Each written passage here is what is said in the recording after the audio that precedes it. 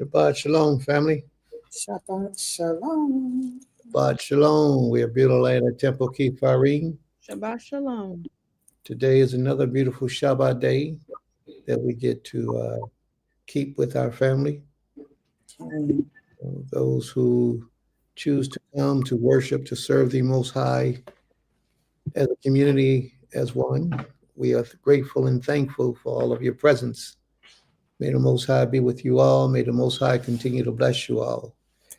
This portion of our lesson today, what we do is we like to acknowledge the Most High by giving thanks to the Most High for what He has done for us, to us, with us, and for us in our life. So at this time, we would like to know who would like to go first to give acknowledgement to the King for His excellent treatment in this lifetime with you. May the Most High be praised.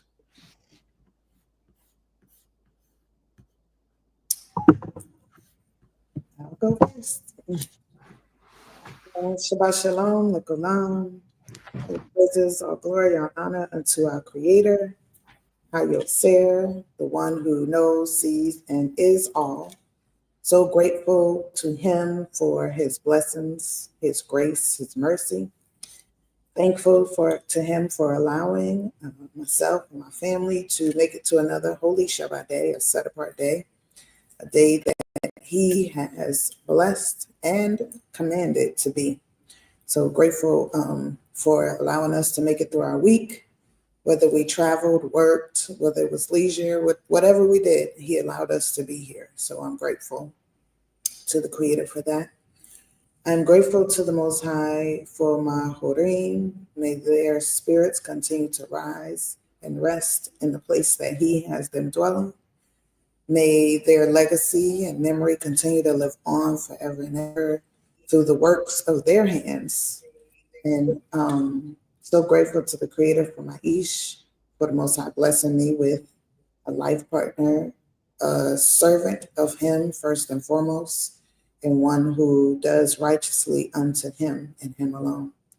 So grateful for the blessing of having a covering, a righteous covering, and one who is here to correct and administer the Most High's plan unto not just His family, but unto the community and to the nation as a whole.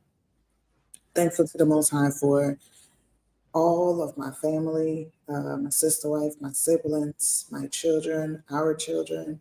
Thankful to the Creator for the elders that are arising in our family, that are here for us to sit at their feet and gain wisdom, knowledge, and understanding. We're thankful to the Most High just for everything that He has done in my life and what He continues to do, the strength that He continues to give me and pour into me, even through my hard moments, my hard times. I'm grateful to the Most High for extended family, for Beulah Land, for all that we continue to do as a family and to grow as a community. I'm grateful to the Most High for allowing my daughter and I, my youngest daughter and I, to make it to Tennessee last week. It was a 12-hour journey, but we made it there safely to be with our elders of our community, and Keter and Zaquina Laurel, as they had their celebration of life for their sister Alicia. And it was just beautiful to sit in the midst of their family. It reminded me so much of my family, the strength they had, the togetherness, the unity. They have such a huge family. And I was honored to be able to meet their 90-year-old father and, sit at his feet and hear his wisdom that he, wanted to share with me that day, and just to greet their whole family. I felt very honored. Aim Couture held my hand and had me and Zeke walk around and meet every single person in her family. She wanted to make sure that we met them and that they knew who we were. And so I felt honored by her doing so. And she was just like almost in tears having us there, and just kept hugging us and saying thank you for coming. So I'm grateful that we were able to make it. And I'm grateful that we made it back, because it was a long drive. However, the Most High saw fit to allow us to make it back. And I just pray that the Most High continues to be with each and every one of us who are in mourning at this time, who are still in grieving of their lost ones. And may the Most High continue to strengthen us and guide us. All right. May the Most High be praised. Total love. May the Most High be praised. All right. Anyone else like to thank the Most High? And listen, remember, family, if you're in the audience, you can type it in the room, in the chat room, and we'll be able to post it, Creator willing. We'll be able to post it. And if you want to come and take the mic, we can offer you that opportunity too. We'll post it in the room for you to do that as well. May the Most High be praised.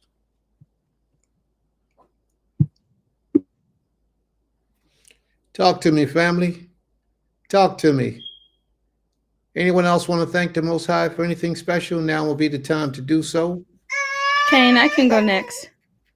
My son must have heard my voice. Say shalom. Now you're quiet. Shabbat shalom, everyone. Shabbat shalom, mishpacha. I am grateful for the health and life of all of my loved ones, myself, my family, my Ish, my sister wife, our son, my friends, my dear friends, my family, my extended family. I'm grateful that we are all in our right minds and in health and just in the land of the living to just be here and get things right another day and to serve the Creator another day and to just be living. I had recently had a great aunt pass away. My great aunt Dorothy, whom I've known basically, yeah, since a child. I found out I've never really known exactly how which side of, I mean, I knew what side of the family, my father's side, but I wasn't exactly sure the family tree of the situation. But after speaking with my father, I found out that she, my Aunt Dorothy, is my grandmother's aunt. So my father's mother's aunt. And that makes her my great aunt. And she had a beautiful personality, very spunky.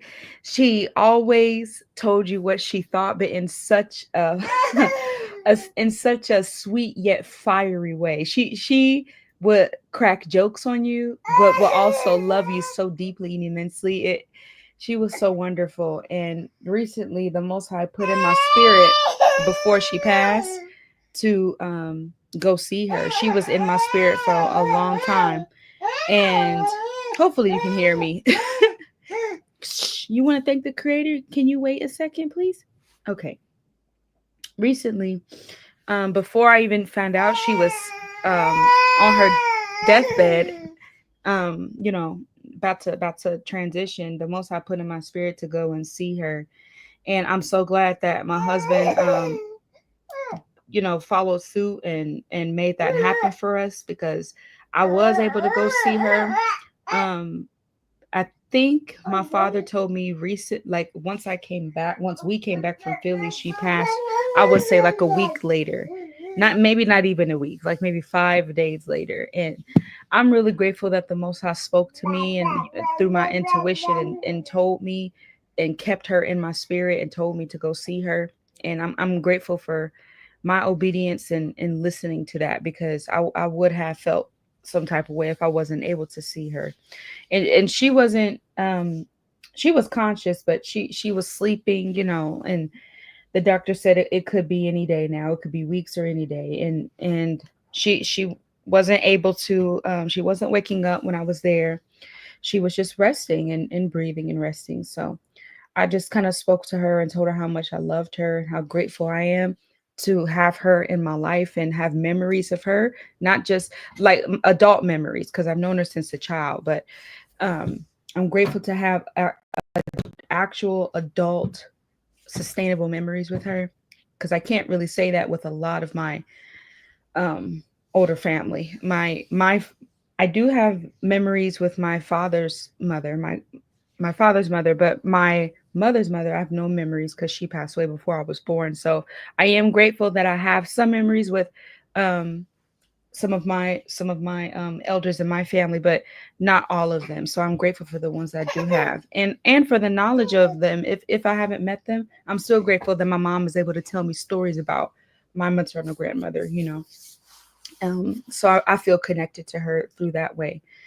But I'm very grateful for that. I'm thankful the Creator kept put my Aunt Dorothy in my spirit, and put my family in my spirit so we can make it down there. I wasn't able to make the funeral, but I know that she knows that I love her, and I'm pray that she is resting wherever the Most High has her, and just catching up on a lot of rest.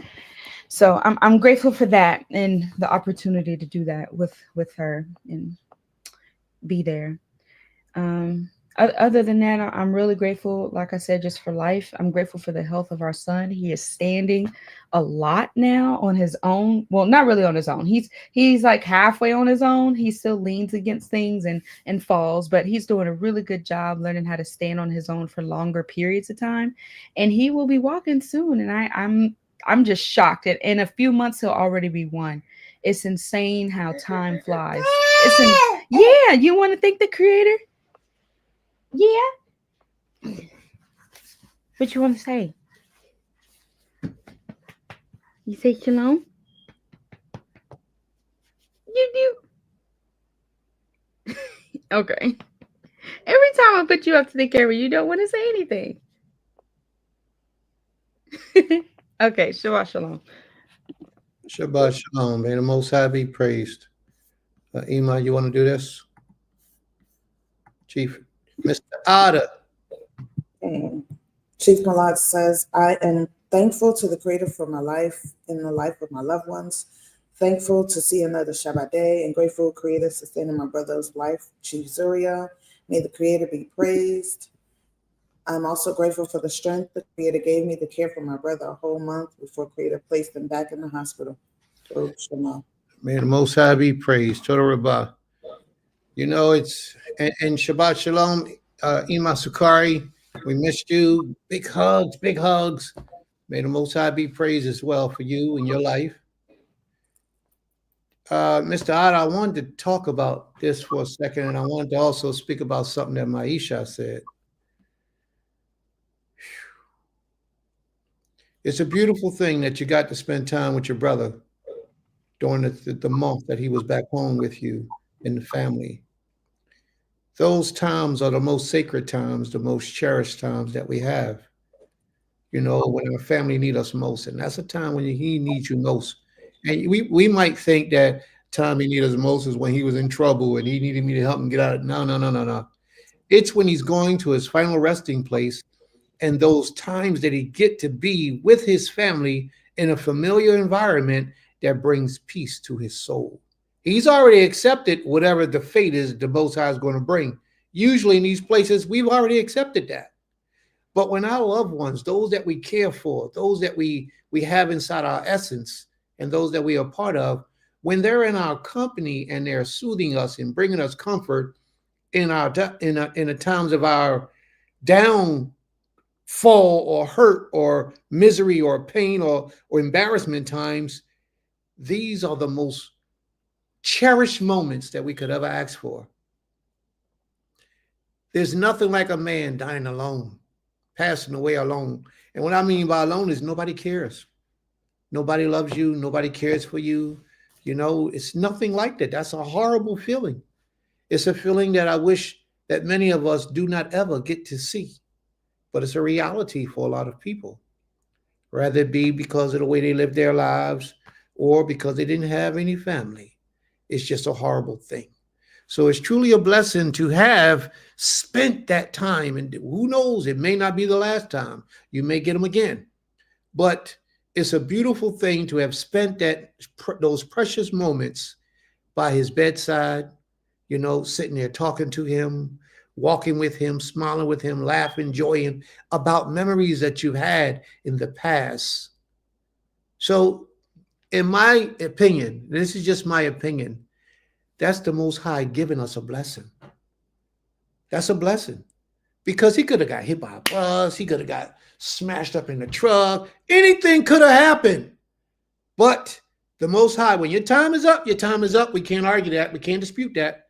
But for our family to be able to enjoy us, no matter how sad the situation, that itself is a blessing.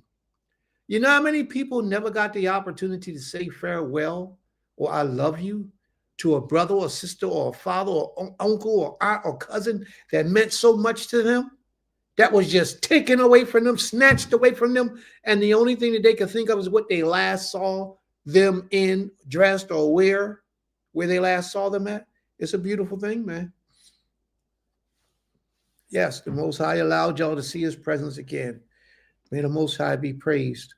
Now, what I want to also speak about, what I heard my wife saying about her aunt. First, I want to acknowledge also that nobody called her and said, Auntie's in the hospital or Auntie is sick. For like 2 months, it's been in her spirit to go see her aunt. And we went up there 1 month and we didn't see her. We went up there another month. Nobody knew nothing about the lady. Nobody had the addresses. Nobody knew nothing. We went up there the second month and all of a sudden she ran into an aunt or cousin or somebody that gave her the information, sent her to the hospital. She went to the hospital. She saw her aunt. And a little bit later, her aunt passed away. I kind of felt like her aunt might have been holding on for her. You never know. I don't know. I don't know the answer to that. But I know a little while afterwards, we got a phone call from her Abba saying that she had passed. It's funny how the Most High works. And the relationship between you and my wife is that both of y'all are serving the Most High to the best of your ability. Not perfect. None of us are perfect, but to the best of our ability. That means you're serious about this walk. And he's given both of y'all, both of us, the opportunity to experience our loved one before the Most High called them home. There's so many people, just like my wife right here, Princess Medaya. Same situation. Her father stayed. We just enjoyed him. He was a great man. You know, I did have the pleasure of knowing him personally, and it was a blessing. But he too has transitioned. But the Most High, again, the common denominator in all four factors, all three factors, were that we all served the Creator to the best of our ability, and the Most High allowed us to see our loved one before they transitioned. Beautiful thing. Beautiful thing. May the Most High be praised for that. There are so many deaths taking place right now in the earth. It's like we're asleep to it. What happens is it happens so often that we get numb to it. You know, it's just something that we just expect. And it's not a surprise anymore. It's not something that's, oh, wow, did you hear about? Oh, man, no. It's not even like that anymore. We hear about somebody passing and we be like, dang, that's a shame. You might shed a tear for half a tear for a second. And then the next thing you know, we back to life again, living life. And it's all about the impact that that individual had on you in your personal life. Well, I wish to change that.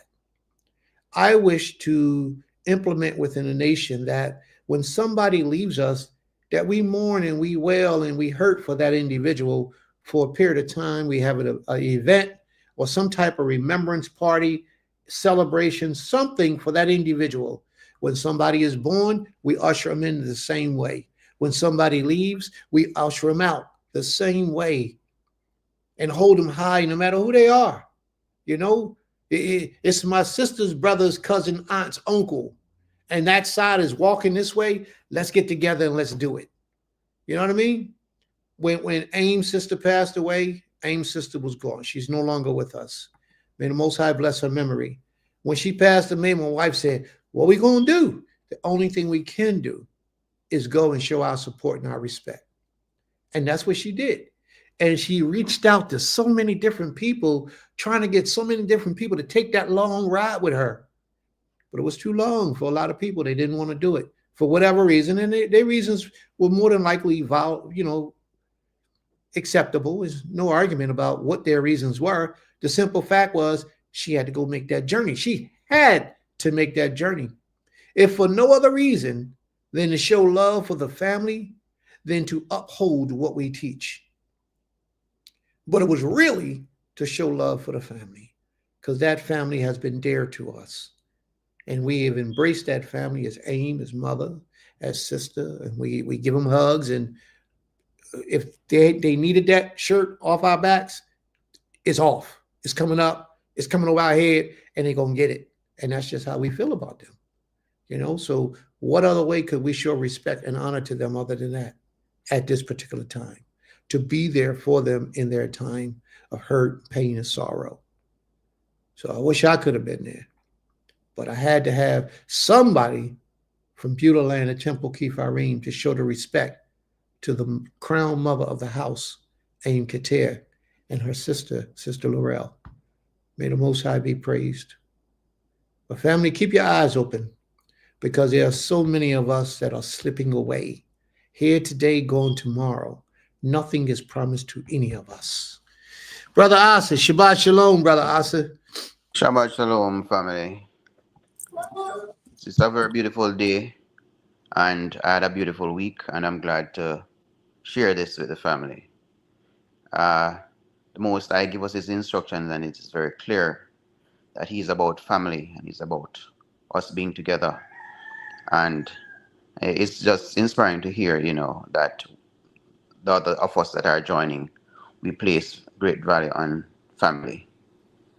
And I've been focused on, the spiritual family, and I've been disheartened by knowing that my physical family at times, the extended family, not really in the way of the truth.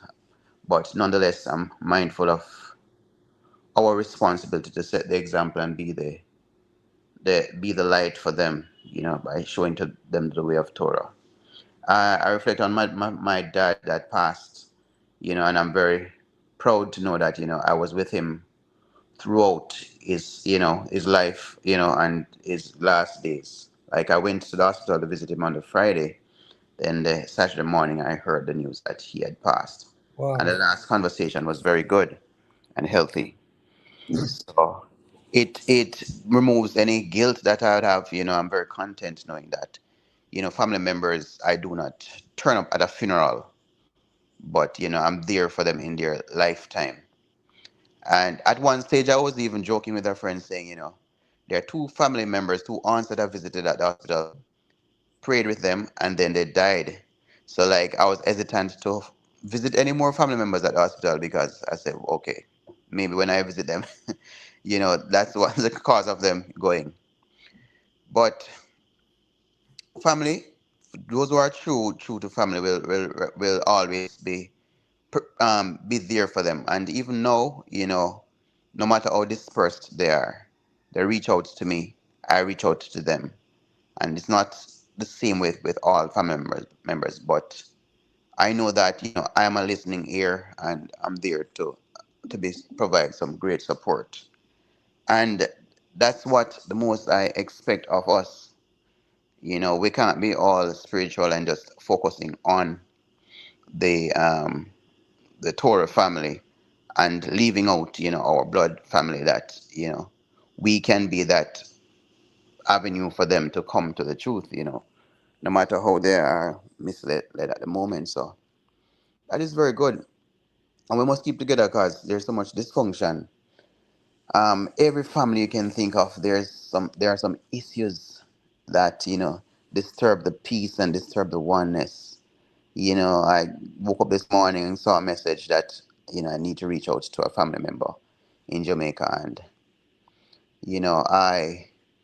I have to just, recognize, that this is just a natural part of life. No matter what, there will always be needs for us to address. And the fact that, I'm reached out to, it means something. So, yeah, we are here to support each other. And we must make it our point of duty to reach out before there's a need, or obvious need to reach out. It must not be a dire situation. And, when we see the other persons having bereavement and so on, good when we might not necessarily support the way of, the transition, or the way they would do it, but there are more than one ways we can support the family in bereavement, other than turning up at the church funeral. So what we can do, we must make the greatest effort to do it, because the Most High will be pleased with us. So yeah, that's it. All right. May the Most High be praised. But Brother Asa, let me drop some jewels on you. And you probably considered this, I don't know. But those two family members that you prayed for, and then they passed away shortly thereafter, you might have gave them a blessing, and now they are able to transition. You know what I mean? You might have brought to them some type of spiritual repair, some type of spiritual peace, spiritual blessings, spiritual joy in the afterlife because of what you have done and said to them in this life right before they passed away. And that may be why the Creator had allowed you to come into each other's company and you to do what you did, and then shortly after they passed away. So don't always look at it as a negative thing. Don't always look at it as a negative thing, because it could be that your prayers could be heard on high from the Creator above theirs, or theirs may not have been heard at all. And you brought that peace to their soul. May the Most High be praised. That's just another way for you to look at that. Yeah, man. Thank you very much for that, Prince. Because in truth and in fact, when I reflect on it, it was my way of sharing my blessing with them, and sharing peace with them in their situation of need. So the intent was most important, and I would be pleased to know that But actually, when I visited them and when I shared with them, I could see the joy on their face, even Yeah, though they are there with needles and all sort of medication. So yes, thanks for the reminder. yeah. Most I praise. May the Most High be praised. Total Rabah. We have to be mindful, family, that death is imminent. There's no way that you can avoid it. It's no way that you can get around it. It's about how you live your life in preparation for it that makes all the difference. If you live your life in vain, eating anything you want, drinking anything you want, smoking anything you want, going anywhere you want, speaking any way you want, treating people any way you want, then your life will not be lasting too much longer. But when you have conformed your life to be the best version of yourself, you will be surprised. And even if your life only spans for another 10 years, but you will be surprised of the fulfillment of life that you experience. And that makes all the difference. Shabbat Shalom, Aim. Shabbat Shalom. That's Aim right there. That's what we talking about. Aim Kater. All right. So is there anyone else like to thank the Most High for anything special right now? Is there anyone else who would like to thank the Most High for anything special? I posted Zaquina Laurel's and an aim to You party. you want to All right. Zaquina Laurel says, Shabbat Shalom, family. I'm so thankful to be here with you today. Thankful for life. Total Rabbah to the Most High Creator for safe travels to and from Tennessee. Hallelujah. Special thanks to Abba. Special thanks to Abba and Ima for continuous manifestation of love and favors toward us. Love in action. Whenever there's a snowstorm, a man who's not my neighbor, yet is considered a neighbor, would drive by, clear my driveway, and keep going. I returned home in Maine on Wednesday night. There was a snowstorm Thursday. While I was fast asleep, he cleared the driveway at 1 a.m. Friday and went his way as usual. Psalms 11, verses 3-5. Who is like the Most High, our Elohim, the one who sits enthroned on high, who stoops down to look on the heavens and the earth. He raises the poor from the dust and lifts the needy from the ash heap. He seats them with the princes of his people. May the name of the Most High be forever praised. And that's Zaquina Laurel. What a joy. May the Most High be praised. What a joy, Sister Laurel. What a joy. That's a powerful blessing. The Most High has people looking out for you. I don't even know if you know who he is. But we're thankful and grateful that this gentleman has taken the time to care for you, because you're so far away from us. You're so far away from us, but we're grateful that The Creator has put it in his spirit to have somebody come by and look out for you in your time of need. May the Most High be praised. All right. Aim Supari says, it is a blessing to join today. Grateful for family, healing, and maintaining contact with all my loved ones. Miss not being present for the live interaction. Very grateful for the recording. May the Most High be praised. Yeah, I seen your comments on the recordings. You're right. I did. I seen them. I thought I commented to you and threw some hands up, but I appreciate it. May the Most High be praised. Toda Rabah.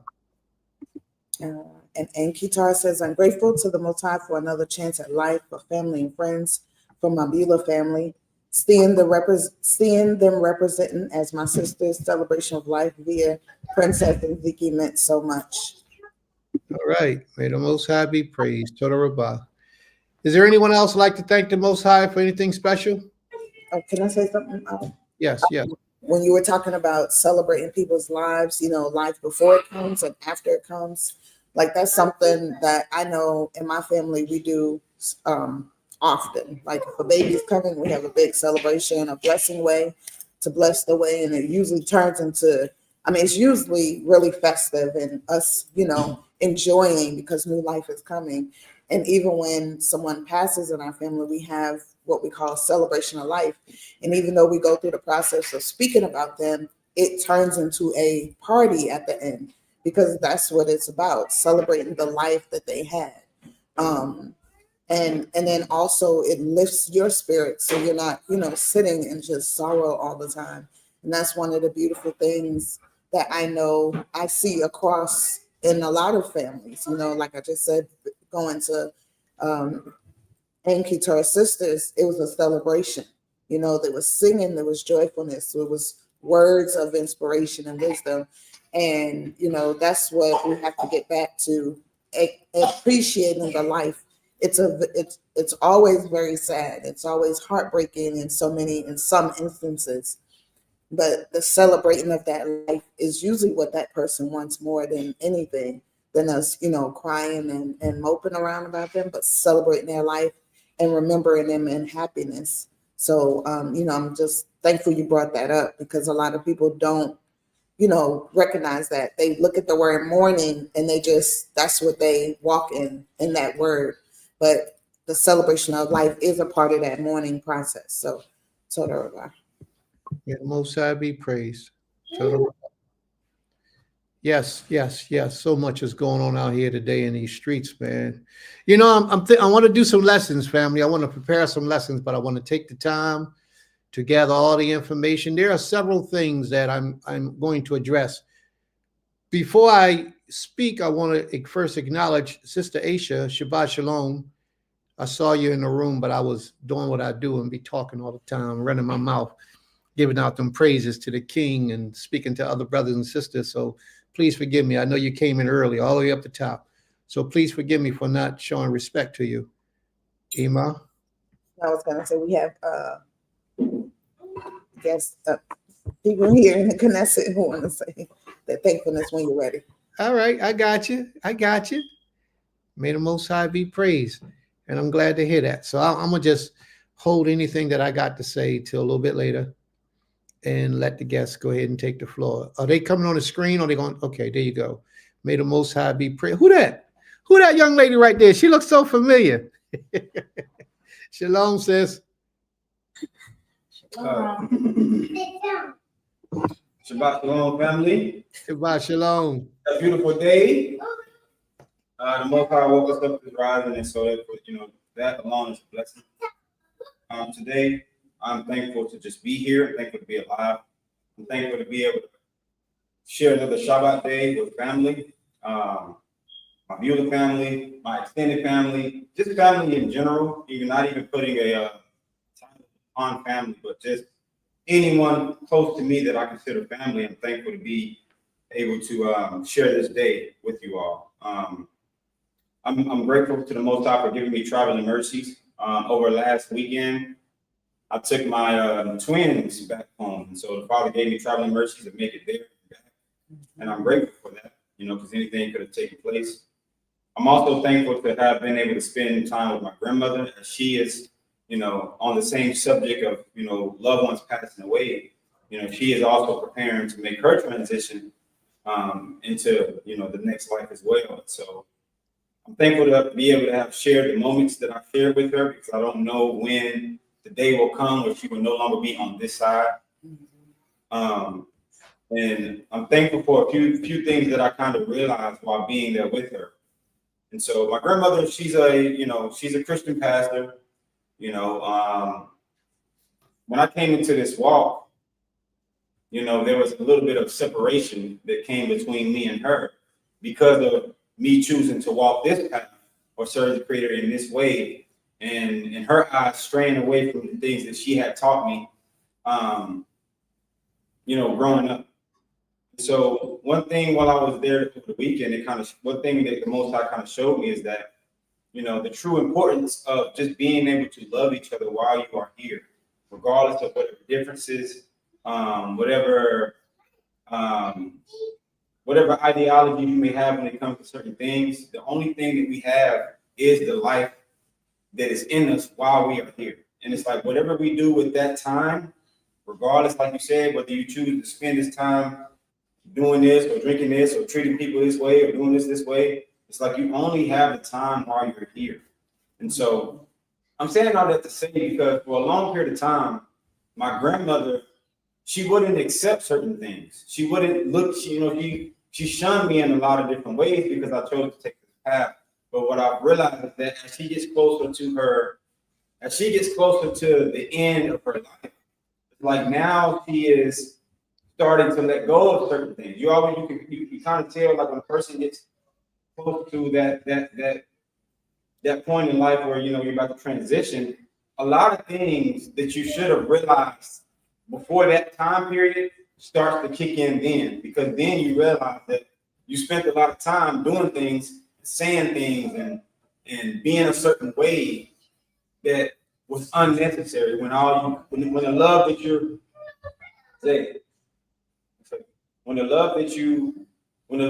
trying to receive, or the love that you're trying to give, you could have been giving this up this entire time. There you go. And so, while I was there, all she wanted to do was like watch movies, and she just wanted me to sit with her. You know what I mean? And so we had deep conversations. She told me all of the things that she was trying to get me to understand growing up. She apologized for certain things, and it just made me realize that it doesn't have to take getting to that point before we get to a certain place in life where it's like we start to just show love. We start to just be, try to be pure and try to be genuine when it comes to people that are in our lives, period. Regardless of what is going on, if you feel that you're here on this earth to be a light, which my grandmother, that was something that she professed, is to be here, that the Most High is using her to be a light on this earth. We have to just be that. And so all you have is the time while you're here, because when you're gone, you're gone. And it's like whatever memories or whatever things that you have left, whether it be good or bad, that's what you're leaving behind. And so it made me really think and put a lot of things in perspective for me to make sure that, moving forward in my life until Father calls me home, calls me back to him, is to make sure that, like, I'm truly, truly, truly doing the things that he is desiring for me to do, and not the things that, like, I'm desiring for myself, or not the things that I'm, just not me. Making sure that I'm being obedient. Just making sure that I'm doing the things that the Father has called me to do, and removing myself out of it. You know what I mean? And so I'm trying to say, trying to make it make sense as best as I can. But like I said, I've seen it over and over where you start getting to the end of your life, and then you start to reflect. Like, that's what I'm saying. It's like you get to the end, and now it's like I'm reflecting on all these things that I've done, and it's like now I'm trying to make it up in this short amount of time. When it's like, do it now. You know what I'm saying? Give people their flowers now. Show people the love that they need to receive now. Make amends with the people that you need to make amends with now. Because these are the things that the Father is truly looking at. And that's, and the things that, I see that is what the Most High is requiring of us, is just to be able to live amongst each other in righteousness. You know what I mean? And we make it so hard because the moment somebody looks different, appears different, may say something a little bit differently than what we say, we're so quick to say, you know what? No, I don't know. And it's like, then we get to the end of our lives, and it's like, now we want to be able to try to bring everybody together. And it's like, you know, it's good then, but it's also like what Asa said, you know, like we have to be able to do these things now. So that's something that the Most High has really been having on my spirit since I left. It's just that, you know, I want to make sure that I'm doing everything that I need to do before I'm at that place where I'm about to transition and, you know, things of that nature. But I'm also grateful to just have made it through another winter season. I'm grateful to have made it through every storm, every tribulation that I've been through in the past year. This has been another year, literally being a year being here, you know, at Beulah, and I'm thankful, you know, to have been here for this long, to have gained as much knowledge, much understanding, the wisdom that I've learned, and just the lessons that the Most High has taught me through this past year. And so, you know, I'm in a place of great humility. I'm thankful for my family, my Isha, my children. You know, regardless of what I go through in my life, I'm just thankful. And I thank the Most High mostly because He has always kept me mentally. He's always kept me spiritually. No matter what I'm going through, it's like He's always shown me that you can press through. You know what I mean? Like, you can press through. You will press through. You will press through. You're going to press through. You have no choice but to press through. So I'm thankful for that because the Father has always kept me in that place, regardless of what I've experienced in life, regardless of what I experienced with my grandmother growing up, my upbringing, you know, regardless of what I experienced with my biological parents, you know, the Father has always been here with me. And so as I reflect, get ready for this new year, get ready for this new spring, this new season, like I'm in a place of just understanding that the Father's not going to leave or forsake none of us, regardless of what we go through. But as long as we can stick together, no matter by any means necessary, however we can go and can continue to walk together, we must do that. You know, regardless. That's just, you know, what the Father has been placing on my spirit. So I'm thankful to be able to be in this temple, the house of the Most High, a place that's dedicated to Him, that I always feel good to be in here. It's always a calm spirit when you come into here. So I'm thankful to be here inside of this actual place. I'm thankful for Prince Kids, Princess Desire. I'm thankful for y'all's leadership. I'm thankful for just things that I've learned from not just y'all as individuals, but even y'all as a union, as a marriage, as a holy, you know, holy union. I'm thankful for the things that I've been able to take and say, you know what, these are some things that I need to apply, you know, into my life. You know, so thankful for a lot of things. You know, I'm thankful just to be here. You know, I can be long-winded, but I'm just thankful, man. I can't really put it into words, but it's just like at the end of the day, you know, for the people that's listening on the sound of my voice, make things right, do things right, and just strive for righteousness. You know, truly, not just in a place of, you know, Shabbat day or, you know, on an outwardly thing, but really start to seek inside yourself. Understand what the Father is really calling you to do, because you're only responsible for what He's calling you to do. That's it. You're not responsible for what He's telling anybody else to do, but you are responsible for what the Most High is telling you to do. And so, while you have breath, while you still have activity over your limbs, while you still have the influence to be able to go and tell somebody and reach somebody, do the things that you are here to do, regardless of what you are getting back. Because genuine love, pure love, does things and is not expecting anything in return. Because you understand you've been given a mission. And the mission is not to do this so that you can get this, it's to do this so that this can be done. That's it. So, you know, those are a few of the things that I've been meditating on and that I'm thankful for. Yeah, I would like to say Shabbat Shalom to AIM. My condolences to you. I was not able to make it.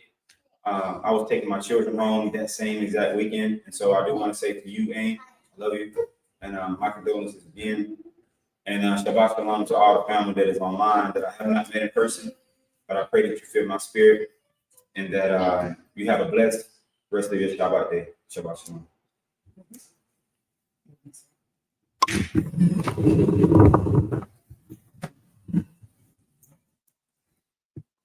You're on mute. I said, Shabbat Shalom, may the Most High be praised. He said what he had to say and stepped off. He could have hung around a little bit because you know I had some stuff to say. But it's cool. I know. I'm thankful for that. But he said a lot of stuff there. And he said a lot of important things, proper things in life that needed to be expressed and expounded upon. You know, a lot of it was wisdom. He mentioned his grandmother, and all she wanted to do was sit and talk and watch movies, you know, and that ties into what was said earlier. A lot of time they just want you there. They just want you. Their transition gets brought peace just by having people in their company. But the difference in all of that, just regular people in your company, family members in your company, he has a special spirit. And his grandmother may be recognizing and utilizing his energy to bring her peace and comfort in her existence here in this life to help her get to the next life. You never know.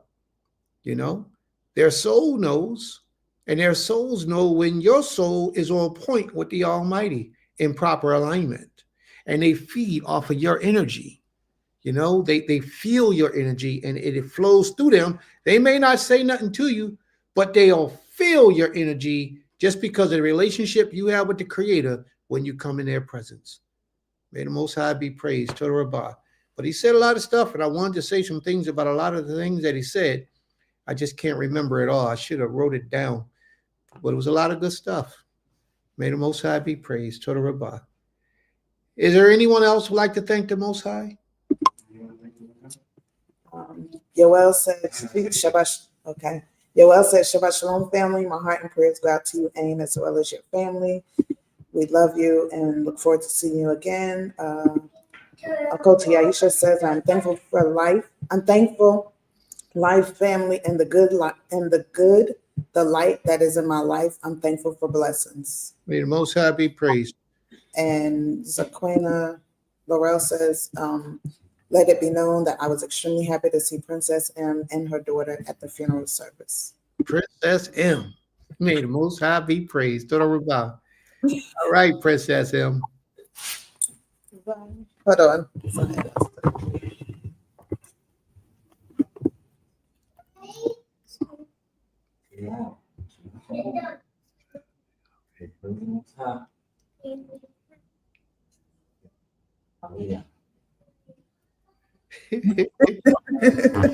Zion.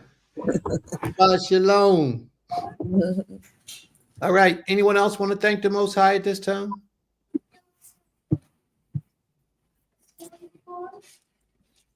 I don't see any more.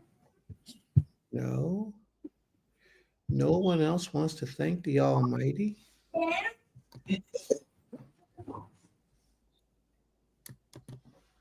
All right. Well, we got 1,300 people in the room. Please, family, before we even continue, remember to go out, like, share, and subscribe. Please like, share, and subscribe. And also ring the bell so you'll get notifications whenever we go live. So I'd like to thank the Most High at this time.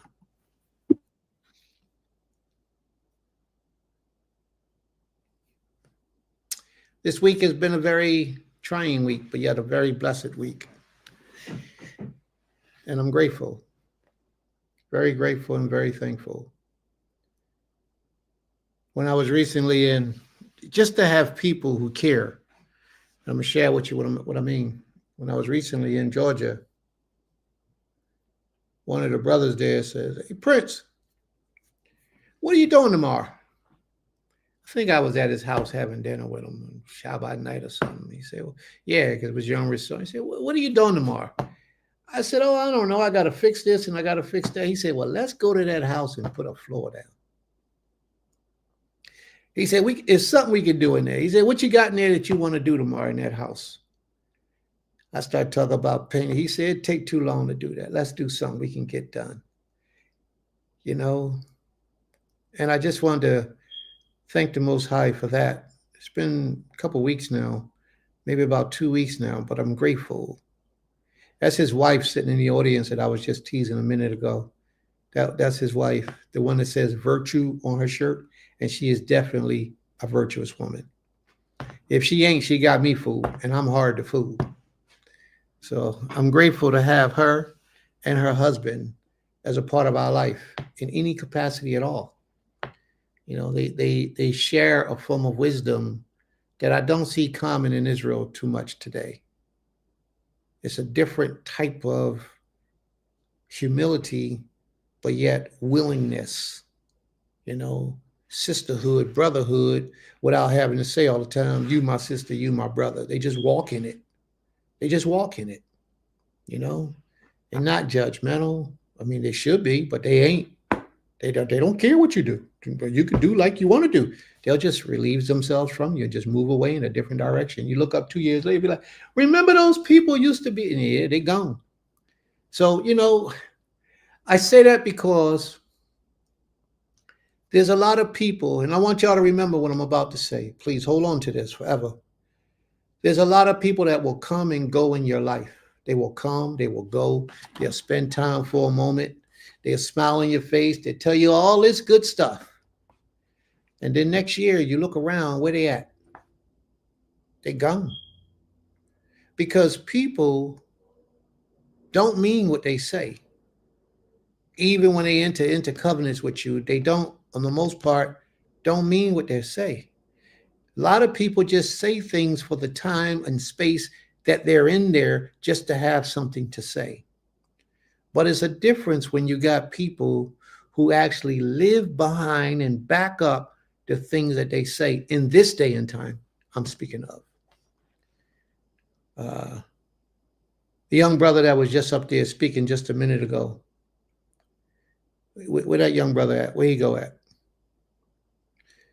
Another young brother that was just speaking a moment ago.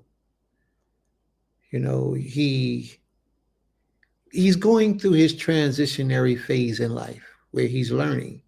And I say it young intentionally because it ties into what it is that I'm saying. If we all remember back when we were young, Bain Azante, when we were young in his age frame, he's like 28, 29 now. When we were back in that age frame, we wasn't doing, for the most part, what he's been doing. I know me, let's speak for me. Well, 28, I was there. 28, 29, I was walking this walk. I just came, but right prior to that, you couldn't have told me nothing. Who was, what? I'm going to be doing what? 5 years, 10 years? What? No. So what I'm trying to say is, in your youth, that's when the Most High prefers you most. You don't want wait till you get old, like Vane said. He said a lot of times people get old and they start changing their direction of thinking. They start changing their mode of thinking when they get old and close to death. But in your youth, your mind is being altered and geared and shifted in the direction. And if you choose to accept the Most High in your youth, it brings about special qualities and characteristics and traits in your life later. Therefore, a lot of the mistakes that I made in my youth or wrongdoings, I can't even say it was mistakes. They're mistakes now because I know better. But back then, I did what I felt like I wanted to do. It was just naturally in me to do what I did. But I have a long track record, a long history of a whole lot of things from my youth because I was out in that world and I was one of them dudes in that world that was either dead or in jail. That was their future that we was leading toward. So I'm grateful that the Most High has blessed me the opportunity to be here with you all, to speak to you all. But I'm more grateful that the Most High has brought young men like that into this way of life to learn to serve him in their youth while they're still young. He could be out doing anything he wanted to do today. But what is he doing? He's at the house of worship, the temple, the Beit HaKnesset, to worship the Almighty on the Shabbat day. This is the most busiest day of the week for people. He could be out partying, shopping, smoking some weed, smutting some girls, or whatever he could, whatever the average people are doing today. But he's not. And I just want to say to all you young people out here, when I say young people, I mean anybody with the breath of life, but especially those who are new to the planet Earth within the last 20, 25, 30 years. The Most High sees what you're doing. And he holds it up like a bank for when the time comes that you need it most. He sees what you're doing. He recognizes what you're doing. He sees the sacrifices and the diligence that you have to serve him. And it might not seem like that to you right now in your life because you don't have all the things you want. I ain't got all that money. I ain't got no big house, no big car, and I ain't got a whole bunch of women, whole bunch of wives. Whatever it is that you might think is not happening right now, hold on. Because when you need the Most High, he's going to be there for you. And the more you put into the Most High is the more you're going to get out of the Most High. So set your role models and those that you would like to emulate, set them after the men and women of the Most High that you and your spirit consider to be righteous. And lean not on your own understanding, because when we was 28, 29, 26, 25, 24, 23, 22, especially 19 and 20, you couldn't tell us nothing. You couldn't tell me anything, But I'm grateful that the Most High allowed me to make it through. Because I honestly, in my youth, I didn't think I was going to graduate high school because I was so bad. I was into so many different things. All types, you name it, we was doing it. And I really didn't think we was going to make it out. I didn't think I was going to make it out of high school because of the lifestyle I lived. But a lot of that has changed. My young adult life was in them streets, heavy. And sometimes I think that people are trying to take me back to those streets as if what I told them was just a fable, a story, and not real. I strive hard, and I'm sharing this information with your family so you'll know the man that you're speaking with. I strive hard to not bring negativity into this way of life that we live because of the results of people's actions. I strive hard for that. It takes a lot out of me not to do what I know I'm able to do, which is real strength. It's strength. So I pray that I continue to be strong, not to do what I know I'm able to do to people who just pick and pull and do evil and negative toward me or those that I care for. Had that been several years ago, 15, 20 years ago, it would be a different story. It would be a lot more respect. So I'm saying all these things as a warning to all of you who took the chance in the past to disrespect and bring shame on the name of Prince. Your time is coming. It's coming soon. And I'm not saying this to scare you or put you on alert or frighten you.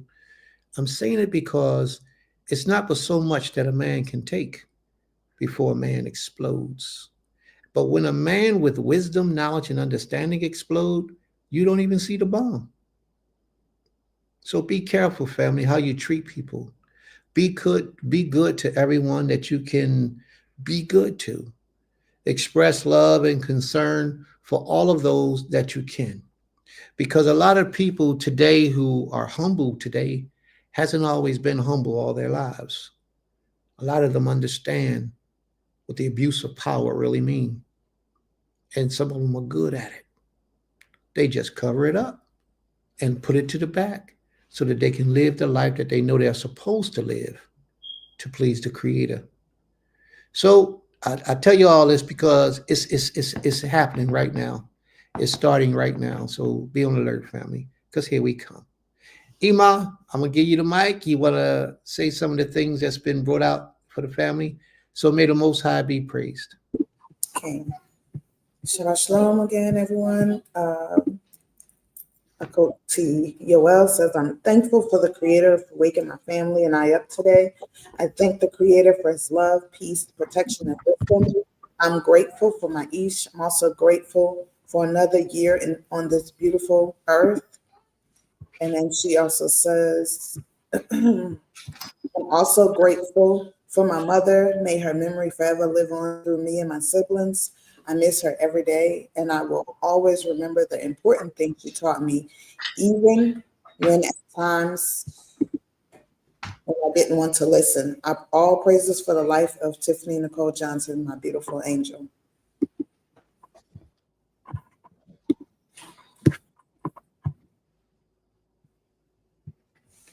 All right, that's it. Yes. All right, may the Most High be praised. Total Rabbah. I thought Mr. Otter gave something up there, didn't he? Oh, he was talking to me. Yeah, you're right, Mr. Otter. See, a lot of people won't understand that conversation, though, Mr. Otter.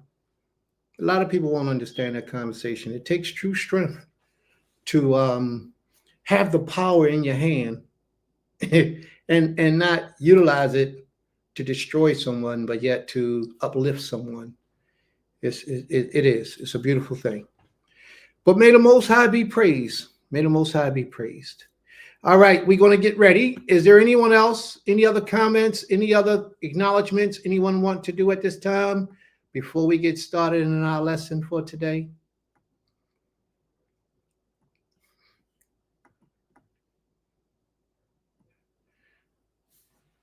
Are there any other conversations? None other? All right, we're going to get started. The title of the lesson today is War. Us against them. Who's the them, though? The title of the lesson today is War. Us against them.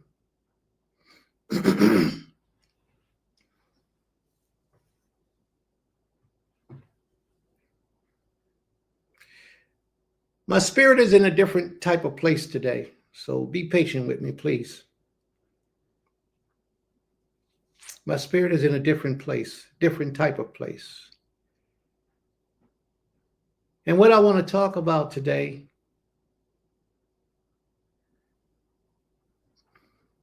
is the war that takes place in the minds of our people.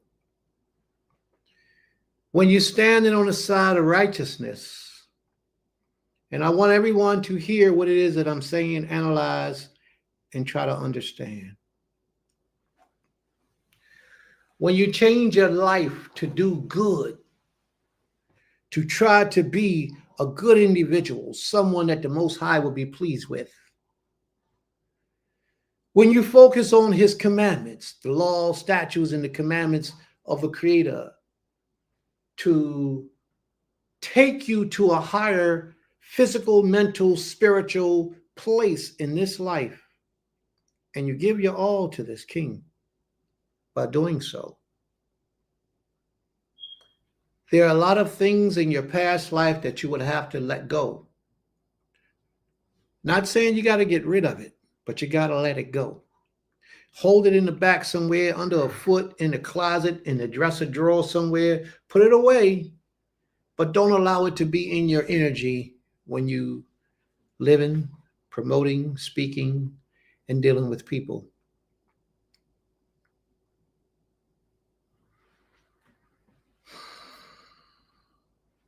This lesson is going to be personal for a lot of us.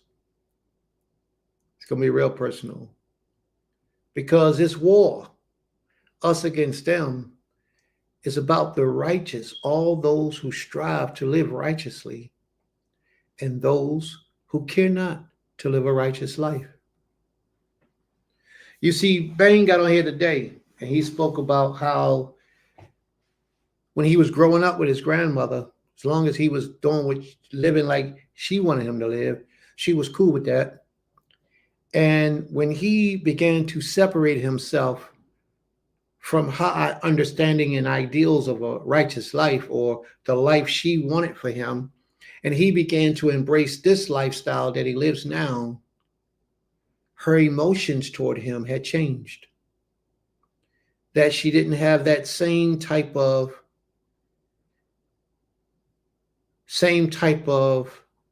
appreciation for him. And he felt that. He saw that. But it's okay. And then when she got close to her death, as he said, to that type of situation, to put it exact, she now embraces his company and wish she could have it more.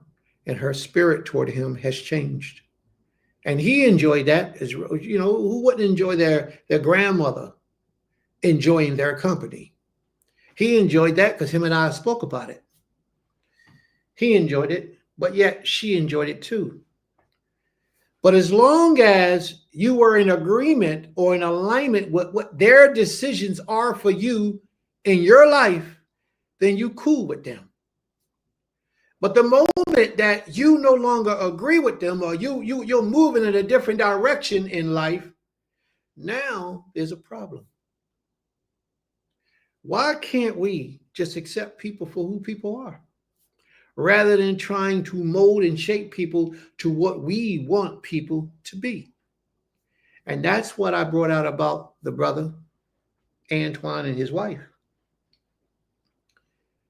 They have a unique way of, they might talk about you a little bit. And don't act like they ain't going to talk about it. They may talk about you, and it's never in a disrespectful way, but they let it out. But they accept people for who they are and what they are. You know, they don't try to alter or change people from what people want to be, except if the person is trying to change themselves. Now, that's what I've noticed in my short period of time. The wife, I don't have much of a relationship with her. Hey, shalom, peace, hello, goodbye, that type thing. But with the brother, we get it in from time to time when we talk some serious talks. So what I say, I'm saying from firsthand knowledge. There's not a lot of people in the earth today who understands the comfortable place of being in the middle of something and not having any opinion about what that individual choose to do or how they choose to live their lives. Most of us, if you're not doing what I like, his grandmother, if you're not doing what I want you to do, then you're a bad person and I don't want no parts of you. I can respect that. You go your way, I'll go my way. But my problem and the war that I'm speaking about is the haters. The people who sit back and try to find ways to destroy you. They meditate on ways to bring you down, to disrupt what the peace that you got in your life, all along while they're conniving and putting together mischief on your behalf. The whole time, they're your friend. They on your phone. They at your house. They eating your food. You're raising them up from their youth. Or they're somebody that you're associated with on a very personal, intimate level. And yet this person tries to destroy you in every way they can, every opportunity they get. But all along, you being a good soul person, you actually trusted that person. You believed in that person. And oftentimes this comes by way of boyfriend, girlfriend, husband, wife relationships. It can come in many different ways. But it's a horrible thing because you let your guard down because you felt that this individual was a solid person, a solid dude, a solid girl. Now, I'm not talking about those who just get up all the time and let it be known that I'm hurt, all in their feelings. I'm not talking about that. I'm talking about you being a solid brother and a solid sister, reaching out and extending the love and the courtesy and kindness that you have inside yourself to help others. And what do they give you in the long run? Think about it, family. Sit back and think. Because there's a war going on the side of Israel that's preventing Israel from rising, that's preventing Israel from uniting, that's preventing us from coming together. and not too many people are talking about it. Most people just go on because they got their clique. 2 or 3 people that's on their team no matter what, and they go on. Most people don't talk about it. But this war is really, really an awesome, powerful, destructive thing that's taking place in our people today, in the minds of our people. It has brother against brother, sister against sister. If you're not getting enough attention over here, you don't want to be a part of this, or you badmouth them and you move on. Rather than speaking out and saying, hey, listen, how can we fix this issue? How can we fix this problem? Because we need each other, because we all we got. And so many of us don't understand that we are all we have. And if we don't fix this problem soon, like today, nothing but destruction is going to come our way. I don't care how big your community is. I don't care how many people tune into your channel or you go to your services or whatever they do. It's only about what people do in your real life that has an effect on your life. You know, all this stuff we're doing right now is our virtual. We can do this for 50 years. Well, what's the production of it? How have you benefited me in my real life? How have I benefited you in your real life? So if it's things about you that I dislike and despise, or I might know your secrets, and I want to destroy you after you've done so much for me, after you've been by my bedside when I was in pain, when I needed prayer, when I needed to eat. It was you who drove all the way up to my house, how many ever miles you had to travel, to make sure that that person had the opportunity to use the restroom in the middle of the night because they couldn't walk. And you had to get up and walk them to the restroom, sit them down, close the door. And when they finished, you had to come and help them to get back in the beds. People don't remember these types of things, but yet they should. They should, because these things are real. And these will be the same people that once they get their health back together, once they get rocking and rolling and they're making a couple dollars and got some more associations with other people, they turn against you to try to do what? To bring you down, to give you a bad name, or to destroy you. Why is it that way? But I want to say to your family, this ain't nothing new about our people. Our people have been this way for a long time. The Most High calls that thing sin because it comes in the way of envy and jealousy. The envious person is that person that's right up underneath of you. And every time you get so, hey, that's nice, yeah. But in their mind saying, I deserve that. He don't deserve that. Why he got that? He shouldn't have that. I'm the one who's supposed to be having that. He don't deserve that. Or why she got that? She shouldn't have that. Look at her husband. She got a husband. I ain't got no husband. She shouldn't. I'm better than she is. I'm a better woman than she. And you know, it's not the way, because it's supposed to be your girl. It's supposed to be your homie. It's supposed to be your friend. Somebody you put trust in. Somebody you let your guard down around. And these things are not good, but these things are real. And like I said, they have been around. This spirit, this war, it has been around for a very, very long time. So it's time today that we try to come face to face with this war that's taking place within our inward parts, and that we do a little bit of reading and had a little bit of discussion and watch a little video. This little video I want to share with y'all in a little bit is about a revolutionary. His name was Malcolm X. We all remember Malcolm X? If y'all remember Malcolm X, it's okay to say, okay, I remember Malcolm X. Do you all remember Malcolm X?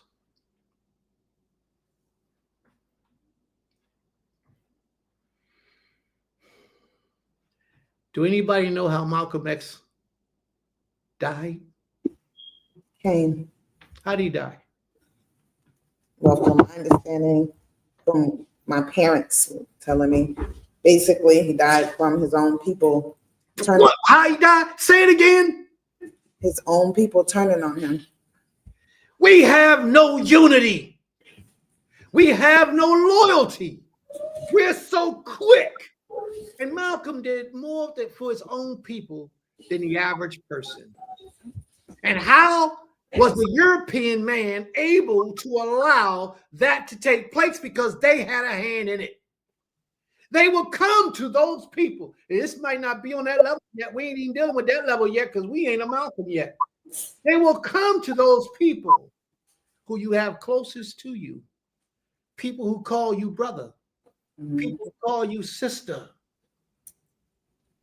They will infiltrate them and give them some kind of way that will benefit their lives to bring you down, to tear you apart, to rip you up, because they are afraid of who you are and what you're about to bring into the world.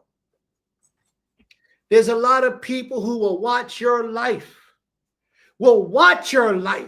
and be right there next to you, receiving all the blessings of the Creator: a new car, a new house, a spirit of peace, a spirit of happiness, great wealth, or at least enough wealth to make sure that you cool through the day, through the week, through the year, to make sure that you got, and they'll be right there with you, benefiting off of those blessings because they're on your team. You know, you think they're on your team, but at the same time, they're envious of you.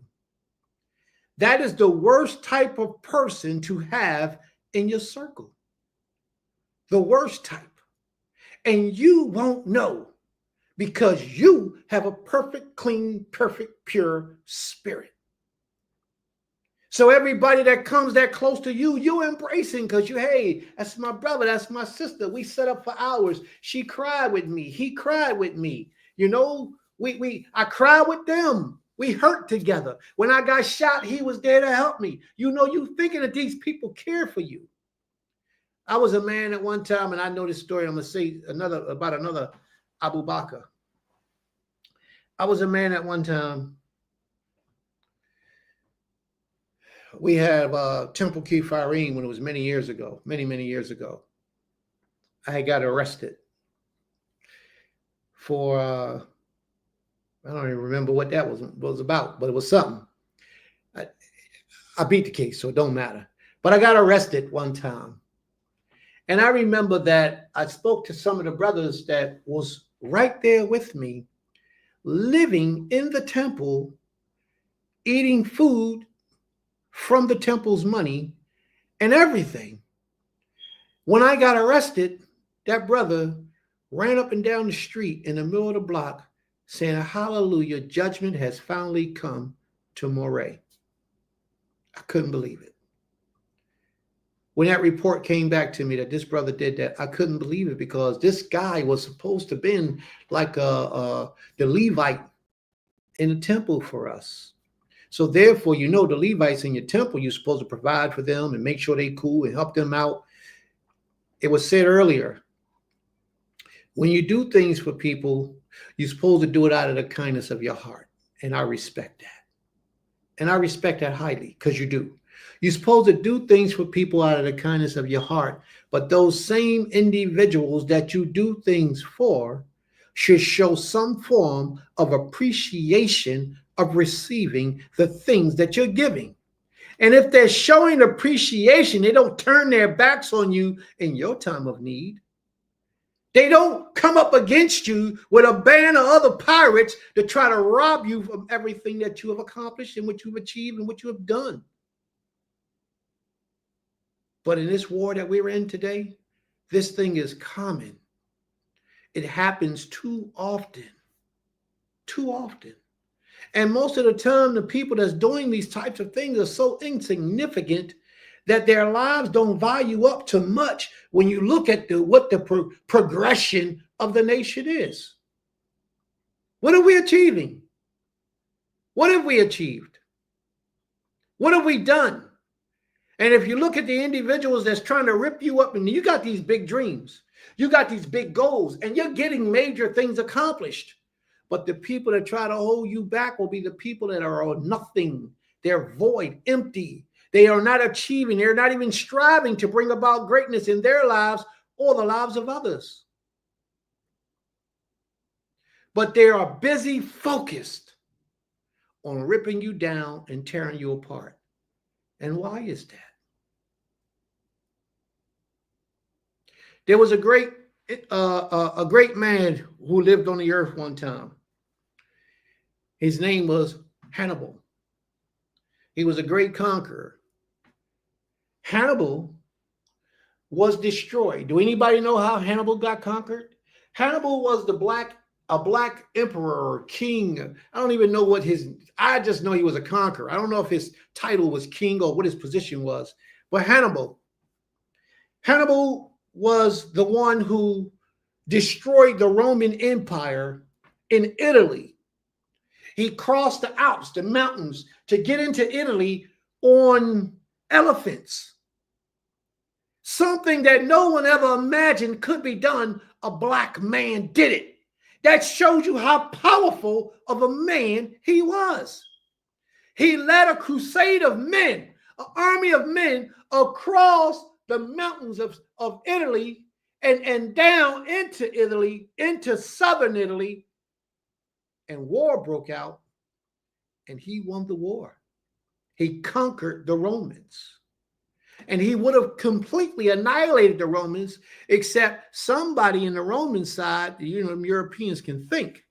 Somebody on the Roman side did something that caused Hannibal to lose his life. And what did they do? They got his brother, Hasdrubal. They got his brother to cause him to come back, and they killed him, assassinated him. His brother, after Hannibal died, his brother never came to greatness or fame. He never did nothing majorly significant for black people ever again. See, this is what I'm talking about. Those people who killed Malcolm X, where are they at? What have they done? How did they contribute to our rise as a people? Absolutely nothing. Absolutely nothing. But they took out the head man who was able to build up the minds of our people, to take us on a higher spiritual plateau. And of course, we understand that Malcolm X was coming with an Islamic twist to it. But what does that mean when he's sharing knowledge that's useful for us as a people? We can take what we can take and leave the rest alone. And bad as you want to admit it, bad as you want to say it, there's another one in this day and time, but I don't know how he went out. I'm assuming the government took this brother out, who did a lot for black men. His legacy will live on for a very, very, very long time. And I'm going to mention this guy's name, not that he was a righteous man, not by far, but it's just the fact that he had a concern for black men rising, standing, being strong. And that was that man they called Kevin Samuels. A lot of us disagree with Kevin Samuels for whatever he said and how he said it and how disrespectful he was. But Kevin Samuels was single-handedly responsible for raising up the dead man and causing him to be a man.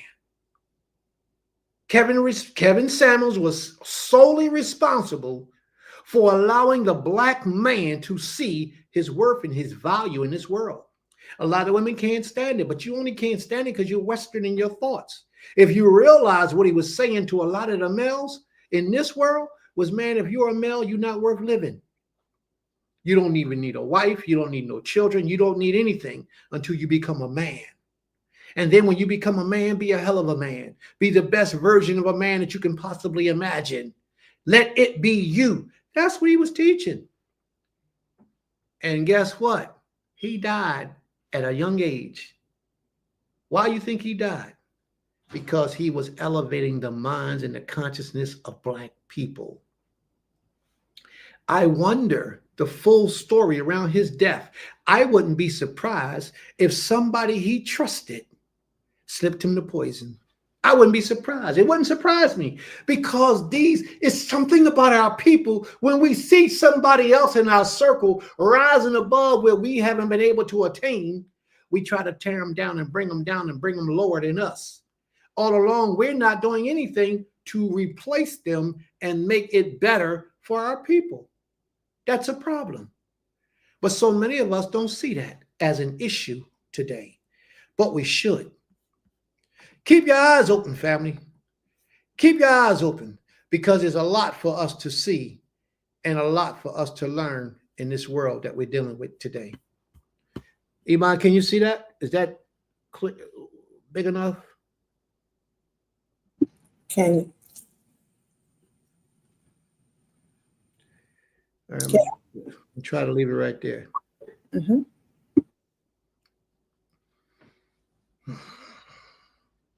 The name of this lesson is called War. May the great Father of all creation watch over us for good and cause his spirit of peace and discernment to enlighten upon us with power and with might. May the Most High be praised. There's a lot of comments going on the sidebar. I thank you all for your information. Please keep bringing it in because this is so useful. People see you trying to rise, trying to do good, and they see the blessings of the Most High in your life, taking place in your life. But that war that we're struggling with, that sit inside of so many of us, that war has so much power and dominance over us in our lives that they want to tear you down. And they're envious of what you do. Envious. And these envious people will be those who pretend to be on your team, pretend to love you, pretend to be your brother or your sister in the Creator. They pretend these things, but it's not true. The mighty kings of Israel, the holy prophets, and all those who stood up for righteousness within our nation were hated. They were envied and or disliked by the people. There was a story once when the people says to the prophet, they said, teach us smooth things, prophesy to us deceit. Because when the prophets, when the servants of the Most High come and they speak righteousness to the people who are wicked don't appreciate the spirit that the individuals are bringing, so they despise that individual. Prophet Yirmiyahu was thrown in jail, beat up, spit upon, smacked, and thrown in jail and put out for a long time in the weather because his words was about righteousness. His words was about truth, justice, and peace before the Almighty. I spoke to a sister earlier this week, and the sister said to me, she says, Prince, I want to ask you a personal question. I said, okay, sis, what's that personal question you want to ask me?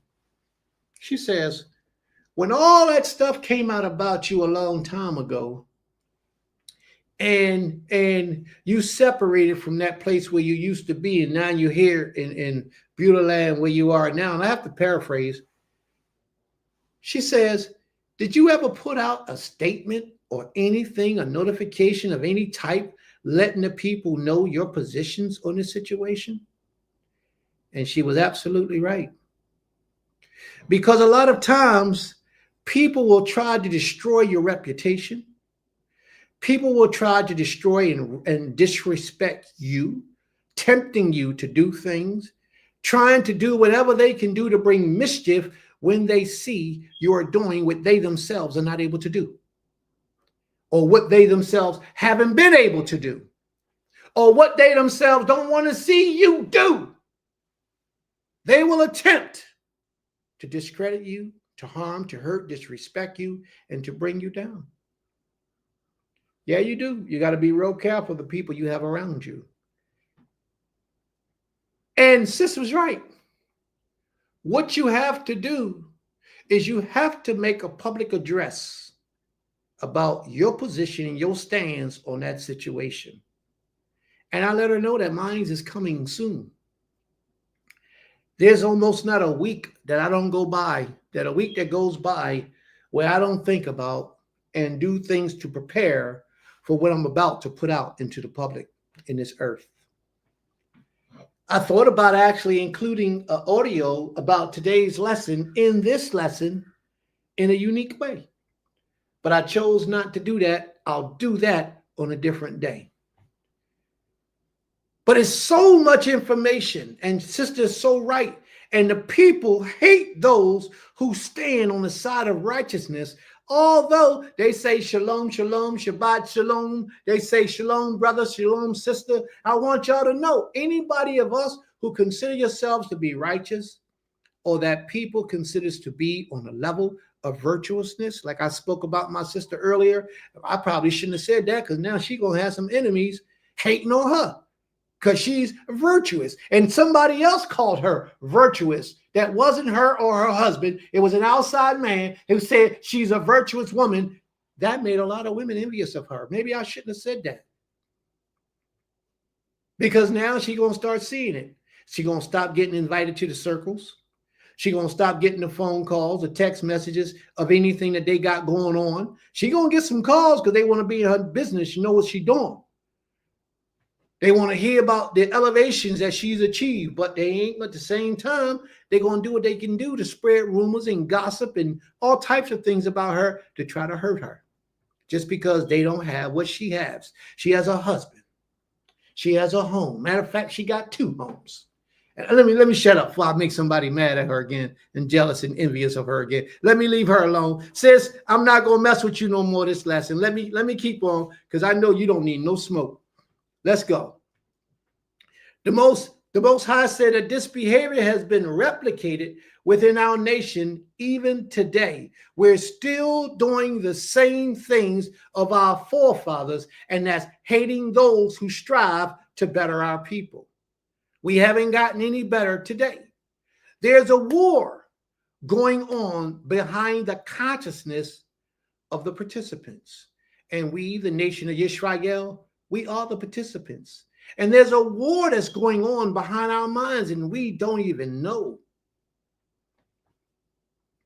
Many people are involved in the war, but very few know what's at stake, or even that there's a war taking place and that they are in the heat of the battle. We call it just talking, sharing information. We're just sharing information about this brother or this sister.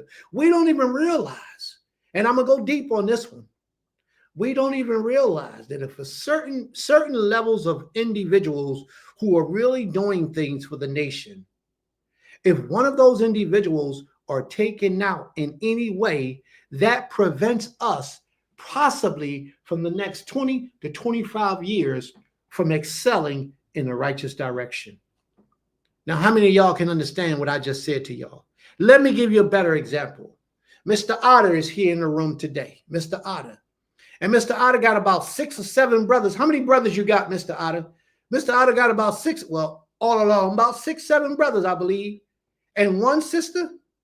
I only know 1 sister. I don't know the other sister. So if you got more than that, I don't know. But Mr. Otter, I'm going to give y'all a perfect example of what I'm talking about.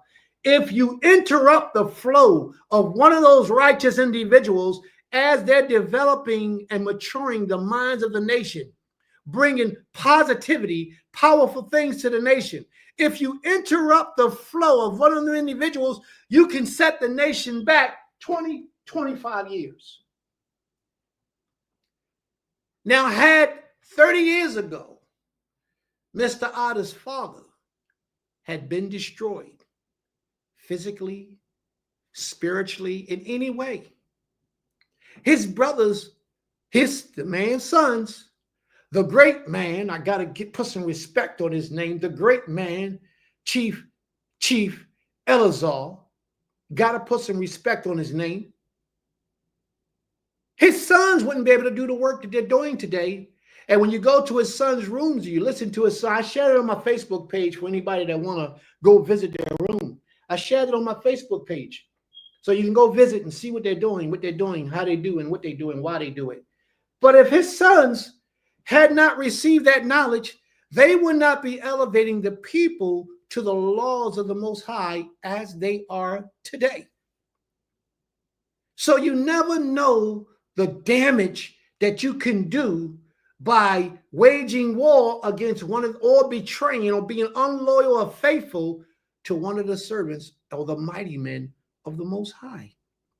So it's best that when you know somebody's on the right path with the Most High and you can see the evidence of the Most High working in their lives, it's best that you stay on the right side of righteousness. Because if you don't, If you don't, then the Most High will hold you accountable. What did the Most High say to Abraham? He said, I will be an adversary to your adversaries, and I will be a friend to your friends.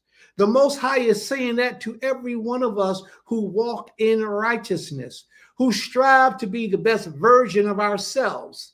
When people come against you, the Most High will be an adversary to them in their lives. But the problem that I'll be having with it is I want it to be known. Just like a lot of us want it to be known that that's what's taking place. And the Most High don't always let you know. But believe me, if you're on the right side of righteousness and justice, the Most High is going to fight for you. There's a war going on behind the consciousness of the participants. Many people are involved in the war, but very few know what's at stake, even that the war is taking place and that they are in the heat of the battle. And we are in the heat of the battle. Why is it that Israel can't come together right now? Why is it that if the majority of Israelite leaders all just sat down right now, if they all just sat, it ain't but a handful of us, if we all just sat down right now, what will we leave, or what will we have accomplished for the nation, for the future generations to come? And I'm not talking about we got some scriptural knowledge. Scriptural knowledge without production, tangible things, as I said earlier, that affects your real life, physical things that affect your real life. If we don't have those types of things, then what was it all for? So that you'll receive it in the afterlife like we Christians? No. The Most High said that you will receive your blessings while you're on the ground, while you're still around, which means right now. If we all separated and just sat down, what truly did we leave behind for the people? And I submit to you today, the answer is nothing. And that's sad. That's sad. And I'm talking collective. I'm not even talking about an individual level, because there's some of us who, if we left, we still left things behind for the nation. I'm talking about collectively, these people we call leadership that we look up to. What are they doing significantly for the people? That if they were to fall, to die, to pass away, to get incarcerated, or anything of that nature, how would their legacy live on? What have they left behind for the people that the people can utilize to go to the next level of supremacy in this earth? It's just that sad. There was a man that we had by way of Yahweh ben Yahweh, who was an Israelite leader. Yahweh ben Yahweh, I mean, we disagree with his philosophy, but that's okay. We're talking about what he did for the people. Yahweh ben Yahweh had his people in position where they owned hotels, they owned land, whole lot of real estate. They was moving. They had their own communities. They was growing their own farms, raising their own animals. They were doing it. And the European man saw that. And the European man, there's got to be something done about this man, Yahweh ben Yahweh. And you know what they did? Again, they had his own people to infiltrate his own movement and bring him down. And now the man Yahweh ben Yahweh is deceased. He's no longer with us. He's gone now. But the simple fact is that this man was about the people. He didn't know he was about himself, but he did a whole lot for the people, and it cannot be ignored. No matter what his philosophy was, he was a Hebrew Israelite, serving the Most High to the best of his ability, but he did what he did. But the fact is, he did a whole lot of tremendous works for the people. And guess what? It hasn't been replicated since. It hasn't been duplicated since.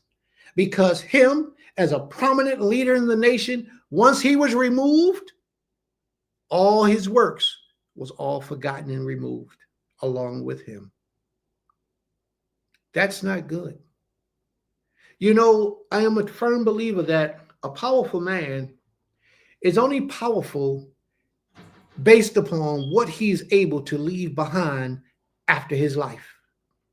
We can all talk, my father taught me this, my father taught me that. Well, what did your father teach you that's being productive in your life today to benefit your life and help it to increase, because that's what's important. What did your father leave behind for you that you can utilize to make your life easier, that you can hand down to your children 30, 40 generations or 30, 40 lifetimes from now? You have to look at your spiritual leader the same way. And a lot of that is because we can't leave it down, because so many people are working in opposition to the rise of our people and don't even know it, because that war that I'm speaking about is in their minds. If they see a brother with some community or something, building something down there, and in their mind, they feel like that should have been them. I should have that. That should be mine. I should be doing that. And that's not the way it goes, because if it was you, if it should have been yours, you would have been doing it. And then when you take it away from the individual that was doing it by sending him to jail or taking his life or getting the people not to trust in him, however means you do it, then you have to ask the question, what did you replace it with? What did you give the people? What did you feed the people? How did you replace what you took away with that individual? Because not too often you're going to find anything to replicate the likeness of the one that was removed. You get that same type of story with the kings of Israel. A lot of the kings of Israel, their men, their inside men were the ones who took their lives. And then that man will take over the kingship. And when that man took over the kingship, you have to ask, what did he do to elevate and promote the people to greatness? Most of them took the people to wickedness. 99% of them took the people to wickedness. So family, don't be so quick to side up with evildoers, although you don't think they're evil, because they come in a passive way. They come in a respectful way, in a mild-mannered way, and they befriend you. They side up with you to befriend you just to take you down. And that's not good. Watch what happens in the classrooms with children. The child that does all his homework is considered to be a bookworm or the ideal student. He is ridiculous. He is ridiculed by the other children because of his efforts to be his best. He also is considered not cool and is antagonized by others. This is learned behavior and expected and accepted behavior. Why do we accept these things? But we do. We're so quick. And if the person that's the envious one is good with speech, good with his mouth, he will convince you, or he could convince you, that that brother that you have so much trust in is not worth you trusting. This war, as described as a spiritual war between good and evil, light and darkness, and it takes place within the minds of man, and it manifests itself eternally by the decisions made by the man, or in other words, through the man's actions. This evil spirit or this evil entity that empowers an individual to be envious of another or jealous of another individual that's doing better than them or that has achieved what they have not achieved, this is considered to be sin. This is considered to be wickedness. And this thing sits deeply inside the mind of man. And the more that a man indulges himself in that wickedness, in that type of evil, the more he indulges himself in that, the more that spirit takes over him. Now, what I want to share with you, family, is that a lot of us don't understand that those type of spirits are contagious. So you can have a group of sisters, and one sister is envious. By 6 months later, all 9 of the sisters can be envious of one sister. Because that one who was envious from the beginning, her spirit got so strong, just by the others being in her company, it has jumped from her to them, each one to each one to each one, until it has consumed them all. And the one that they're talking bad about, think about it, family. If the majority of the people is coming against an individual and you get to see that and witness that, the first thing you think is that that person is guilty because the majority of the people is coming against that individual. But we don't see that that evil energy behind the scene, the spirit of evil, is what has went from one to one to one, and it makes it look good, where they will ignore the positive evidence, and it will gravitate toward the wickedness and capitalize off of the wickedness to make that sister look like she's done something wicked. And that's not cool, but that's the way we are as a people. Let's examine the writings. Let's examine the writings of the Bible, the Torah, the Tanakh. In the book of Genesis is a concept or precept given by the eternal Father, the Most High, to Cain originally, but to all mankind eternally. And that precept was, sin lieth at the door. That sin is patiently awaiting the opportunity to enter in. I remember one time I was on the phone with an elder, Cohen Mikael. Iman, while I'm speaking, can you grab your scriptures, please? I was on the phone with Cohen Mikael one time, many years ago, about 25, 27 years ago. And I had just taken a new wife, and Cohen Mikael was, no, we wasn't on the phone. Oh, no, those are two different conversations. I was on the phone with Cohen Mikael about 20-something years ago. And as we were talking, the conversation was good. We was chatting it up. And I said to Cohen, something negative about another brother. This was me in my beginning stages. I said something negative about another brother to Cohen Mikael.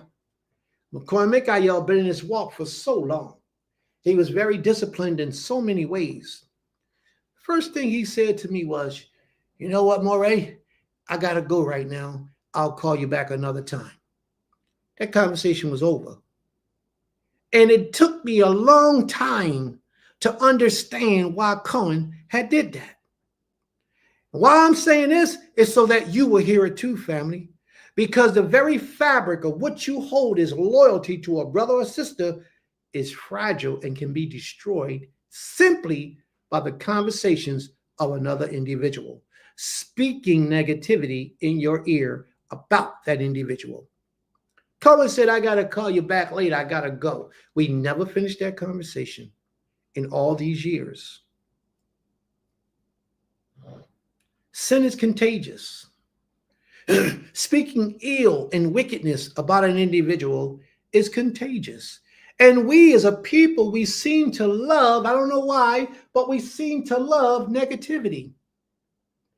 Let me give you an example. I put up one of the lessons. I just did a little flip search about all the lessons. We got all these beautiful names about the lessons, why Hebrews shouldn't be eating chicken and how to get closer to the Creator, how to pray. We got all those beautiful lessons. But you know what lesson got the most views? The lesson that got the most views was entitled something to women. Tell us what you hate most about Israelite men.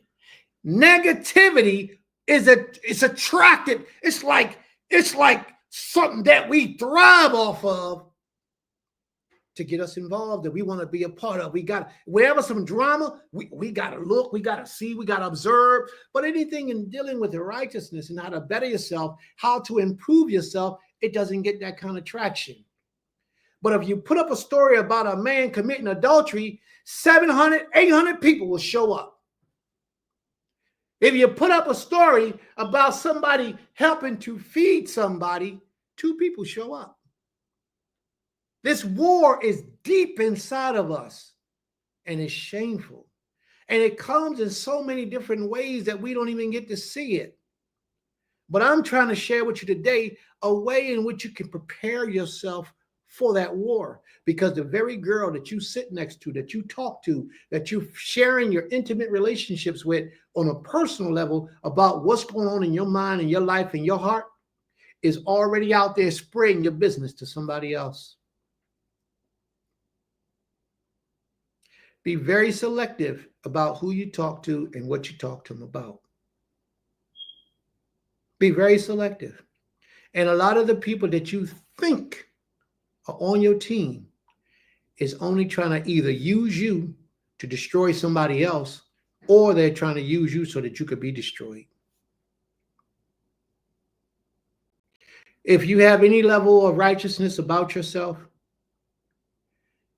if you hold it in yourself where you feel within yourself you are a pretty level righteous brother or sister, when people, when people call you to gossip, dismiss it. It's cool. I don't need to hear that. Now, if it's your husband or your wife and y'all need to talk about something, then y'all talk. And you let her know this is not good, this is what we should do, or let's approach this way, or we're not going to have that conversation.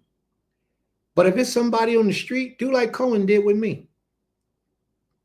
You know what, Prince? I got to call you back. I got to call you back. Or I'm going to have to get back with you at a later time, all right? Yeah, do it quick, because if you don't, that spirit could be contagious and it comes upon you, and then you will, and you don't even recognize it. It's like gray hair. You know how gray hair sneaks up on you? You know how gray hair, you don't even see it. It's just there. Come up one day, you got one strand. Next day, you got about 50 or 40 strands, and you don't even see them coming. You don't feel them. You don't even realize it. You don't know it. It sneaks up on you. Once the Creator said, sin lieth at the door, but you can rule over it. It lieth at the door, patiently awaiting the opportunity to enter in. That phone call, that conversation, that was the opportunity for sin to enter in. But if you open that door, sin is coming in. If you close that door, then you have just destroyed and annihilated sin for that time in your life. But it's not going to give up. It's going to keep coming. We have to be able to recognize people that are only using us in life. There's a difference between those who are using you for their benefit and those who are using you for the benefit of the people. It's a difference. Everyone should be used for the benefit of the people. We don't have no issue with that. But when somebody is using you for their own benefit, it's only about what you do for them that satisfies them. The moment that you cut them off from doing things from them, oh, they out. They ain't even talking to you no more. And they got a whole lot of bad stuff to say about you. But while you was taking care of them, while you was helping them, you was the best thing smoking. You was the best thing on Broad Street. Oh, ain't nobody got nothing to say about my man or my girl. She's the best. He's the best. Oh, no, you can't say nothing negative about. No, I listen, man, I'm right there. I know he's and she. Yeah, that's it. They cool. But the moment you cut them off from what they are accustomed to receiving from you, you have just waged war. How dare you tell them no? How dare you turn them down? How dare you not give them what they're demanding from you? That's a horrible thing. And you have created an enemy. And the real reason why it was so simple and so easy is because that war is powerful. That war, that sin, that evil that exists inside of us, it's a powerful force. It's a powerful energy. And they were there for all the wrong reasons, but you did not recognize it. Don't think for a minute that everybody in your life that say shalom is there for the right reasons. As I always tell y'all, try them, test them, challenge them on several different levels. And see, that last one, that's the cake. When you stop doing and they cut you off, then that lets you know they wasn't for real. So they just failed that test. So all that you had in store, you can find somebody else to give to. Find somebody else to share with. Find somebody else to be merciful to because they wasn't worthy. Believe me, family. And this is on every level. I don't care how much you got. I don't care what you got going on. This is on every level. Use these words because these words are powerful and real. My mission is to build families one soul at a time. And right now I'm having a personal, intimate conversation with you. And I want you to internalize the words that I'm saying. Examine your life and who's in your circle and what you got going on in your life, and see who you have that fits this description, because they will be attempting to hold you up. You might have a girlfriend that's a harlot. She ain't got no husband. She got a whole bunch of partying in her blood, weed and smoking. And even if she ain't got all that stuff, she's a harlot. But that's your girl. That's your homie. And y'all cool. And y'all talk quite frequently. What I want you to know, that you got the spirit of a harlot upon you. Well, Prince, I don't run and cheat and sleep with nobody and have sex with nobody. I'm single. I'm all by myself. Or I only sleep with my husband. No. You got the spirit of harlotry upon you, and you got it from her. We have to bring about unity within the midst of our minds, righteous people. We have to stay within the midst of righteous people, so that that righteous spirit, which is contagious also, will gravitate into the midst of us. That righteous spirit so will gravitate into the midst of us. But what we do is, everybody got that friend. We males, we got a dude, he don't care about women. Matter of fact, give him a white woman, he happy. Give him a Chinese woman, he happy. But you talk about a sister, he ain't trying to hear it. He run through them every day, all day, and we busy up on their phone talking to them, chilling with them, going out to fights with them in clubs and all types of parties and stuff with them. That spirit is contagious. Next thing you know, you're going to be on Backpage calling the girls up in the middle of the night, creeping out your house 2 and 3 o'clock and to go get some smooch from somebody you ain't got no, because you're supposed to be a righteous man. You're supposed to be a righteous woman. You catch that spirit of wickedness from wicked people, from opening the door to sin and allowing the wickedness to come in. You have to close that door the moment it sticks its head up. So when you realize that you got a buddy or a sister or a friend that's still into some of the things that you had to let go, you got to let them go too. Did I say it? Did I stutter? When you realize that you got some buddies, some friends that are still into the stuff that you had to let go, and you still communicating and talking and busting it up with those individuals, you got to let them go too. Because if not, the more you communicate, the more you associate, that spirit of wickedness will come upon you. And you will eventually find yourself doing things, dreaming things, desiring things that you know you shouldn't be doing, dreaming, or desiring. You might not tell your husband when you wake up, but that dude that smashed you last night in your dream wasn't your husband. Where it come from? Well, I'm not that kind of lady. What will make me? I don't desire no. You got it from your sister, your girlfriend, your friend, the one you think is cool. That's where that spirit came from. And you're a full-grown man with 9 children. I'm a man, 3 wives. And you got in your bed at night, you had that sleep, and you had a homosexual dream where somebody ran up on you and popped you and pooped you. And you're like, well, damn, where that dream come from? I ain't gonna never share that dream with nobody. The reason why you had that dream is because you keep in company with wicked people who, and you think it's cool, it's all right, long as I ain't doing it. That spirit is contagious. That spirit was trying to get in you. The Most High gave you the dream to warn you, to let you know, watch your association. But not enough of us are spiritually keen to these things. We think that when we lay down, we have dreams just because we having them. No, you have dreams for several different reasons. And one of those reasons is because there's a spirit that's trying to enter into you that you don't want up in you. You start questioning, am I really gay? Am I homosexual for real, and don't know it? Or do I want to sleep with another man instead of my husband? What's going on with me? You don't realize it's your association. Because as the Most High said, sin lieth at the door. It's patiently awaiting the opportunity to enter in. A lot of men who can't control their sexual addiction, They got to sleep with this girl and this girl and that girl, but you got a wife at home. But you out and you not marrying any of those women. Usually those people associate with other men. They're usually in places where other men are, doing other manly things, malely things, not manly things, malely things that males do. Usually that's where those people are. They shaking hands, they talking, they chit-chatting, they think they cool, they think they homies. A lot of the times, most of the time, if not all the time, that spirit is contagious. That dude is always running around sleeping with all these different girls. He's your homie. He's touching you. He's shaking your hand. He's talking to you.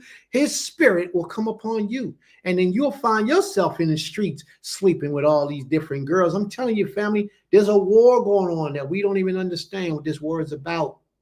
And that war attacks us on many different levels. And it's all sin. It's all sin. As I teach today and as I speak to you, family, I need you all to look deep inside yourselves. Deep inside yourselves to see if the things that I'm talking about are real and have manifested within yourself. Watch what I'm saying, family. Pay attention. You're only going to get out of this what you put in this. Remember what I said. And time is the true teller of all things.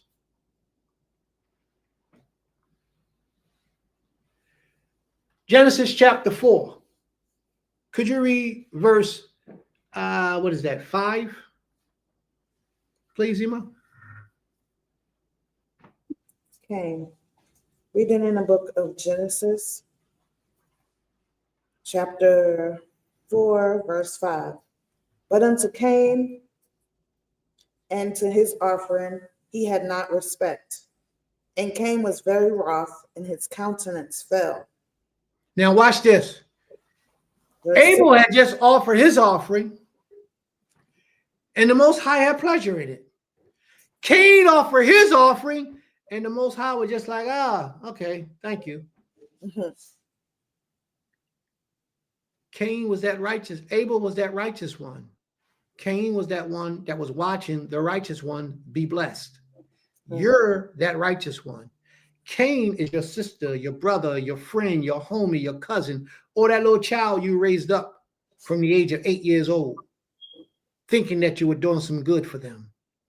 They're sitting back, watching those blessings come upon your life. You follow me?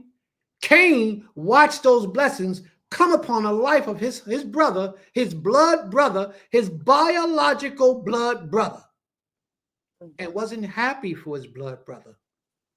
And he got remorseful. He got sad. He got this big feeling inside. Oh, man, it's called envy. So he had to plot against his brother. Watch, read on, please. What happened? Verse Read 6. that part you just read again. Matter of fact, start at 4 and 4. Okay. Reading in the book of Genesis, chapter 4, verse 4. And he also brought of the firstlings of his flock and of the fat thereof. And the Most High had respect unto Abel and to his offering.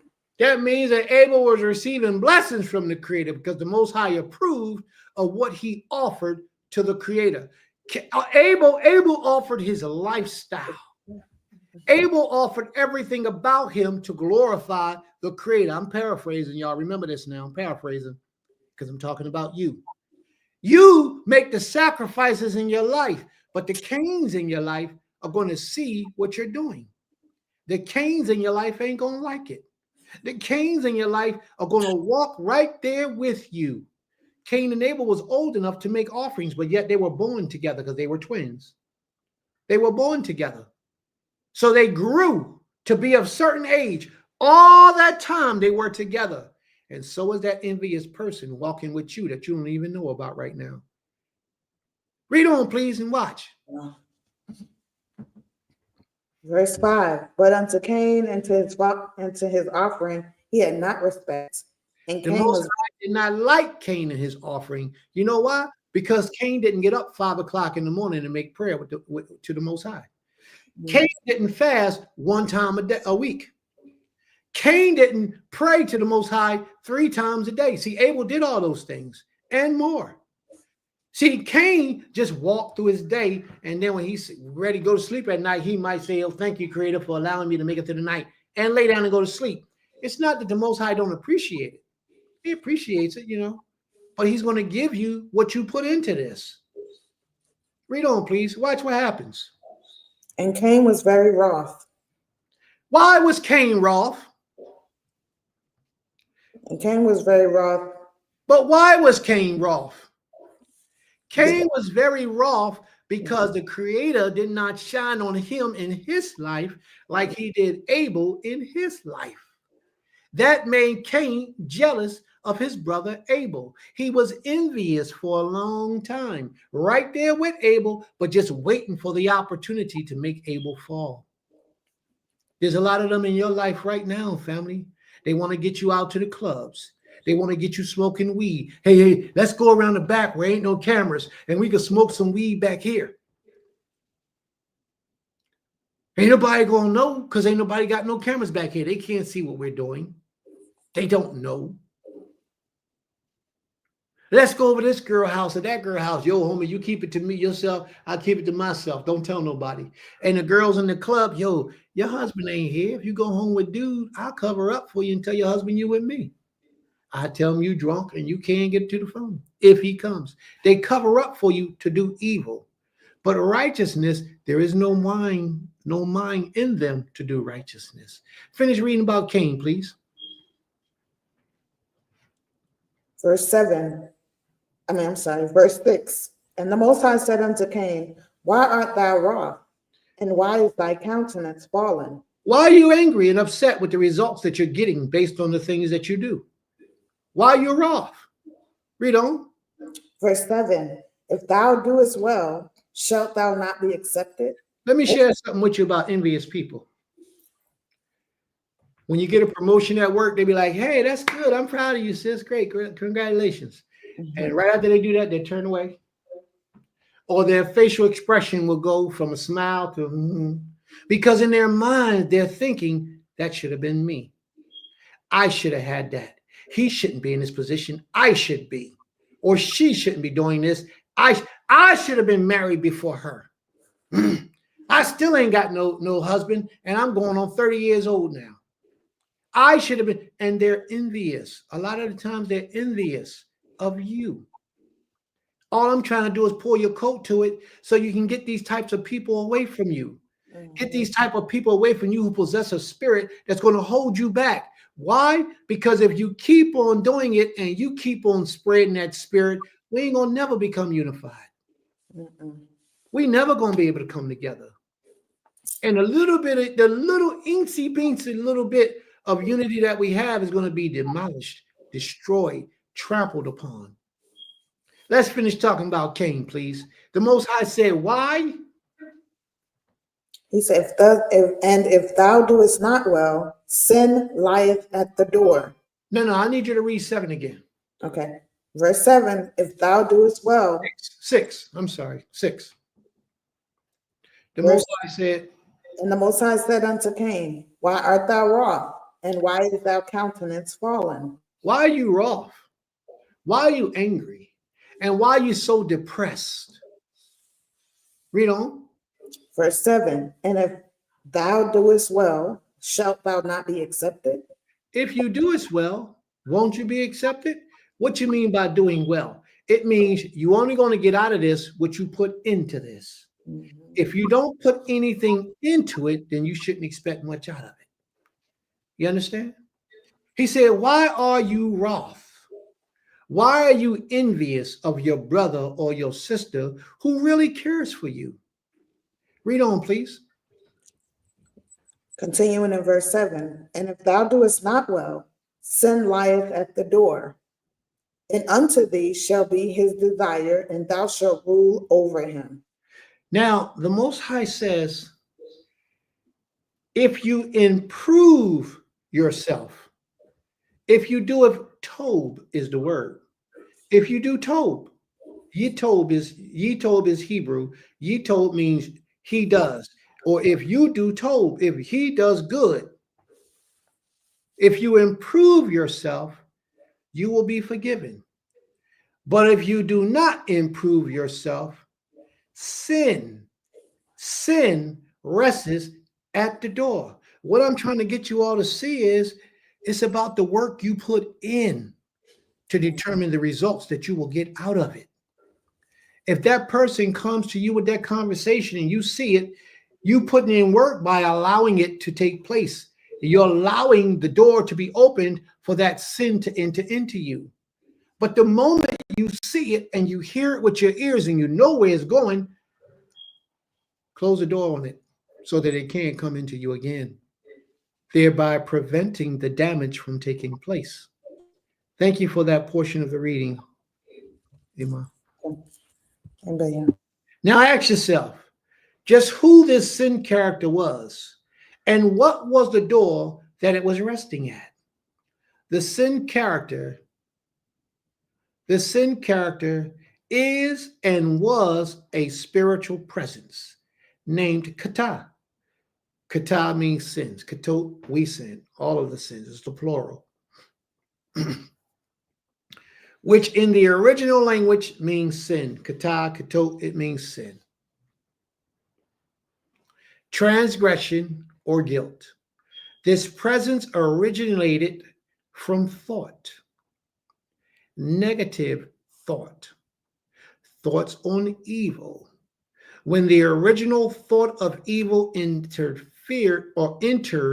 when the original thought of evil entered the world, it was in the Garden of Eden with Hawa in Genesis chapter 3.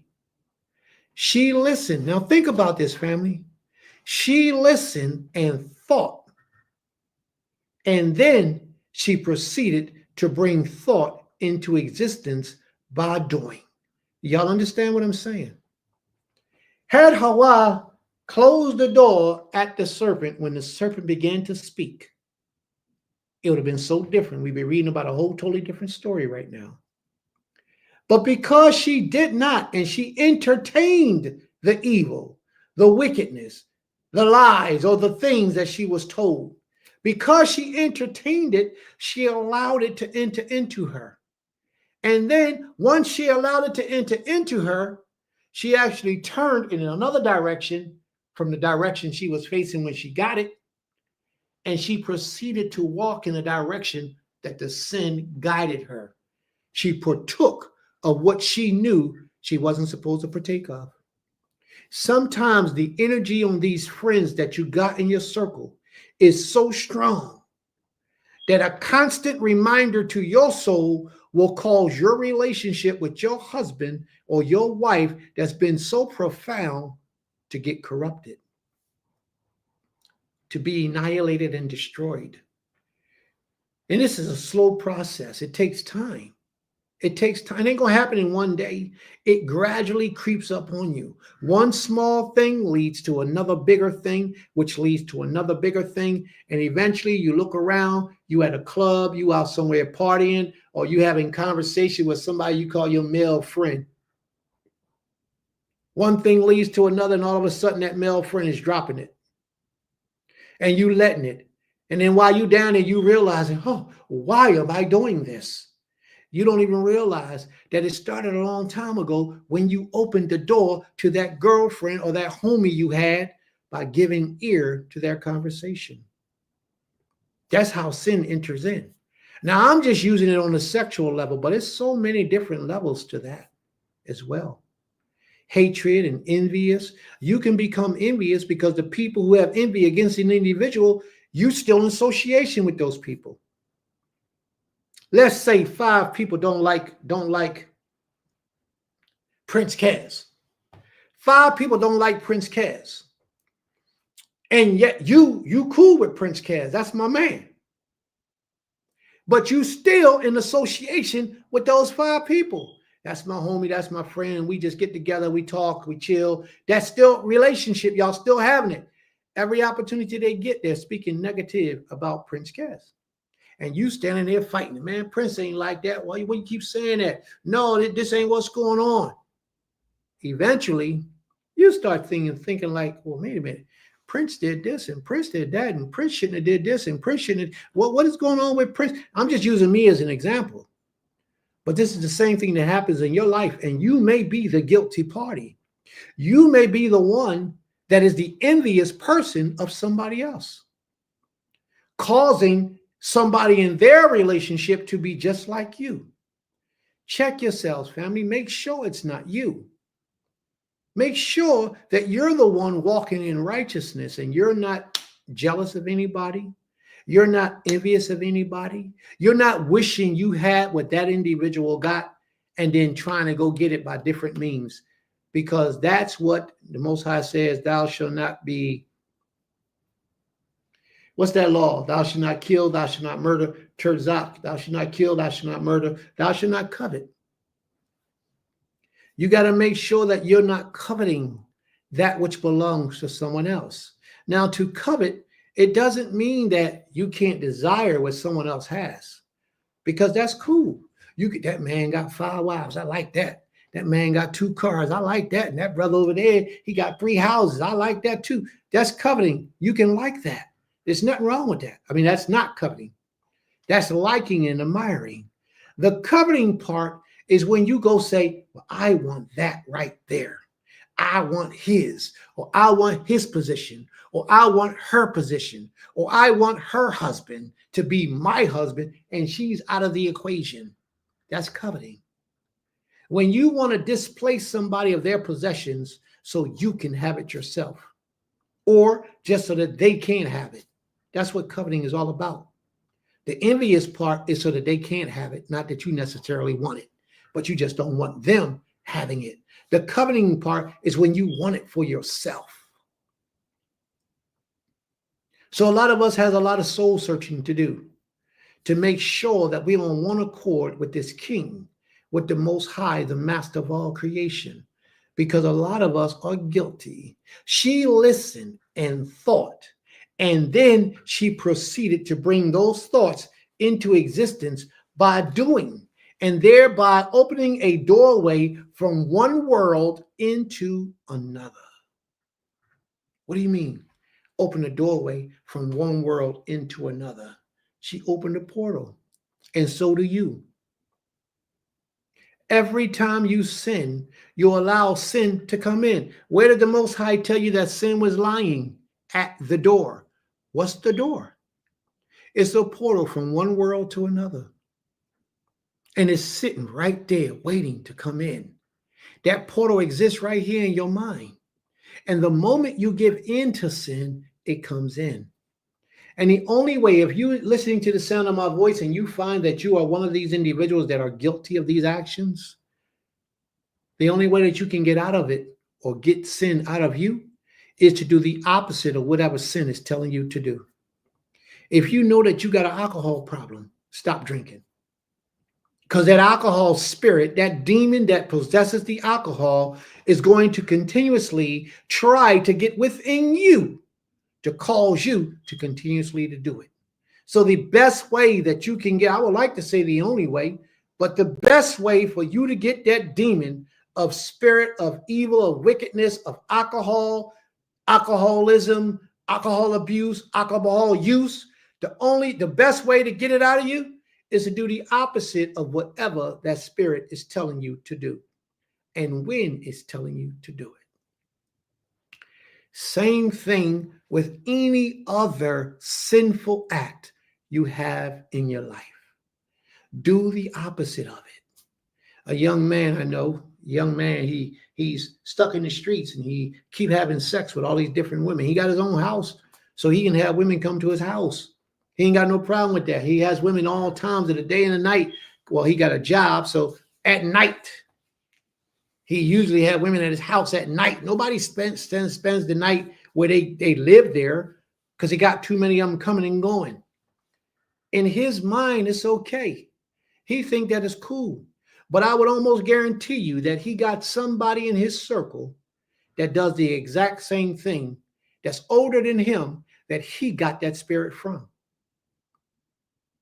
I would almost guarantee you that.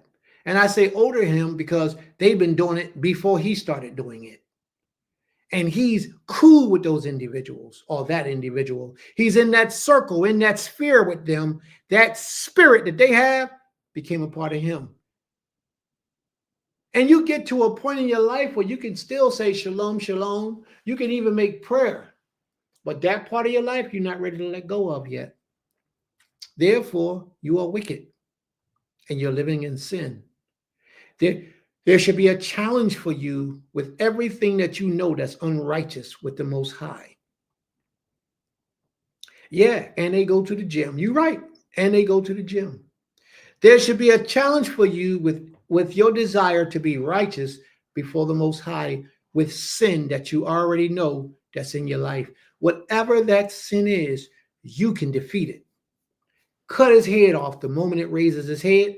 Cut it off by doing the opposite. So if you are a man, a male, or a female, and you find yourself being enticed with that sexual demon, do the opposite of what that sexual demon tell you to do. Do the opposite of it. If you are a male or a female and you find yourself being envious of somebody else and their accomplishments, their gifts, their skills, their ability, their blessings from the Almighty, then you do the opposite of what that envious spirit is telling you to do. Thereby, you will have victory over that demon, victory over that spirit, because sin is a spirit. It is. It's a spirit. It's an entity that we have to open the portal and let it in. But if we don't open the portal, he cannot come in us. He can't conquer us. He cannot defeat us. Thus saith the Most High. But too many of us are comfortable living with the existence of that spirit within us. We have to be wise, family. We have to be wise. And we have to fight. When Hawa, she listened. Listen, she listened. Most people don't understand the power of words in their ears. Do you know that you could be feeling sad and somebody say a certain word, it uplifts you and it makes you feel good? The same power the words have to make you feel good is the same power that the words have to make you think evil, wicked thoughts, sinful thoughts. She listened. She opened the door when she listened. She paid attention to. She gave her attention to it. You ever heard that story about vampires? They can't come in your house unless you invite them in. Well, those spirits, the spirit of sin can't come in unless you let it in. Unless you say, come on, sin.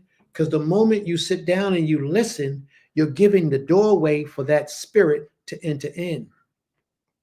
She listened and thought, oh man, that probably would be a good thing. Oh man, I would probably have a nice, she said she had a nice time with that dude that wasn't her husband. Yeah, that might be good. Or yeah, I seen that guy, he ain't right. Yeah, I know what you're saying, bro. He ain't right. He ain't no good. This is what he did. Yeah, this is how he did it too. Yeah, You opened the door for that spirit by way of conversation. And then she proceeded to bring thought into existence. She went over, she got the fruit, and she ate it. Not only did she eat it, but she gave it to her husband to eat too. Adam ate also, and the result was they allowed the spirit of sin to gain access to the mind of man through their actions, thereby causing the spirit of righteousness to vacate the premises. Y'all don't even hear me. Y'all don't even hear me. By allowing sin to enter into you willingly through that conversation, through that entertainment, even through the movies you watch, you opening the doorway for sin to enter in. The music you listen to, you're opening the doorway because you're willingly listening. So if you're a willing participant, you are now responsible for what comes in and out of you. So the music you're listening to is so wicked. You know it, but you still listen to it and wonder why things are not getting better for you in your life. The movies you watch are so wicked. and you wonder why things are not getting better for you in your life. You have to be of a supreme level to be able to be in the midst of wickedness and come out untouched. You have to be of a supreme spiritual level. And most of all, the people are not there. They can't do that. You can't go in the midst of a lion's den and look at all the lions while you're standing in the middle of the den and step away from the lions and not be afraid. It almost don't happen.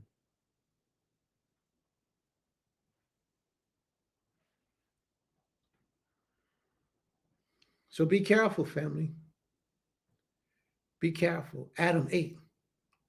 And the result was that they allowed the spirit of sin to gain access to their mind through their actions. Now look at the part of Adam. Let's think about the part of Adam. Here he was trusting his wife to feed him because she probably naturally fed him all the time. Possibly, because the book don't say, so I have to interject my own opinion in these matters. Possibly she was feeding him all the time. And he was totally innocent in this situation, meaning that he didn't talk to Satan or serpent, the serpent. You know, see, listen to me talking about Satan. Satan ain't got nothing to do with this, y'all. He didn't talk to the serpent. It wasn't him that had that conversation with the serpent. You know who it was? It was his wife. His wife was right next to him. His wife was in his life and he trusted her. And what happened? She opened the door and then that spirit got hold of her and she brought that spirit to her husband because sin is contagious. Y'all don't understand what I'm saying. I'm one of those people who like to watch those shows, those little skits about child custody, family. What's that stuff, babe? You know what it is. Paternity court. When the man said, that ain't my baby. He don't even look like me. And it come out as his baby. Oh, but I like those shows. You know why I like those shows? Because those shows reveal so much of our people.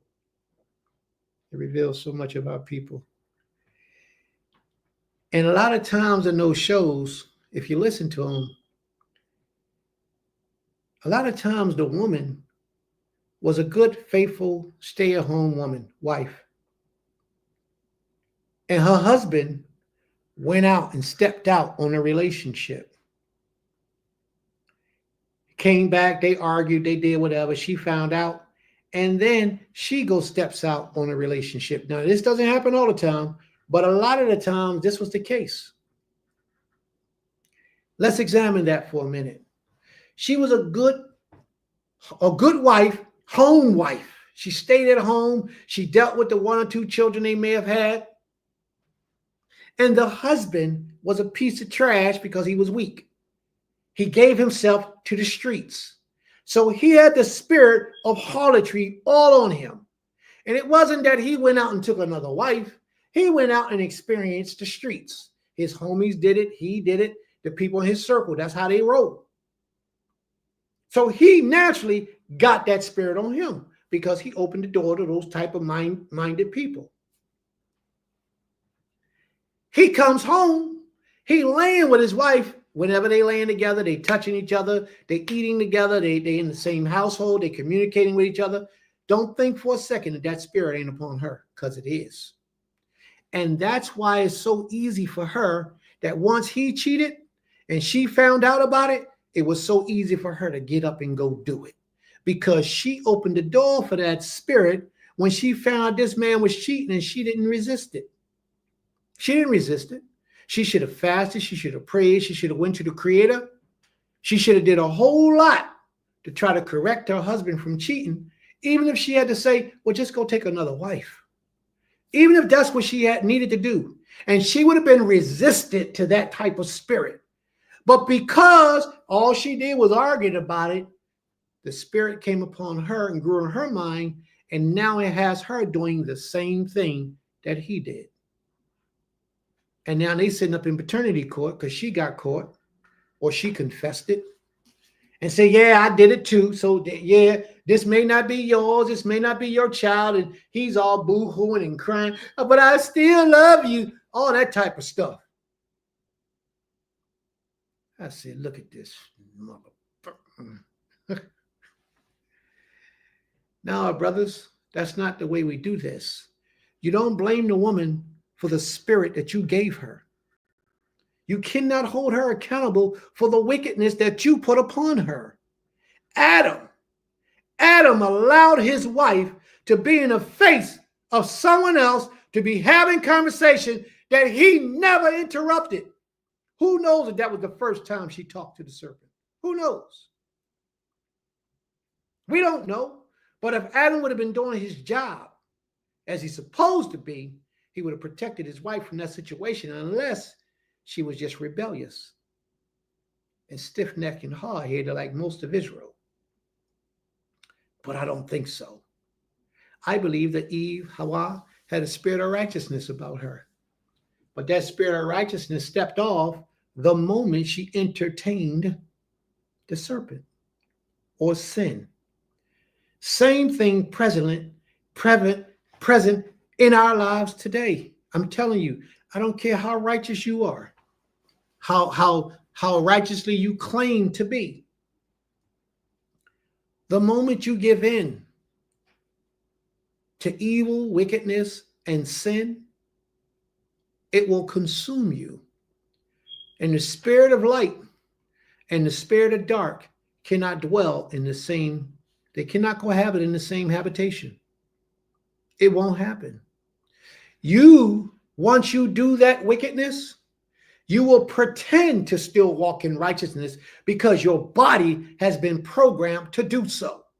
But you will not do it with the same intensity.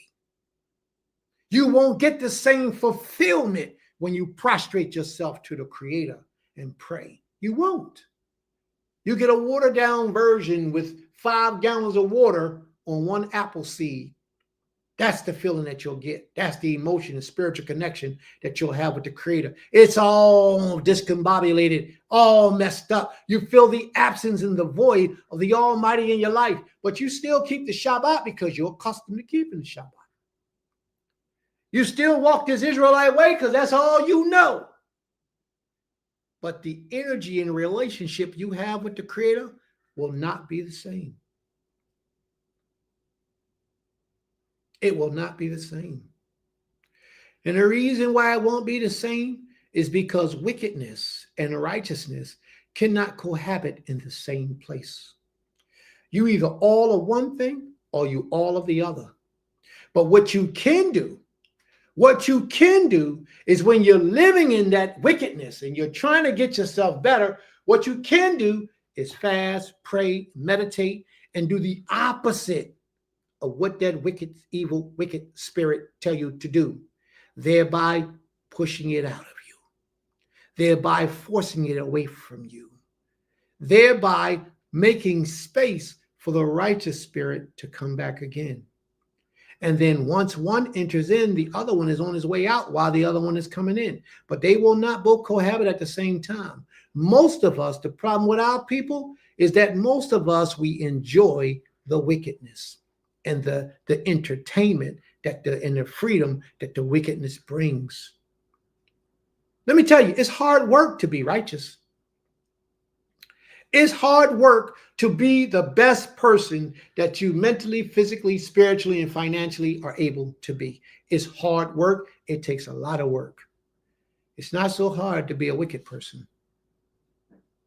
Maybe clever, but it's not hard work. All you got to do is stop making prayer. All you got to do is eat what you want. All you got to do is drink what you want, smoke what you want, and screw whoever you want. Work on the Shabbat all you want. You can do whatever you want. That's what you choose to do. You cool. You can do all that. It's easy to be a wicked person. It's hard work to be a righteous nature. Very hard and very disciplined. You have to be to serve the Creator. He made it that way. Most of us want the easy way out. Therefore, we don't want to make the sacrifices as needed to get the blessings and the most powerful blessings from the Creator. That requires fasting, prayer, and meditation. That requires goodness to others, especially your Israelite people, fairness, truth, and walking in your integrity. Those are the things that it requires. When you're wrong, you just admit you're wrong. I apologize. I made a mistake, and let's move on. They don't have to move on, but at least you confessed, and you're trying to get the wickedness out of you. If you realize that you have misjudged someone, then correct yourself. Yo, I misjudged you. My apologies. Let's make it right. Or just make it right. Whatever you got to do. But you have that option. You can open the door to righteousness, or you can open the door to sin. The desire is in your hands. Which direction you go with it is completely up to you. Neither the sin nor the door was physical, but both could manifest themselves through the will of man. Take special notice of where the desire of sin is. It is stated that its desire is toward you. Sin's desire is toward you. Well, I want y'all to think about this for a minute. Sin's desire is toward you. If you're having hard times and struggles in your life, but yet you proclaim to be walking in a righteous manner, the adversary is going to see you and try to attack you. If your life is going so sweet and you ain't got no troubles or problems in your life, it's probably because you're not walking in righteousness. The adversary is comfortable where you are because you're one of the people that we're talking about today in this lesson. If your life is so sweet and everything is going peaches and cream in your life in the midst of this wicked world, it's probably because you're not doing your best to serve the Creator. The adversary has no reason to attack or approach you because you're already on his team. But if you're striving that hard life, that life to dedication, that life of sincerity and commitment and integrity before the Almighty and before the Most High's people, that's when the adversary comes the hardest at you. But you can keep closing that door to him. You don't have to let him in. You don't have to let him get a peep. You can close that door and shut him out and be done with him. But you have to be disciplined enough in your nature to keep him out, because time is the true teller of all things. And he's going to keep coming, keep coming, keep coming. He's going to keep trying to get in. Just because you shut him out one time and with one thing, he's going to try to find a different way to approach you to get the same result, to change you from searching out and seeking out righteousness and guidance.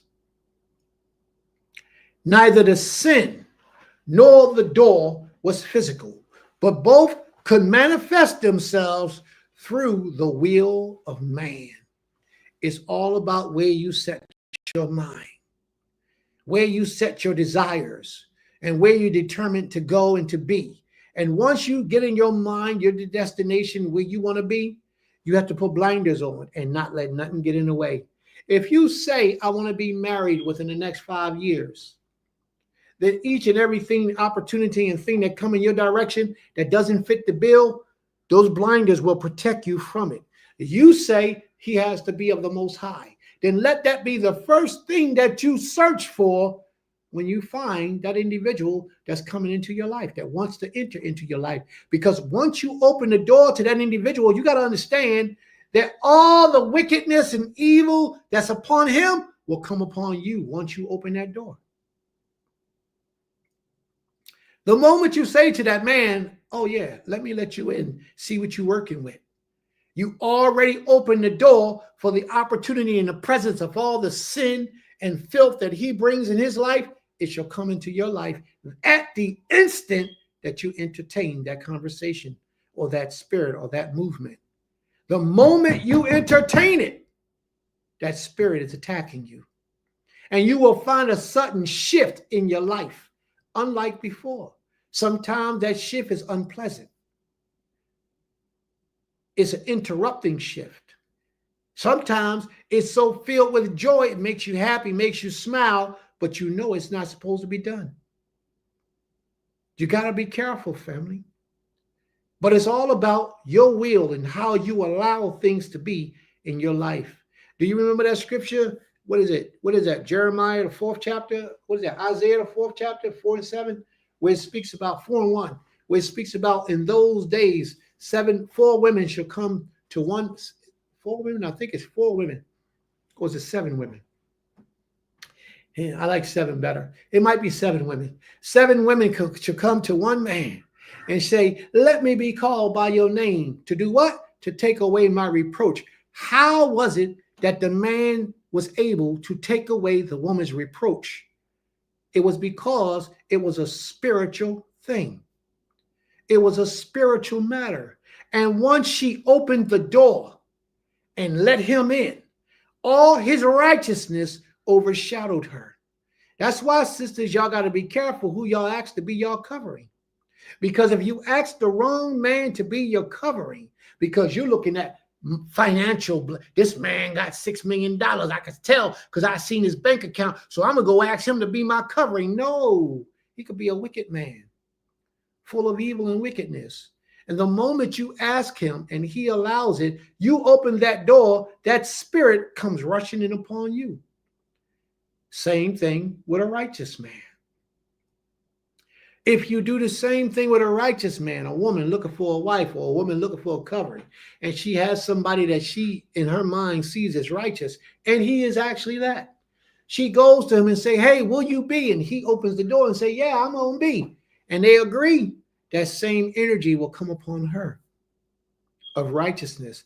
That's why 7 women should come to one man and say, let me be called by your name to take away my reproach. And that's exactly what it's talking about. Because whomever you belong to, whomever you open yourself up to, that spirit of that thing can come upon you. You open yourself up to relationship with people just in friendliness. That spirit or that thing can come upon you. Be careful the people you keep in your company. Be careful the people you allow to touch you. Be careful the people you touch. Don't hug everybody. Don't embrace everybody. Don't be sitting there busting it up with everybody like y'all chums and telling your whole soul felt things to individuals.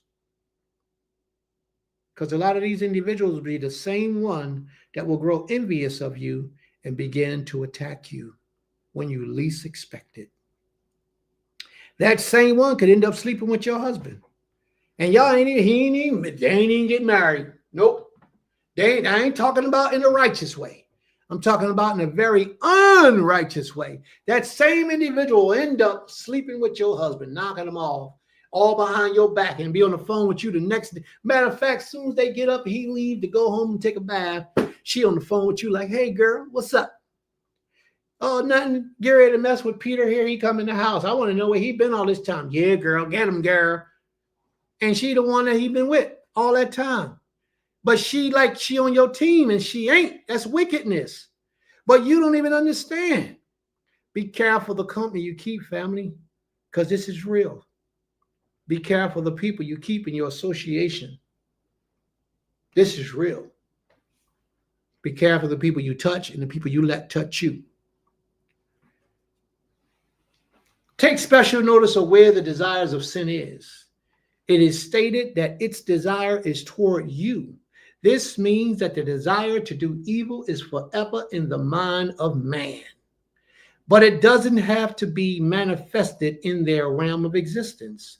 The Creator destroyed the first creation because man's mind was on evil constantly.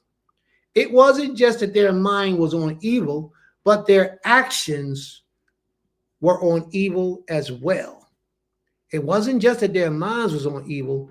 They actually put it in motion to cause evilness to take place in life, in real life. For example, Genesis 6 and 5. It says, Ima, you want to read that? Genesis 6 and 5?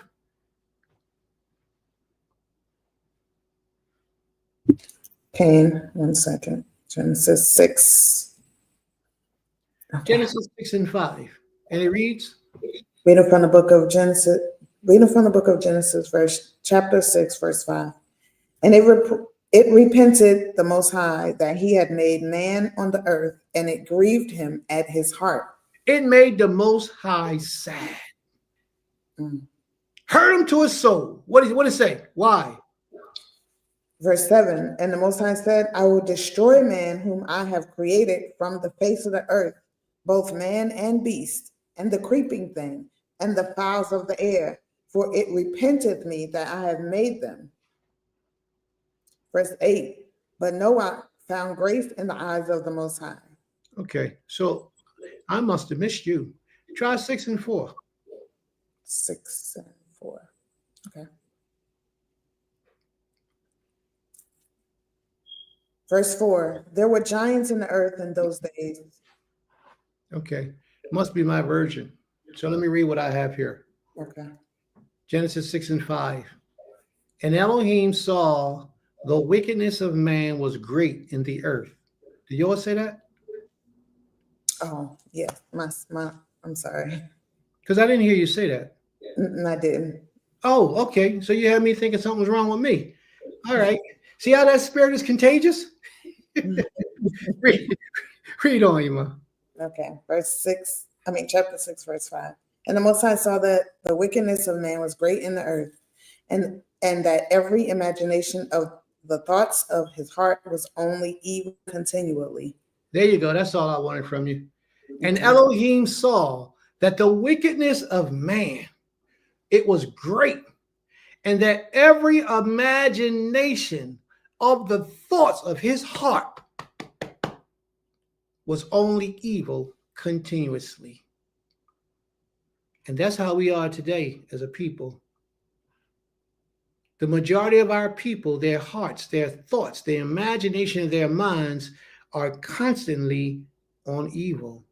How I can get over on somebody, how I can take advantage of somebody, how I can sleep with this person, how I can get the money from that person, how I could be better than this person. How many of us are actually seeing somebody that's doing a great works in the earth and coming up underneath of that individual to help them to do better? Help them to achieve their goals and their desires in life. And I'm talking about absolutely nothing, because that brother right there, that brother I was talking about earlier, he don't ask for a dime. I got to give him stuff. He'll do it and don't ask for nothing. And that's why it's nothing that he'll never be able to get from me. Anything that I'm able to do, I'm doing it. He'll go out there. I know his wife must be like, you ain't make no money today. You've been going all these hours and you ain't make nothing. He come back, yo, I'm not doing it for that. I'm doing it because that's my brother. He needed some help. That type of brother you can't take advantage of. You got to be good to. His heart is not on evil constantly. But a lot of our people, wickedness. If I can't come up off your back, I ain't doing nothing for you. If I'm not reaping a benefit from this, I don't want no ties with you. If this is not prospering in my life, then you and I, there is no you and I. There's so many of us like that. Very few souls that walk this earth are walking this earth with the right spirit. But I'm going to tell you something. When you find a soul that's really walking this earth and really walking with the right spirit, you don't let them go. It don't matter what y'all differences are. He might like eating pork chops. You can't stand pork chops. It don't matter. That individual you keep in your life. And you just pray that that spirit of eating that pork chop don't come on you. You know what I mean? But there's certain people in the earth that you got to hold on to. You just can't let go. And that are those people who are the opposite of what the Most High said he destroyed this earth for. Why did the Most High say destroy this earth? He said because the wickedness of man was great in the earth, and that every imagination of the thoughts of his mind was only evil continuously. So what you need to begin to do is to watch the people you have conversation with. what their conversations is about. Now, I'm not talking about just one or two conversations. I'm talking about, think about everybody you spend time with on the phone, the majority of y'all conversations. What is it about? Is it about talking evil and negativity about somebody else and you don't have the ability to help them? It's okay if you're talking wickedness about somebody, because it's no longer wickedness, because your motivation is to help them come out of that situation. So you have to have somebody to conversate with. You got that one person who is also a responsible person who can be productive in that individual's life. That y'all have to have those conversations so that y'all can bring about a better outcome for that individual. But if y'all, neither one of y'all ain't doing nothing to change the situation, why y'all talking about it? Why y'all having a conversation if y'all ain't doing something to make that person better? That's not good. Your mind is on evil and wickedness continuously. Sometimes the very people that you adore is the worst thing for you in your life when you're striving to live a righteous, virtuous, creative-fearing, integrity-filled life. Sometimes the people you put the most trust in, it could be your husband or your wife. They are the worst person for you to have in your life while you're on your journey. And you don't even understand it. But you hear worshiping the Creator for all these years and then wonder why you can't get nowhere. A lot of time, that's the reason. I had an elder, may the Most High bless his soul, his memory, and all that pertains to him. He used to teach me Hebrew. Matter of fact, he was one of my first Hebrew teachers way back in the day. Way back in the day, he used to sit me down in his basement and teach me. I used to go to his house probably on a Sunday night. I don't know what day it was, 2 or 3 times a week. His name was Elder Ezra. One of the greatest elders I know of that, kept it as it was. He'll tell you, Elder Ezra was a creator-fearing man, but yet he was more so like he about his way. Elder Ezra, when he passed away, may the Most High help him, bless him, strengthen him, give him an opportunity to greatness. But when he passed away, Elder Ezra lived, I don't know how long he was married to his wife, but he had grown daughters when I met him. So he had to have been married to her at least 29 years, because I think I was about 30 years old when I met him. Whew. But he was married to a Christian woman. And he was a Hebrew Israelite elder, a man who taught people about the Most High. And how the elder used to get along is the elder used to have his wife over here, another wife over there, another wife, girlfriend, friend, whatever over there. But he had his Christian wife at home. What I like about what the elder tried to do was claim them all as being his wives. He didn't just sleep around and do what he wanted with anybody and everybody, but he claimed these women, and these women accepted them as being his wife, so therefore they were married. He had about 2 or 3 of them. He was a role model for a lot of Israelites, but yet he had a Christian wife in his home.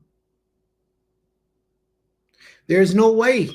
And he was totally anti-New Testament, completely anti-NT, completely. And at that time, I was into the New Testament, heavy. And that's how him and I got so close, because we used to debate all the time. And every time I walked away from the debates, I felt like I won. But actually, the more time I spent with him, the more that spirit of his came upon me that I didn't realize. And then one day I was like, whoa, I'm seeing things completely different now. But the elder had a wife who was New Testament, Christian woman, totally church, no Hebrew, nothing was in her blood by word of mouth, but she was black. So more than likely she was a Hebrew. So there's no way that you can tell me that that woman's spirit wasn't upon him if you can also transfer it from the woman to the man. I don't know if it goes in reverse. I know it goes from the man to the woman, but I do not know if it goes from the woman to the man. Usually it goes from the dominant to the regressive. So that's from the man to the woman. All right. I don't know if it goes from the woman to the man. So anyway, to be a role model in Israel and then have a woman that you're married to that's totally Christian, that's a problem. We had an elder, his name was Sar Rabbah,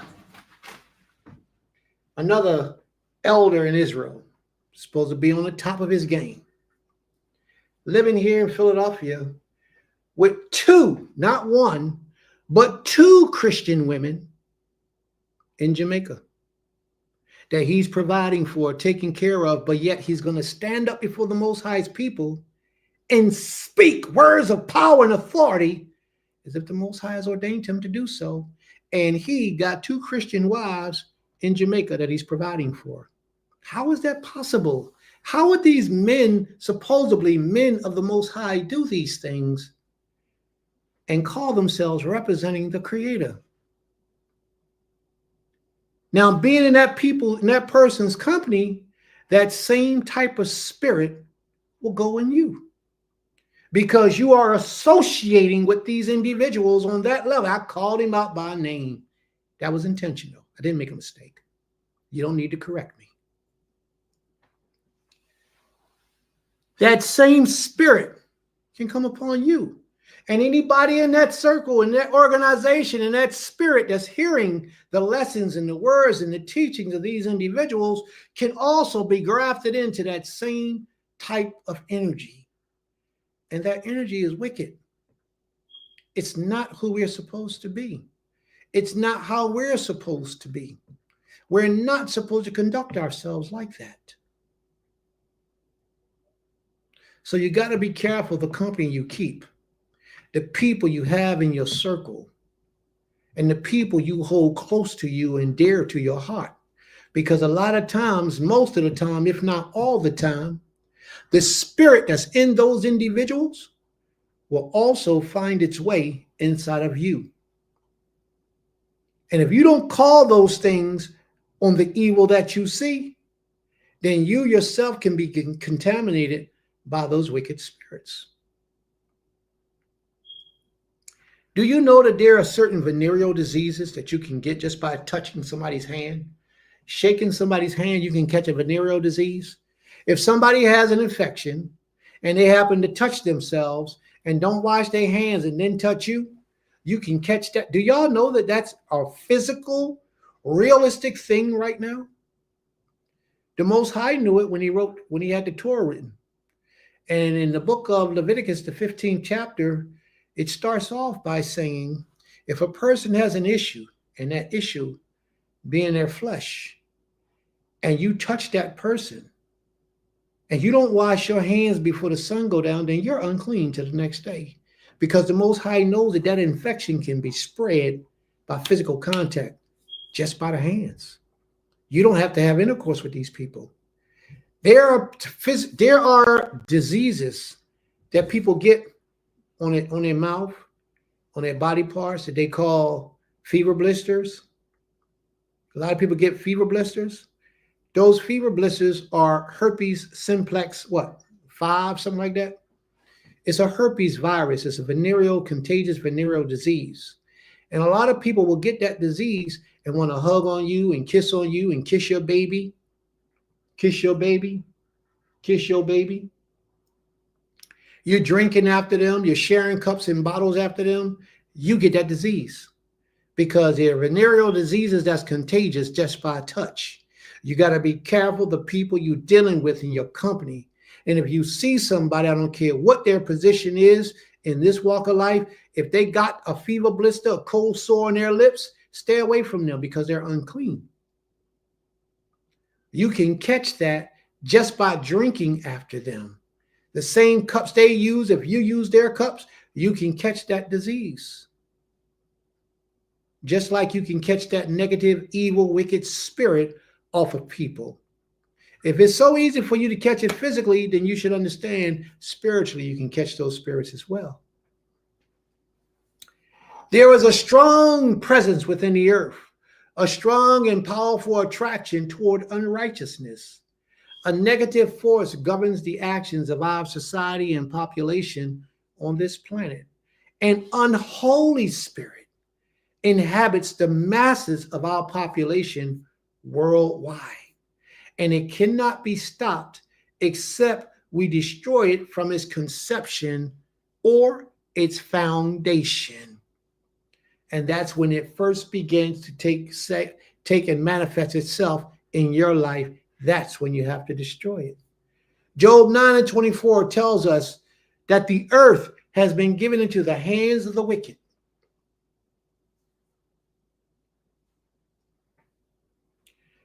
The earth has been given into the hands of the wicked. He covereth the faces of the judges. Therefore, if not, where and who is he? Let me talk to you a little bit about that herpes simplex situation. Do you know that 80% of the population on the planet has herpes simplex? One or two. Either one or two, the different types of herpes. I believe it's 80%. I believe it's 80% of the population on the planet has one or two, one of those two herpes. That's a lot of people. It's extremely contagious. And so is wickedness. Somebody please go check the statistics and see how many people on the planet has herpes simplex. Please. Somebody do a Google search for me, please, and see how many people in the earth are contagious with herpes simplex. Yes, it can come from some foods. Some foods you eat because of the ingredients they put in the food or the needles they shoot up in the food, the needles and stuff, the additives and all those different chemicals, you can get it from there. And chicken is one of the main causes of herpes simplex in people. Chicken is one of those foods that you can get. Now, you don't have to believe me if you don't want to. Go look it up. 64%, may the Most High be praised. I stand to be corrected. It's not 80, it's 64%. 64% is still greater than 50%. You would think that half the population should be cool, but no. This statistic says 64%. That's a lot. We, as a people, have allowed the spirit or presence to possess us by allowing our spirit to cohabit with the evil one. We are willingly, she says, 67%. Wow. So they don't even know. I might be right with the 80%. We as a people have allowed this spirit or presence to possess us by allowing our spirit to cohabit with evil ones, thereby creating within ourselves a new creature. Because once you let one spirit in, the other spirit has to exit. No longer are we in our intended form, but we are becoming in an alternate one. We naturally desire righteousness, but in our altered state, we desire evil. Wow. Excuse me. In our unrighteous state, we desire evil. Let me prove to you how this is so real in our population today. Do you have any idea? And somebody do a search for this for me, please. Somebody do a search for this one for me, please. It says in our natural state, we desire righteousness.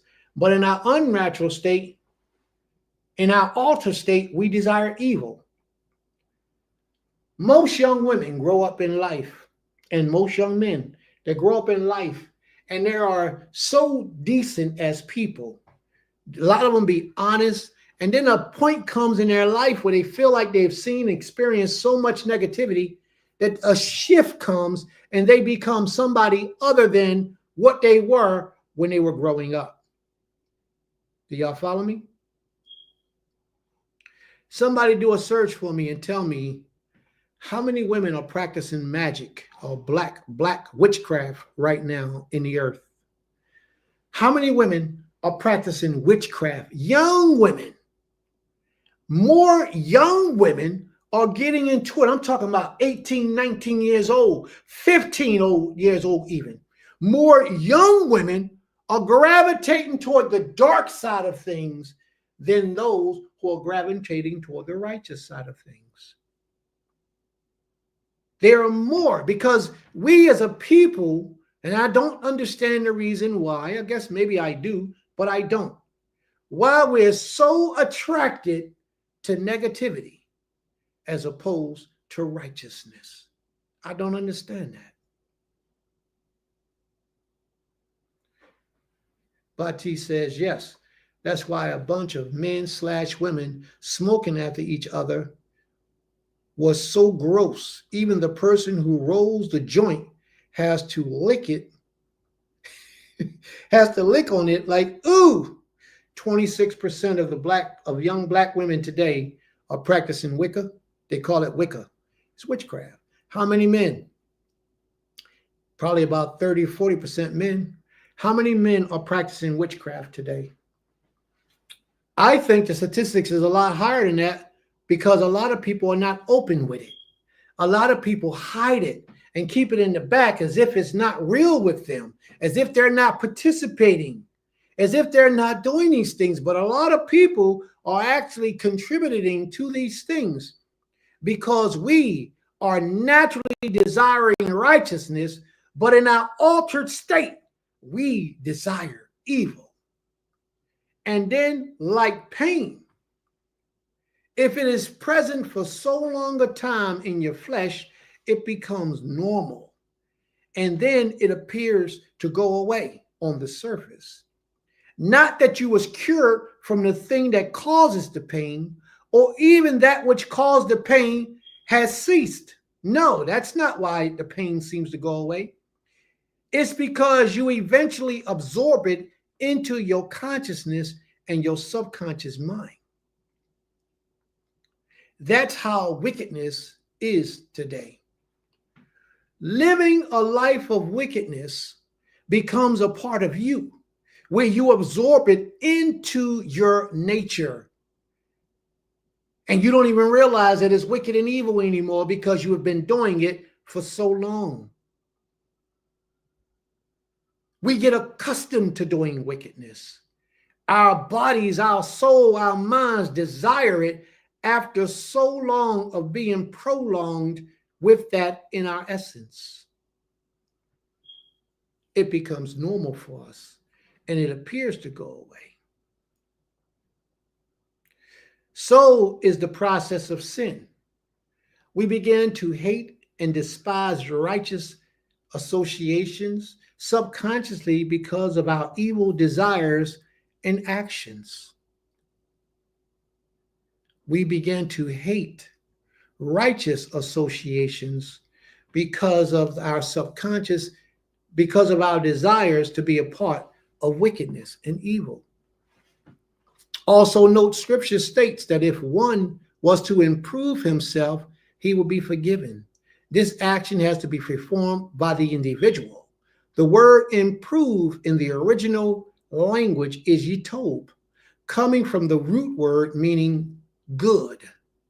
The word tob, ye, in the word means he shall. Thereby means if one wishes for sin not to rule over him, he simply needs to do good or improve, or if not, sin will rule him in his mind first and then through his actions, thereby altering his original spirit from a spirit of light unto a spirit of evil.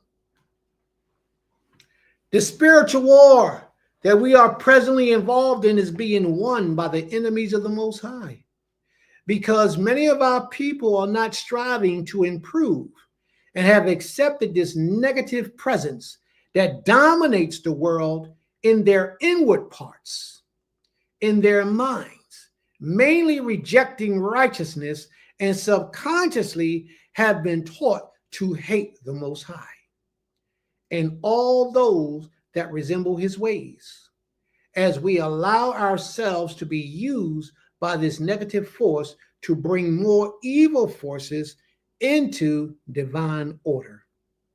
I pray that y'all understand where this lesson is going.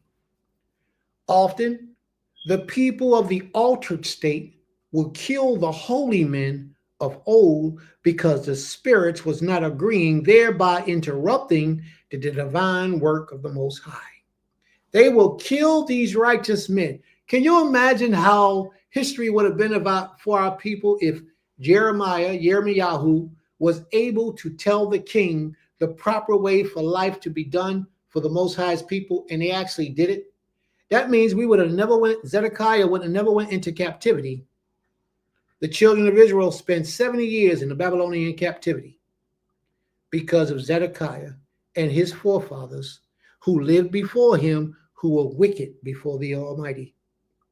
If he would have listened to the prophet that the Most High sent him, the history of our people would be completely different. But because they cut Yirmiyahu off, because they did not listen and they destroyed him, we got what we got. And what we got was the bad side of things. But it could have been completely different. Could have been completely different.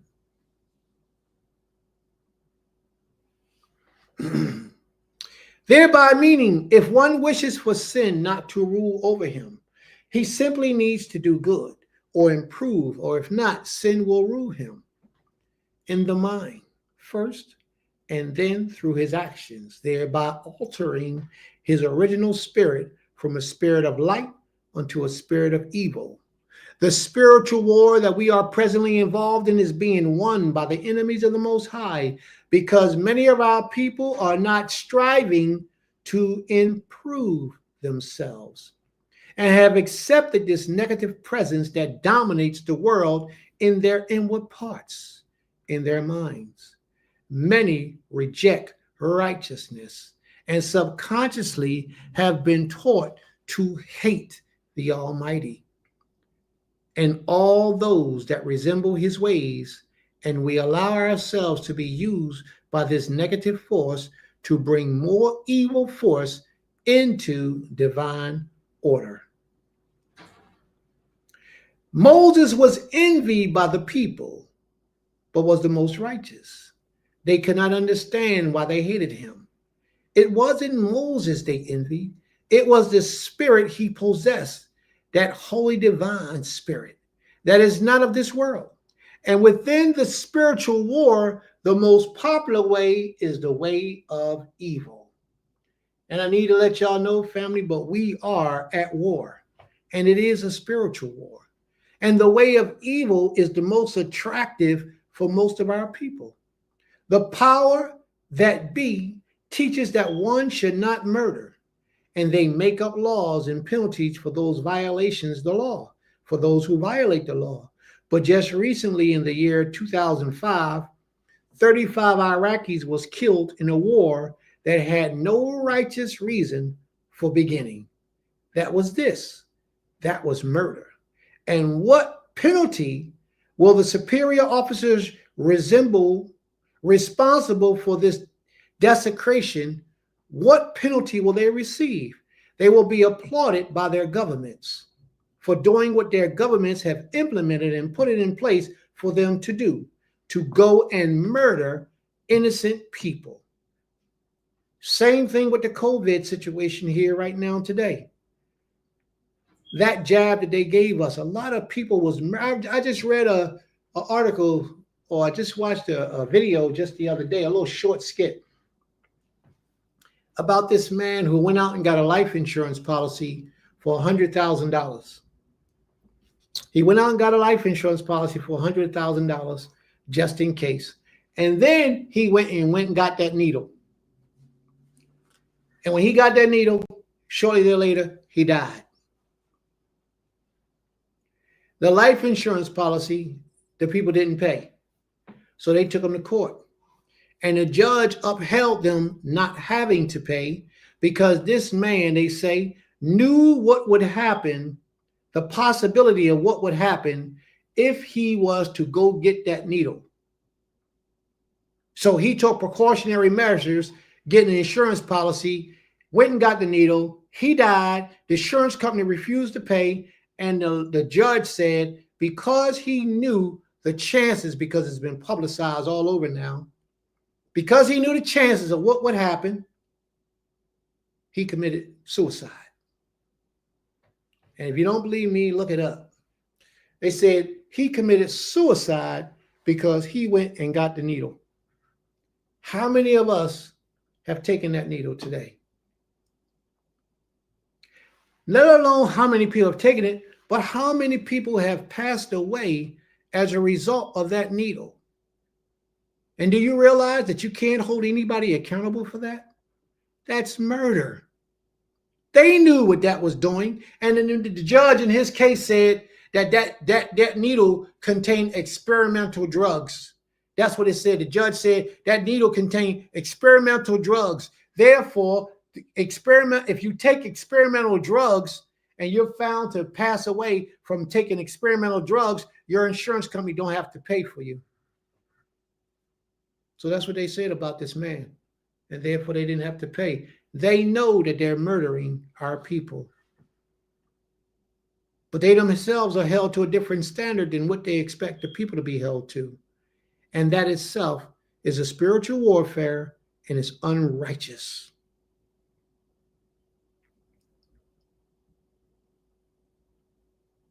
Unrighteous.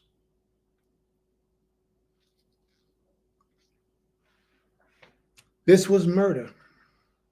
But what penalty were the superior officers responsible for this desecration? What would they receive? Only by the hands of the Most High himself will punishment with righteous judgment be delivered unto this injustice.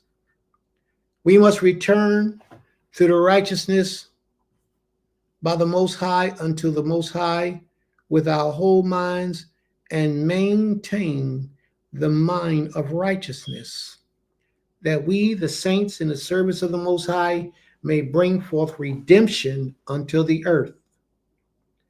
Prophet Samuel, no one loved him, nor favored was he by the people, but he was highly respected by all and highly righteous. David, while in his youth and not in the seat of authority, was greatly loved by the people. But the moment he became king, all things changed. Yisrael is like a wounded dog. All that comes to help Yisrael are bitten. The dog could not recognize the salvation that was in his midst because his mind had been altered because of the pain from the wounds he had received from previous masters. Prophet Yirmiyahu was tortured by the people because of his spirit. Eliyahu ran for his life for many days. It is because of the spirit we allow to possess us that we hate the Most High and we hate the messengers of the Most High. Although many will never admit to the hate, it must be revealed to many that we do. We really hate so many things pertaining to the Creator and the Creator himself. If you don't hate the Most High, family, if you don't hate the Most High, then why aren't you doing what thus saith the Most High? Why haven't you given? Now I'm speaking to those of us who have not, because some of us have. But why haven't you given to the Most High the best of you? And you know whether you gave the Most High the best of you. That's not for me to judge. But why haven't you given the Most High the best of you if you don't hate him? If you understand the principles of life that the Most High is requiring of you, and you know how hard the road is, why not give him the best of you if you love him? The reason why we do what we do on the majority is because we don't love the Most High.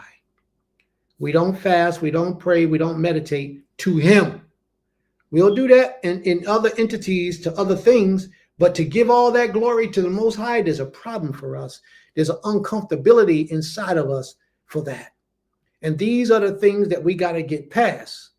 We got to get past that uncomfortability that we have in praising this King. We have to understand that. Thereby, we hating on the Most High. We act and pretend like we love him, but we don't. We love the opposite of the Most High, which will be evil and wickedness, unrighteousness. And I don't even know if I can call that the opposite of the Most High. Let me not even call it the opposite of the Most High, because the Most High has no opposite. We love the unrighteousness in the earth. That's what we love. Yeah. We love the unrighteousness in the earth. The Most High says, if you love him, that you will keep his commandments. Many things he commands are physical things, but many more are conditions of the mind. And one must guard one's mind from the negative forces that be. And if you search your mind and you find the presence of evil in your mental condition by the way you think or the actions of your activities, then you must begin the process of improving yourself. If you're honest with yourself and you search your mind and you see that you really don't love the Most High as you should, then it's time for you right now to begin to do the opposite of what you've been doing by way of service to this King.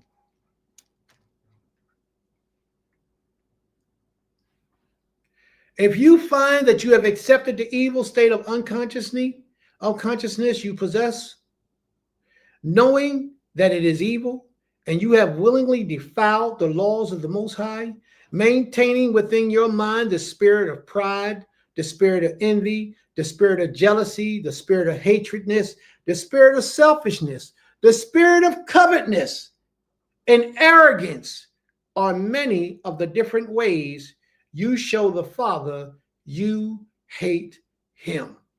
If you hold strong to these things, then you're showing the Creator you don't love him. Because the Most High says, if you love me, you will keep my commandments. And many of us, we don't even know the Most High, let alone love him. But that's my job, to introduce you to the Most High if you don't know him. That's my job, to help you to form and build a better relationship with the Most High if you feel your relationship with the Most High is slipping. If there's anything that's being said in today's lesson that you know you're guilty of by way of separating from the Most High and embracing evil and negativity, then the only thing you need to do is turn from your direction of what you've been doing and do the opposite of what those negative energies tell you to do. We've all heard it said, you cannot serve two masters. You must love the one and hate the other. The way you show which one you love is to be of the lifestyle of the one you choose. So if you say you love the Most High, then you should be in the lifestyle of the Most High. If the reflection of your minds are on evil, secret evil, and sin, this allows you to demonstrate who you serve and ultimately who you love. So if you're guilty of wickedness and evil and sin and all those negative thoughts and all those negative actions, then you're showing who you love. Your soul is the most valuable thing in your possession.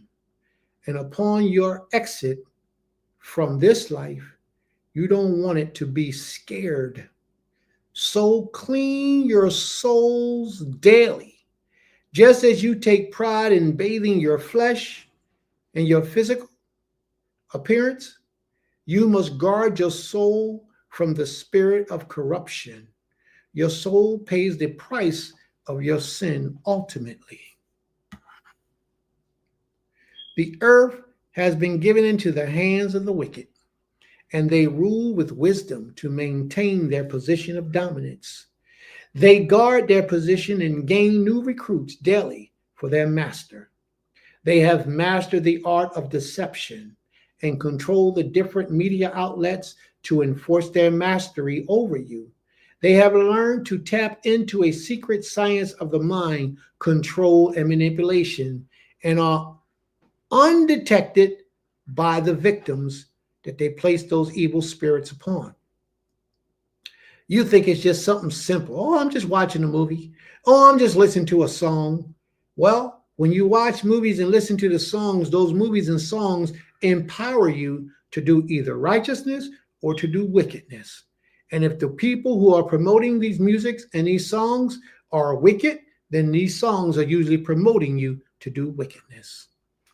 Have you ever taken to notice how much influence a simple movie have over your spirit, or a newspaper article, or maybe even a radio broadcast? That's power in a raw form, a direct dose straight to the subconscious mind, uncut. That the art of illusion and deception, unless one's mind is well guarded against the devices of this demon, one will see no harm in the many of pastime activities that they do. Simple things such as television tell a visual lie, and not just to tell the lie, but to have the lie to become a reality. In the 40s, when televisions was introduced into the population, the television shows was made to imitate actual human life. But today, human life imitate television. And as we know, a man's mind is a product of his environment. The forces of evil have made it incredibly difficult to be totally perfect under the laws of the Most High. His command is, thou shalt not eat unclean foods. And the FDA allows many unclean products on the market for sale for the public's consumption without labeling the total ingredients, thereby limiting your opinion of choice. We must obey the commandments of the Most High. So with all this new food they got out, they now have a genetically engineered meat. And they don't have to tell you that it's genetically engineered. I mean, something that was never on an animal.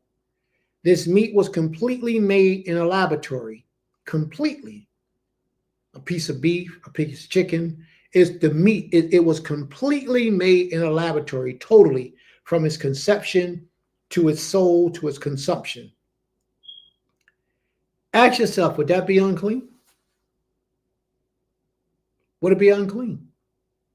Something for you to think about, ponder. Yirmiyahu 29:4. Thus saith the Most High of hosts, the Elohim of Yisrael, unto all that are carried away captives, whom I have caused to be carried away from Jerusalem unto Babylon. He says, when ye go into captivity, build ye houses and dwell in them, and plant gardens and eat the fruit of them. And in order for us to accomplish this, we must have some type of structure. And with structures come a form of government, which lead to nation building. And a holy nation will inherit the earth and produce harmony between man and earth. The food we intake has a direct effect on our thinking capabilities. We all heard it said, breakfast is the most important part of the day. But it is never stated as to what kind of breakfast one must have. If we are in control of our own foods from its conception unto its consumption, we will eat the best the earth has to offer. In the time in which the Holy Father formed man, he gave man upon the earth, placed him to live in the most pleasant place on the earth, gave him the best position as the ruler of all creation on the earth, and also searched the creation to get for man the best helpmate for him to be compatible with. Upon his search, he found none. So he created one just for the man.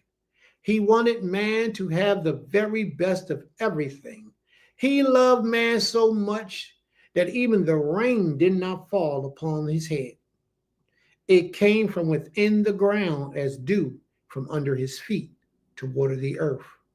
Truly, we all would like to return unto this type of love from the creator of life.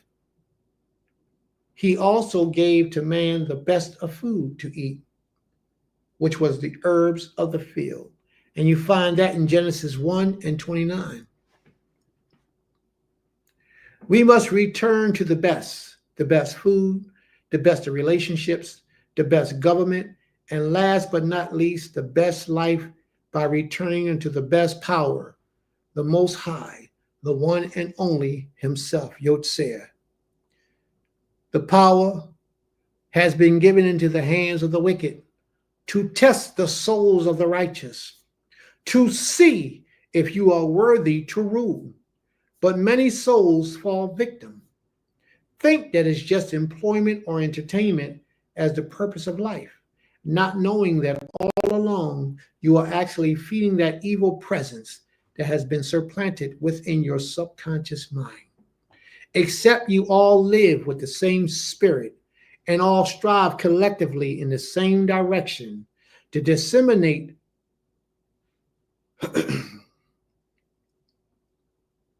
the dissemination will ultimately occur, and the ability to build a nation will appear to be an inconceivable task. We must return to our true strength as the most high of all creation, Yotzer, with our whole mind. Absolutely. May the Most High be praised. To the Rabbah family, for the audience, and thank you for allowing me to share with you the words of the Creator. What I would like to do, though, I would like to get some comments. Let me know what you think about this portion of conversation that we've had, family. What did you get out of today's lesson? How did today's lesson affect you? What lessons did you learn from it? And how would you utilize those lessons to change the direction of the activities of your life? Let's talk, family. Let's make it happen.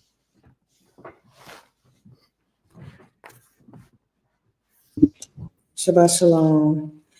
I wanted to say, I will say that today's lesson was very impactful just in thought process. It actually made me think about something you said about your friends or who you confide into.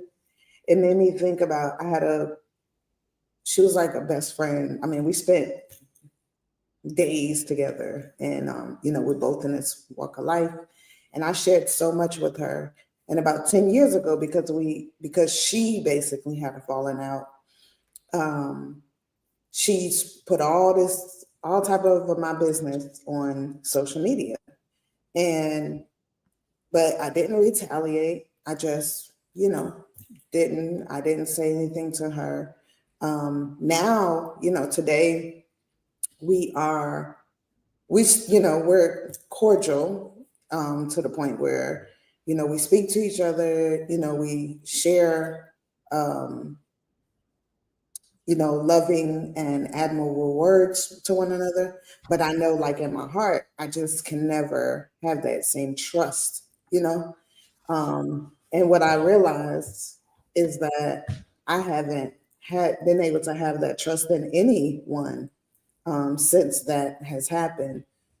Any sisters to kind of like just bear who I am and talk to them or whatever, because it's like, people are, when they're in their hate or anger or whatever they think it could be, then they will do, like you're saying, the evil that's within them will come out.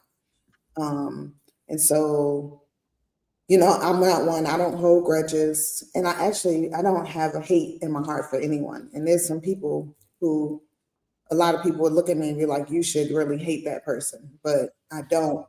And after years of not speaking to her, I forgave her because I realized there was a sickness in her at the time.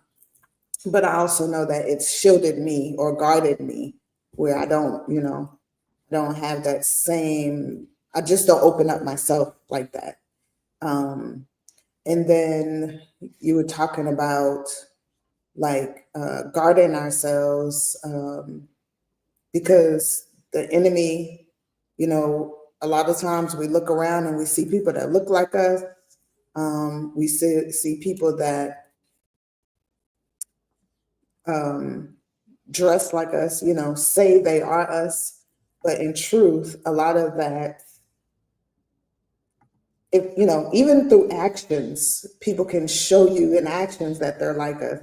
But it's so much deeper. And I think for me, because I've grew up, you know, under COINTELPRO, and I always, and I don't, and I can't, sometimes I feel bad about it, just being honest, but I always side eye people. I'm always looking like, oh, is this person truly about this? Or are they an informant? Are they, you know, a plant here? Are they coming to disrupt, you know, what we're doing? Because the way the government works, they disrupt anything that's positive and righteous for our people, whether it's a Black Power movement, whether it's a religious community. If it has to do with us Black people elevating ourselves, they're going to send someone. So, and I'm just being honest, everybody I come across, I have those thoughts. And then I am internally, I know who I am. So I do certain things to test people. You know, and then I also do my own type of background check, or trying to figure out who that person is to be sure. Some things you're not going to find out, but it just helps me and it keeps me on my toes. And, you know I've had people tell me, oh, you know, I think that's just because you grew up like that. And I'm like, well, I don't think I'll ever stop doing that, because I know when I did kind of rebel against how I grew up, that's when I opened up myself to so many people. And most of those people are no longer in my space of life, because I went against, you know, what I knew my parents taught me to do was to investigate people, allow people to prove to you who they truly are. And it's not one action, it's not two. It's like years of being with someone. Even though people who are in COINTELPRO, they could be a part of you for years, but it really takes time and true understanding to identify things. And also, I think what you brought out was, you know, the greatness of what people do and how people will come and bring them down, but they don't replace you.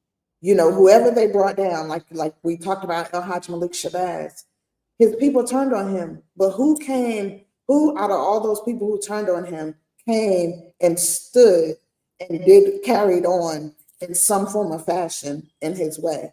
Because it's either because they were told not to do it by the government, or they just don't have it in them. In the same way you said about King Hannibal, you know, how great he was. And then when his brother helped the enemy to kill him, his brother did not have any greatness in him. He didn't lead the people, you know, he was envious of his brother, but he didn't pick up the mantle and do it, you know. So I just think a lot of what you said is so important. And I also agree with, I don't know everything that Sister may have said to you about putting out a statement or, you know, presenting yourself in a different manner. But I kind of agree. And then, you know, I'm one to be like, whatever. If people believe everything that they hear and say, that means they weren't for you in the beginning. And they are what I like to just place people in a certain space. You know, they're simple-minded. You know, that's something my mom used to teach me. People are in that manner are simple-minded, and leave them where their simple mind is. Because the more you explain to somebody, if I have to convince people to believe me versus what somebody else said, then that's not the sister or brother that I want or need in my space.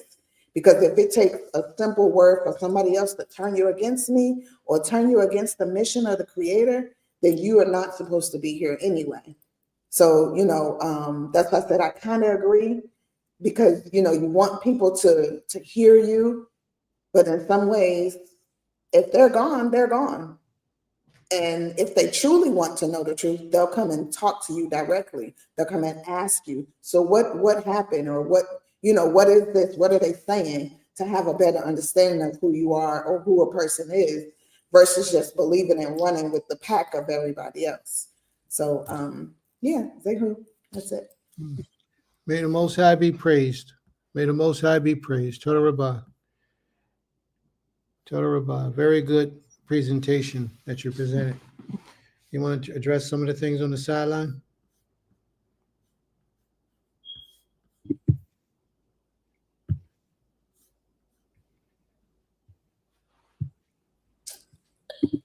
All right. My sister White said the first thing this lesson made me think about was what you're planning to do, Abba, towards those whose time will come.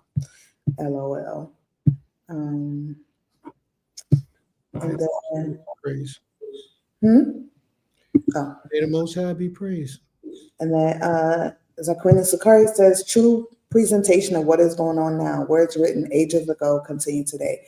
Very guarded these days because of my belief in spirit filled. May the Most High be praised. She said, very guarded today. Mm-hmm. Keep walking in that way. Yeah. And I think Autumn is referring to what I said about the king, or what you spoke about the king. The fact that he took out his own brother is crazy. He had ill will for his own family and people. For his own family. May the Most High be praised. His name was Hasdrubal. Hasdrubal. And Brother Asa says, the war is real, whether we are ready for it or not. That's right. The war is real, whether we're ready for it or not. And then Brother Reyes says, time. My brother. Shabbat shalom, bro. All right.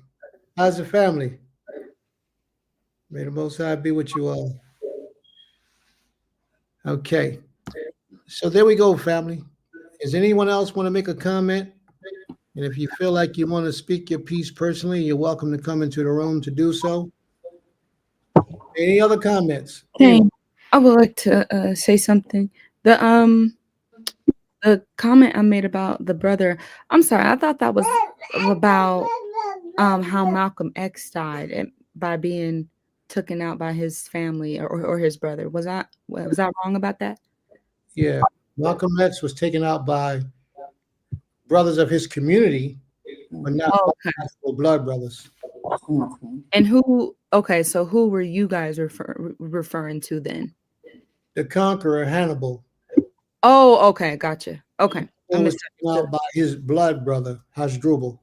Gotcha. Okay, I misunderstood. Yeah, I was actually never.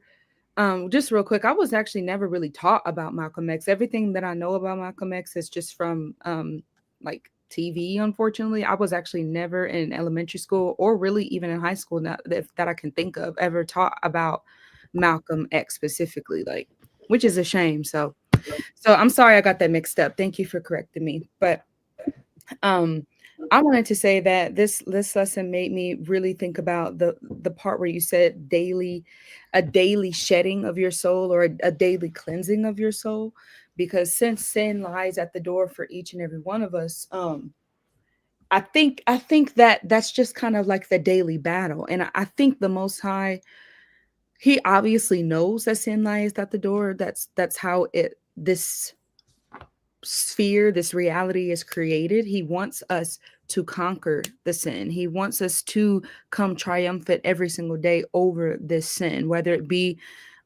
spiritual, mental, physical, like any sin, because we all know sin starts spiritually and then manifests into the physical. So it doesn't matter whichever way. Sometimes I wonder, like, well, why do we have to go through so many things in order to prove ourselves? And whether it be to the Most High, to our family, to ourselves.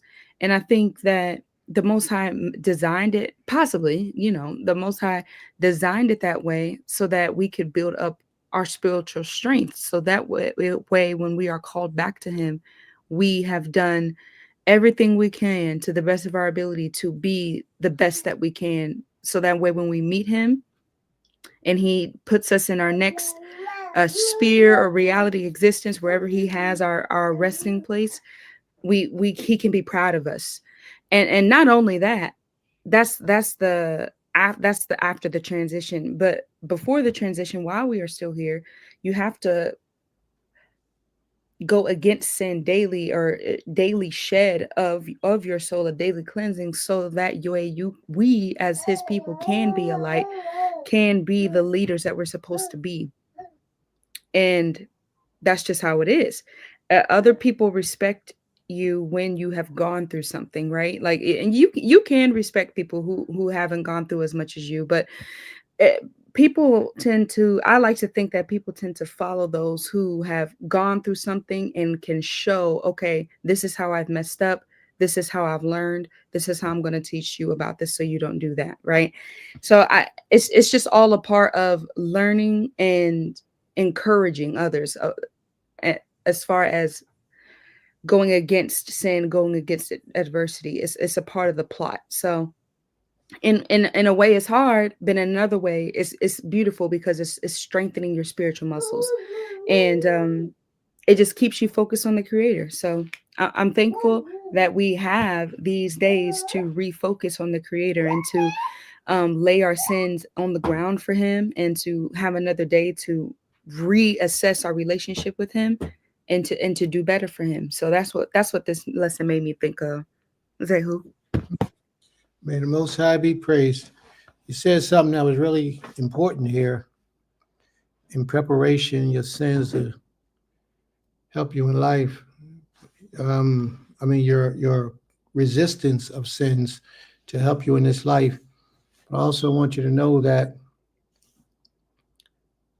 when you resist sin in this life and you're able to successfully complete it, because it's going to keep coming at you, once it's finished coming at you, it finds another way to approach you, another even more gruesome or in a different direction sin. But once you conquer it here in this life, you create a resistance for it in the life to come, which means whatever you don't conquer in this life, you got to conquer in the next life. So if you conquer it all here, when you go to the next life, you'll be advanced. From everybody who has not conquered what you're conquered, when you go into the next life, you'll be advanced. Why do you think some people in this life seems to have it so much easier than others? Because in their past life, they conquered the things that hold them back, like for example, poverty. Most of our people that are poor are because of the state of mind that we're in, not because we didn't have an opportunity to do better or be great, but it's usually because of the state of the mind that we have. Well, if you conquer poverty in this life and you become pretty well to do because you learned and mastered the discipline of not wasting your money, not spending your money frivolously, not giving away all your money, once you master that, in the next life to come, you won't have to deal with that. So there's a lot of people right now that in the next life, they're going to be dealing with the same things they were faced with in this life until they conquer it. And I pray that you all understand that. And as I always say, time is the true teller of all things. May the Most High be praised. I just wanted to address when my sister wife spoke about learning about Malcolm X, and this goes for everybody. Like, one thing we have to know is this educational system in America is not going to teach us about any of our Black heroes or sheroes or anybody of color that they feel goes against America. So the best thing we can all do truly is to do our own research, and then also place our children in independent schools that are dedicated to teaching our children of our history.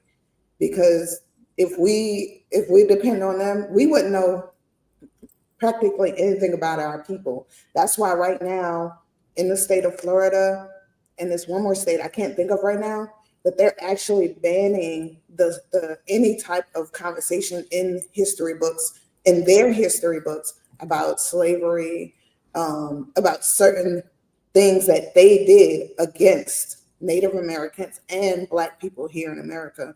So that in itself tells us, like, they don't want the history of their evilness to be written, because that written is the evidence of what they did, and it's part of history, and it's forever. Because once it's in black and white, there's no way to erase it.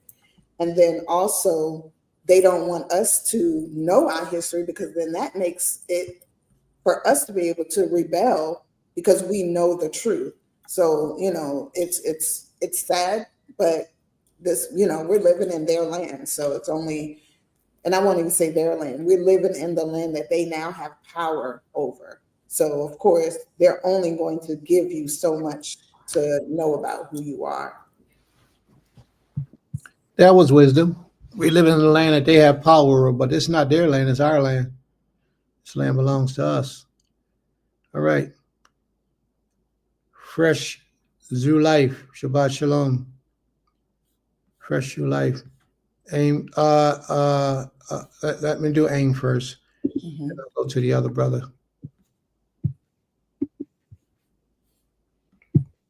NQ says, I've learned that other nations are wiser and that they unite in spite of individual biases for the sake of their kingdom preservation. We should take note. Absolutely, we should. But there's too much within our people of gravitating toward evil, like what today's lesson was about, that prevents us from doing so. Too much. May the Most High be praised. Brother Asa.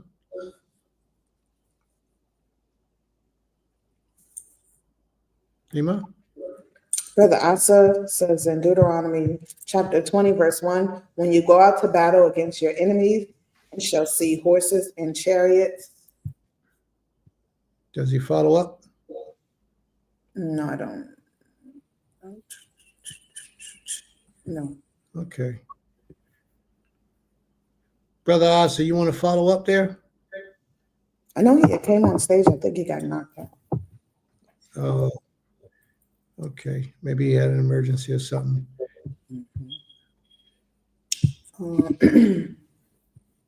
Zakuna Sakar says, the bookstore in our community has that information. Investigate. It is your story that's to be lived. May the Most High be praised. Total Rabbah.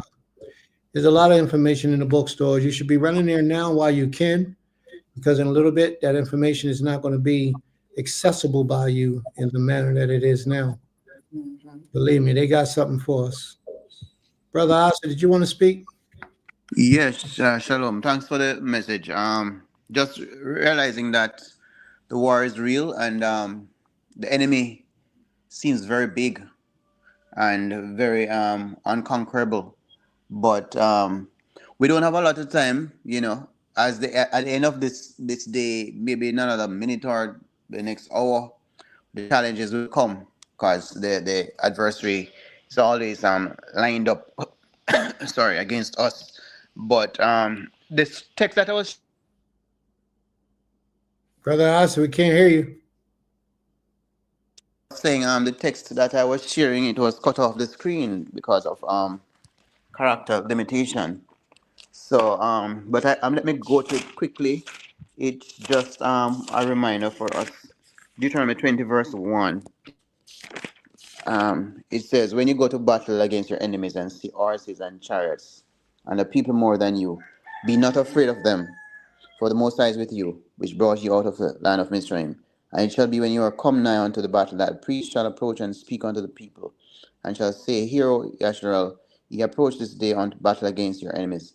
Let not your hearts faint, fear not, and do not tremble, neither be terrified because of them.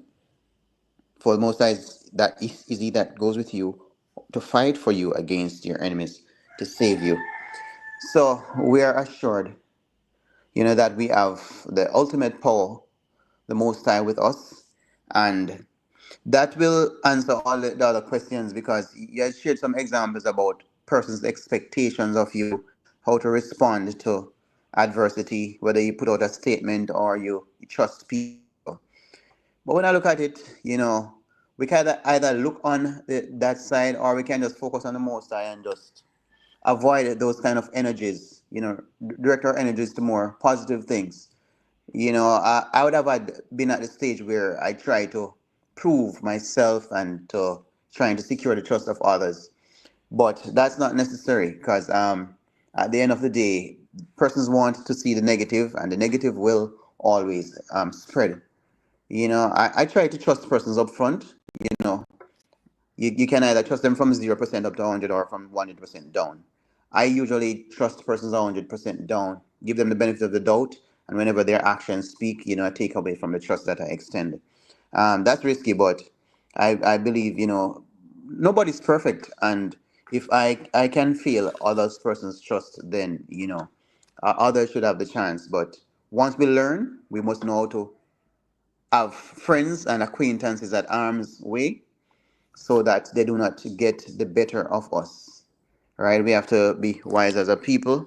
When somebody is contrary, operates contrary to our way of life, you do not want to embrace them. You're not going to isolate from them, but you're going to be watchful, because they may have failed before, and you do not want to experience the same disappointment again. But yeah, wars will, and let us just trust the Most High to lead us and guide us, and let's not chicken out and be coward, because we have a divine purpose and we have divine protection. Sorry, and He will see us through. That's it. And the Most High be praised. Total Rabbah. And that's wisdom, words of wisdom. Let me ask you this, Brother Hassan. In your personal life, have you experienced anything like what today's lesson was about? Have you went down that personal journey and traveled and had people exposed to you that were really envious and meant you no good? Yes, that has happened, and I want it is the persons who are most close to us, There you go. Yep. that will actually, it's not really strangers, will actually disappoint you, and the disappointment is even stronger and more intense when the person that you do least expect, Yep. try to drag your name or to get you in some lawsuit or anything to embarrass your image. And remember that we as people who are representing the Most High, they can actually say, oh, you see why we are not to go that way, because this person who is of repute has failed, right? We're not here to claim perfection, but we strive for it, and we we must not be daunted even if our foot stumble, because we must recognize that there's a way to make amends, and that there's a path to righteousness, and we're not there yet, but we can be there if we're resolute and trust the Most High. Yeah. There you go. May the Most High be praised. I don't think there's anybody on this call that has not have some similar thing take place in their lives, but it's real simple. But you got to understand that it's the spirit that guides the people, that governs the people. It's not necessarily the individual. It's the spirit of the individual that guides them. And that spirit is a wicked spirit. That spirit is also an ancient spirit. It's been around since the beginning of creation. And it ain't going nowhere until the Most High have saw fit to cause it to go somewhere. But it ain't going nowhere no time soon. But the best thing you can do is prepare yourself for it and protect yourself against it. Are Thank there you. any other comments, Ema? Yes. Go Thank ahead. you. You got it. Right. The question just came to mind, in terms of how to deal with persons that have betrayed us or before. Um, do we um, do we have an obligation to embrace them in love? Because I note when the Most High spoke to Moshe and the children of Israel, he gave clear instructions to obliterate those nations that have gone, are obstacles. Our situation might not be all out enemies like nations, but the enemy might become from within the camp. This time it's different. So because this morning I heard about a situation that I could intervene in, and I remember that this person would have betrayed my trust, and I am required to intervene in it. And I'm saying, should I let this be a leave alone? The I remember he spoke with the elder, and the elder said, "Look, I have something to do. I'll talk to you later." Do we indulge in everything or play the star, or do we step back and just let it go its way? Yeah, go ahead. please. In my opinion, each situation is different. You got to remember what I just said a moment ago, that it's the spirit that governs the individual that causes the individual to do what they do. So as far as you loving an individual, if you love them, you maintain that love. But how you deal with that person is a different story. Keep your distance, keep your separation, and don't allow them to be in position to do that to you again. You follow what I'm saying? Yes, yes. Go ahead. Are you- Yeah. Don't allow, see, once somebody show you who they are, you got to remember that. But anybody can change. You got to remember that a lot of people who walk the earth, if they so desire it, they can be a different people. They can change their behavior and their customs, but you don't have to experience it to see that they changed. You may hear from somebody else 10, 15, 20 years later, but you don't give them the opportunity to do it again to you yourself. So no, I'm not one of those turn the other cheek and let them smack you in the other cheek too. No, we don't do that here. You show me who you are, I'm going to accept you who you are. And rather I deal with you in the way that I see fit, according to the laws of the Creator, that determines how I deal with you. So that's how I'll leave that. Pray that you. Thank you. Thank you. And even with Jacob dealing with his sons, Reuben, Simeon, and Levi, these guys also erred. And even in his old age, when he was blessing them, he actually made reference to their folly in the past, and it affected how their blessings were extended. That's right. Yeah. And they didn't, certain individuals didn't get the blessings like they would have gotten if they were just loyal and faithful to the cause. So you're absolutely right. But you can't let people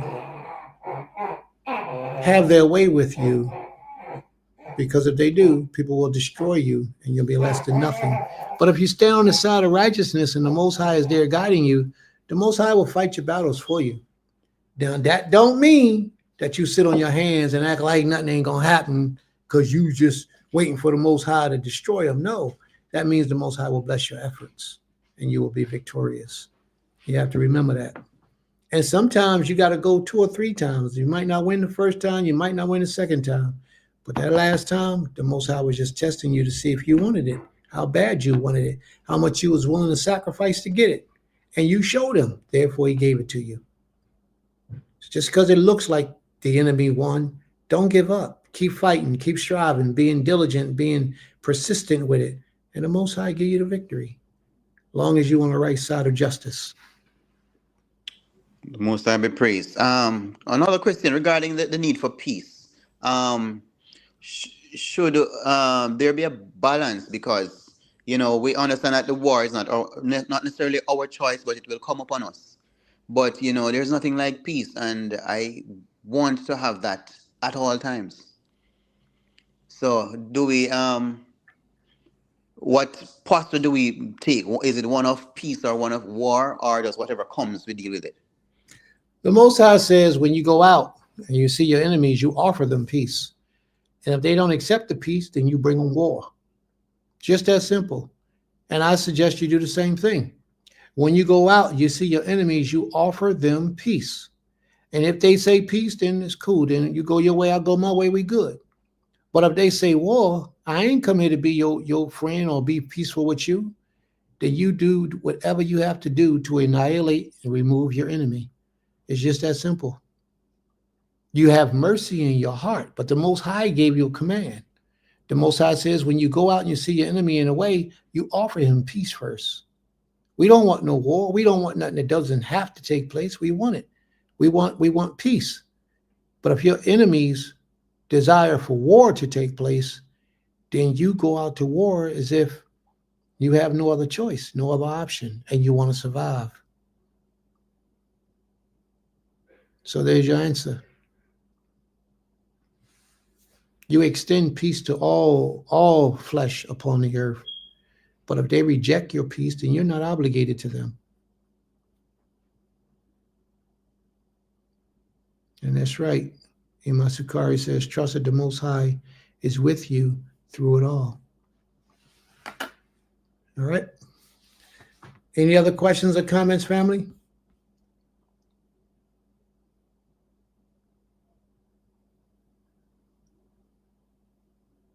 I don't see. No other questions? All right, Bati. Toda Rabah. All right, let's go to the book of Genesis, please.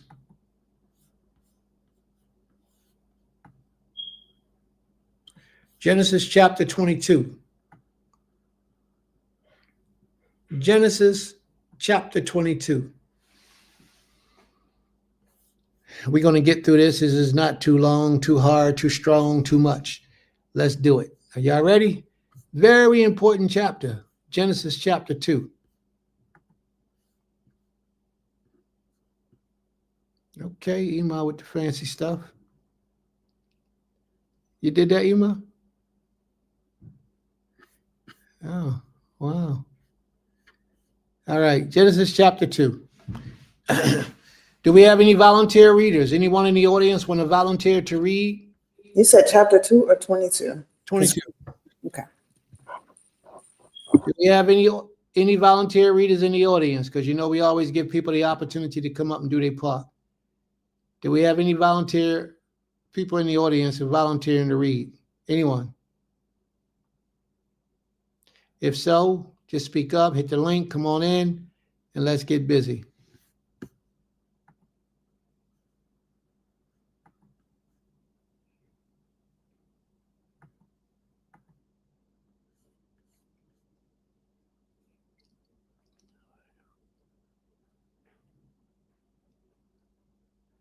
Let's get busy. Mr. Otter. Mr. Otter. All right. So nobody wants to read, so I'll read.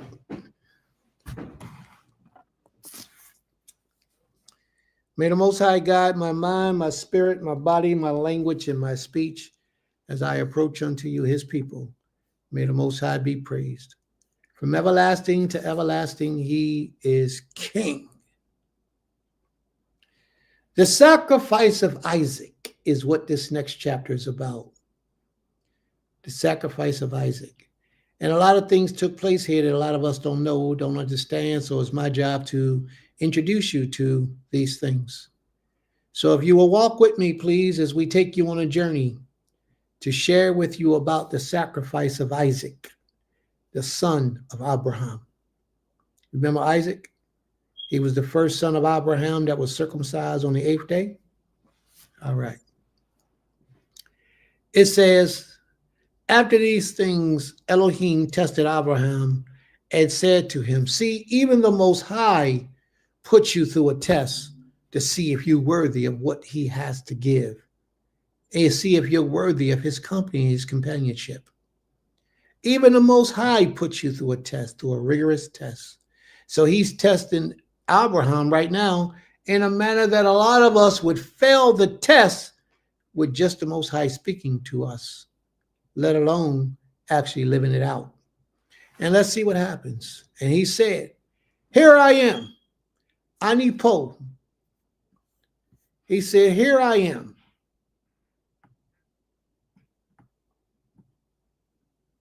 He says, take your son, your only son Isaac, whom you love, and go to the land of Moriah. Now, this Moriah is supposed to be Mount Moriah, where the mountain was. And this is all supposed to be where the temple was, the first temple was built. Where the holy temple was built, it's all supposed to be this same mountain, Mount Moriah. And offer him there as a burnt offering on one of the mountains in which I shall tell you. Now, we know that the Most High doesn't accept human sacrifice. But according to this, thus far, it appears as if he does. So let's read on. Chapter 3, Genesis chapter 2, verse 3. So Abram rose early in the morning, saddled his donkey, and took 2 of his young men with him, and his son Isaac. And he cut the wood for the burnt offering, and arose and went to the place of which Elohim had told him. On the 3rd day, Abraham lifted up his eyes and saw the place from afar. Now, I need to stop you for a minute. A lot of times, the Most High will give you the mission. The Most High will tell you what's desired of him for you to do. He won't tell you how long it takes. He won't tell you all that you'll go through or experience on your way to completing what the task was that he had for you. He won't always tell you those things. So Abraham had a lot of time since the Most High delivered him to message until he arrived, him and the men that was with him and his son, and carrying all this material and all this stuff that he needed. It was a lot of time had elapsed that gave Abraham the opportunity to change his mind. Abraham could have changed his mind several times in this situation and said, I'm not offering up my son to you, or it's just too much. I'm not willing to do that. But he didn't. The Most High set him on a journey that took 3 days to get there, to give him the ample amount of time to consider before he obeyed what the Most High commanded of him. And Abram came through. Abram achieved. He didn't fall at the amount of time. He weathered the storm and all the hard conditions of traveling so far, and he traveled for 3 days. How many of us would travel for 3 days on foot to complete a task? I mean, 3 days journey. Most of us won't go a day. Most of us won't walk for an hour, let alone 3 days. But this is the type of motivation we have to have within us to serve this King, because the Most High tests us. And it says, on the 3rd day, Abraham lifted up his eyes and saw the place from afar. Then Abram said to his young men, the men that was with him, he said, stay here with the donkeys. I and the boy will go over there and worship. I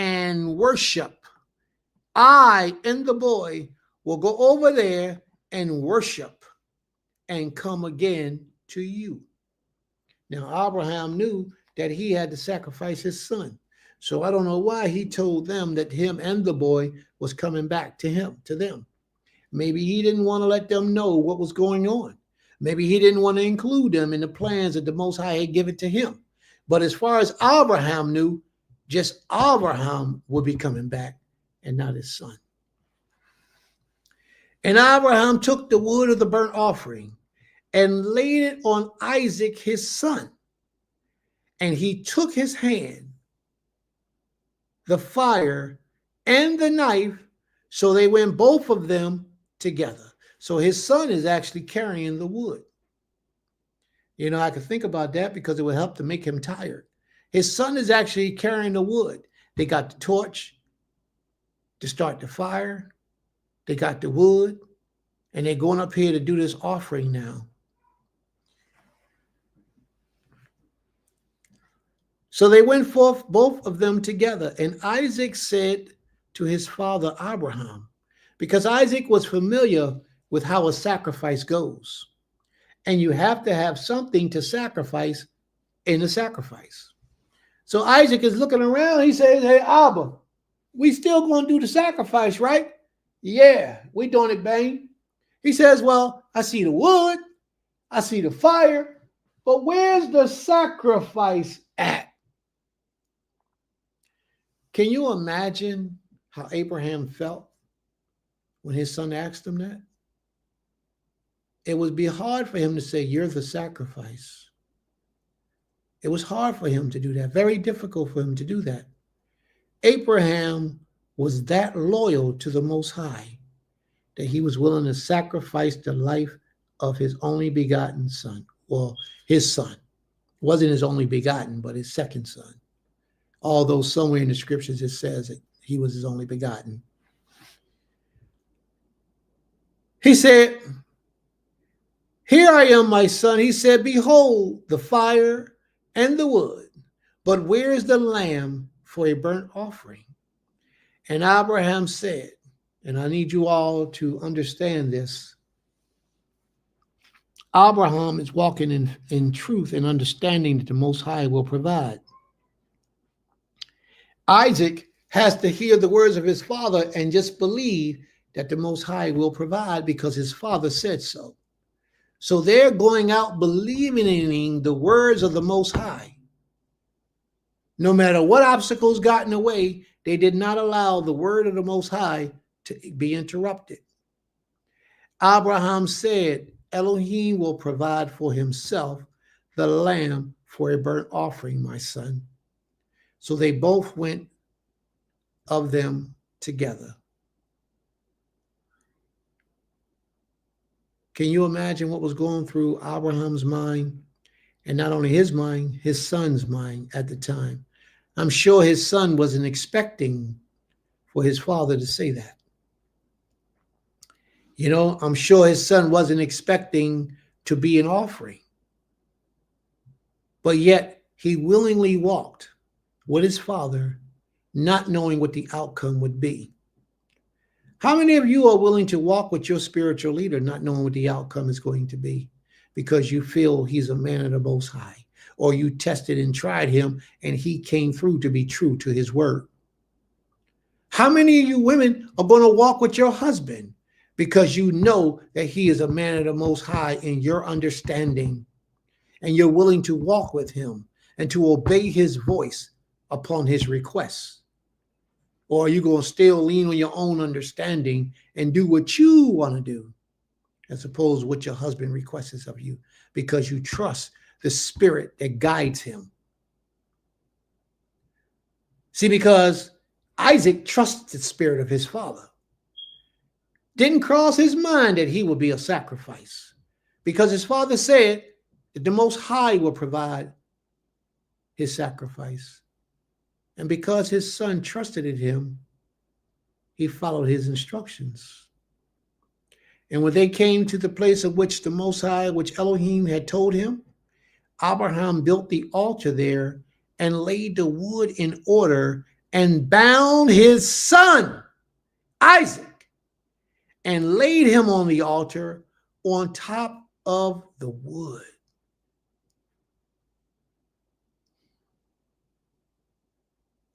Can you imagine how hard that was for him to do it? Not only was it hard for Abraham to do, but if you see here, Isaac gave no resistance. Isaac was laying there being bound up and tied up by his father on the altar, and he knew what happens on the altar.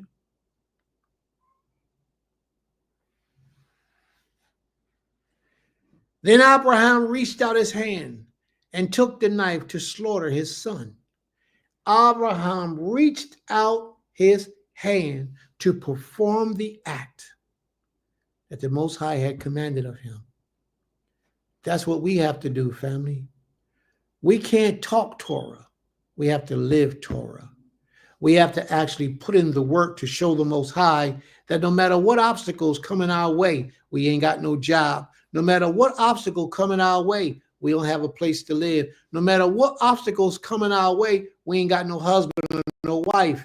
No matter what obstacles coming our way, we're going to remain faithful and true to his word and obey his voice. No matter what the situation is, we have to do that.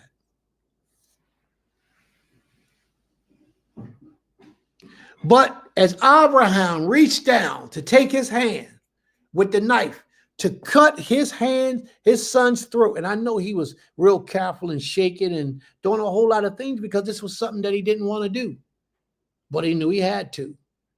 This was something that he didn't want to do, but he knew he had to. And as he was able to take the knife to slaughter his son, an angel or messenger, malak, they say, a messenger of the Most High, Yohe, an angel of the Most High came to him. He called to him from heaven and said, Abraham. And he said, here I am, Anipo. He said, do not lay your hands on your boy or do anything to him. For now I know. Wait a minute. How does chapter start off? And the Most High said to Abraham, here I am. He said, take your son, your only son, whom you love. And Abraham took his son, his only son, who he loved, to sacrifice to the Most High. But before he can kill him, the angel called out to him. And Abraham answered the angel. And the angel said, do not lay your hands on the boy or do anything to him. The Most High says to the angel, for now I know that you fear me, seeing you have not withheld your son, your only son, from me. And that meant the only son he had in his possession at that time.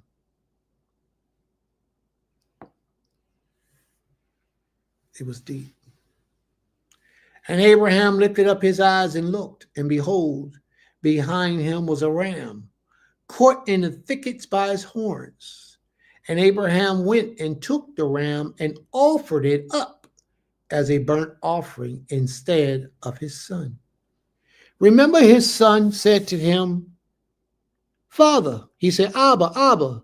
He says, I see the wood, and I see the fire, but where's the lamb?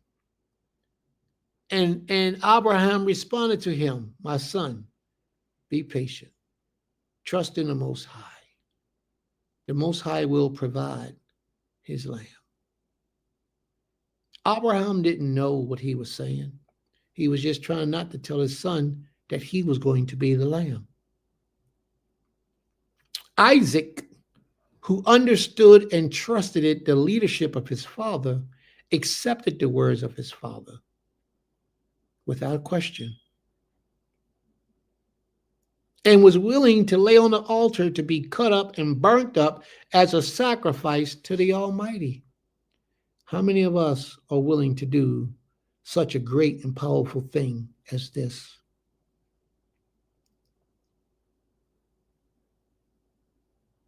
How many of us are willing to do the obedient thing after we made that covenant and into that agreement to obey the Most High and his commands? How many of us?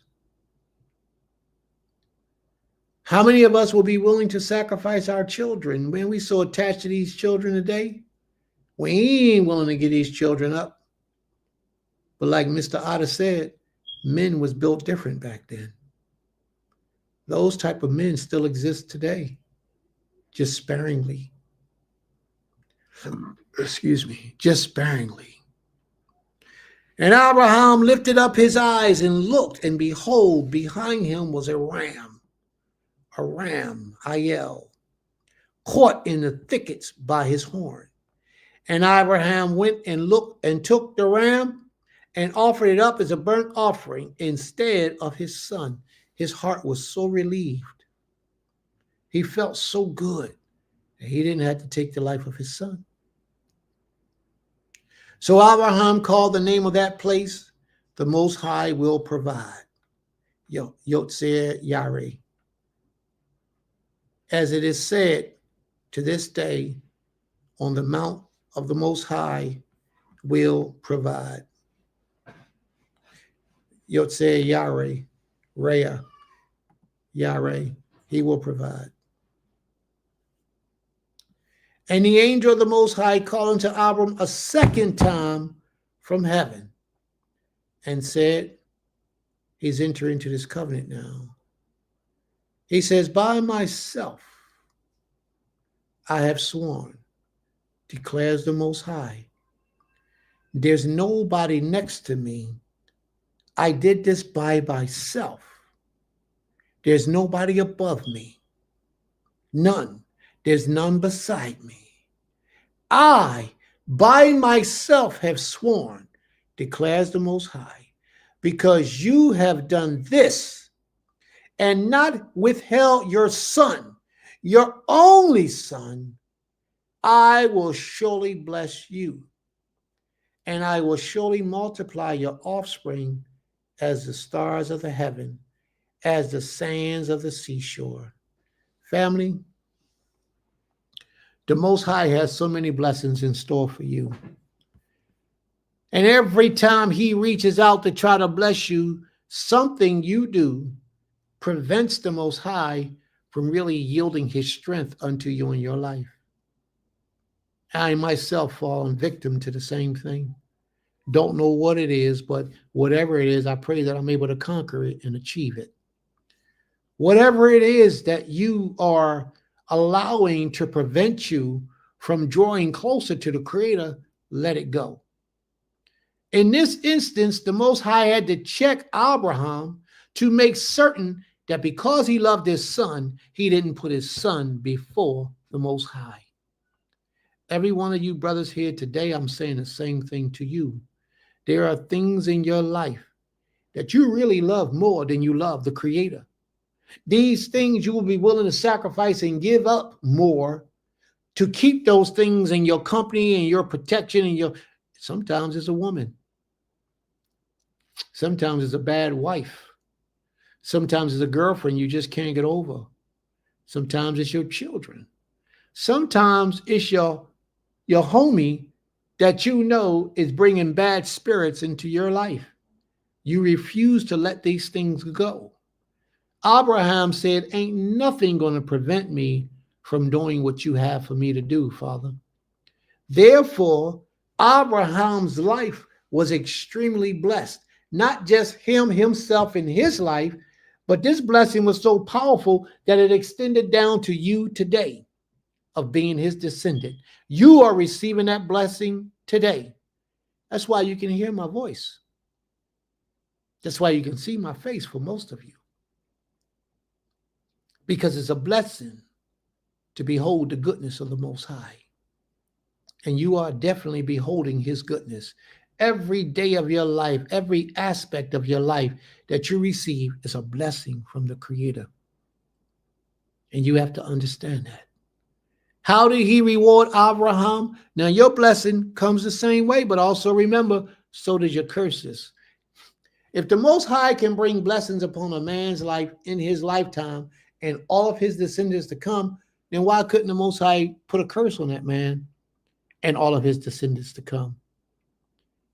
And what I'm saying to you is that a lot of our family has been cursed because they did not serve the Creator with all that they had. But don't let this confuse you, because your family's been cursed, practicing idolatry, not giving the Most High the best of them, living life any way that they want it, no integrity, no loyalty, no help for the poor, the fatherless, the homes of the widows, the homeless of the widows. Because your family lived that way, your forefathers is what we're speaking of. And a curse has been placed upon them in their lives, and all of their descendants don't mean that you can't be the generation to lift the curse, because you can. You can be that generation that lifts the curse up off of your bloodline. Why do you think so many of us live in poverty right now? So many of us are suffering, so many of the things that we're suffering generally in life. Oh man, that brother right there can never catch a break. Why do you think that is? You know why it is because somewhere in your lineage, your genealogy has been cursed. And it's up to you to remove that curse from your bloodline. Understand what I'm saying to you. You have the power to reverse that curse. The Most High has given it to your hands. What do he say about sin? He says, sin lieth at the door, waiting to get in. Well, all you got to do is resist sin. All you got to do is resist the temptation. and walk in your integrity before this king by keeping his laws, statutes, and judgments. I wanted to tell y'all this, boy. I was so proud of myself. I wanted to tell y'all this, and here you go. And this is how you reverse that curse.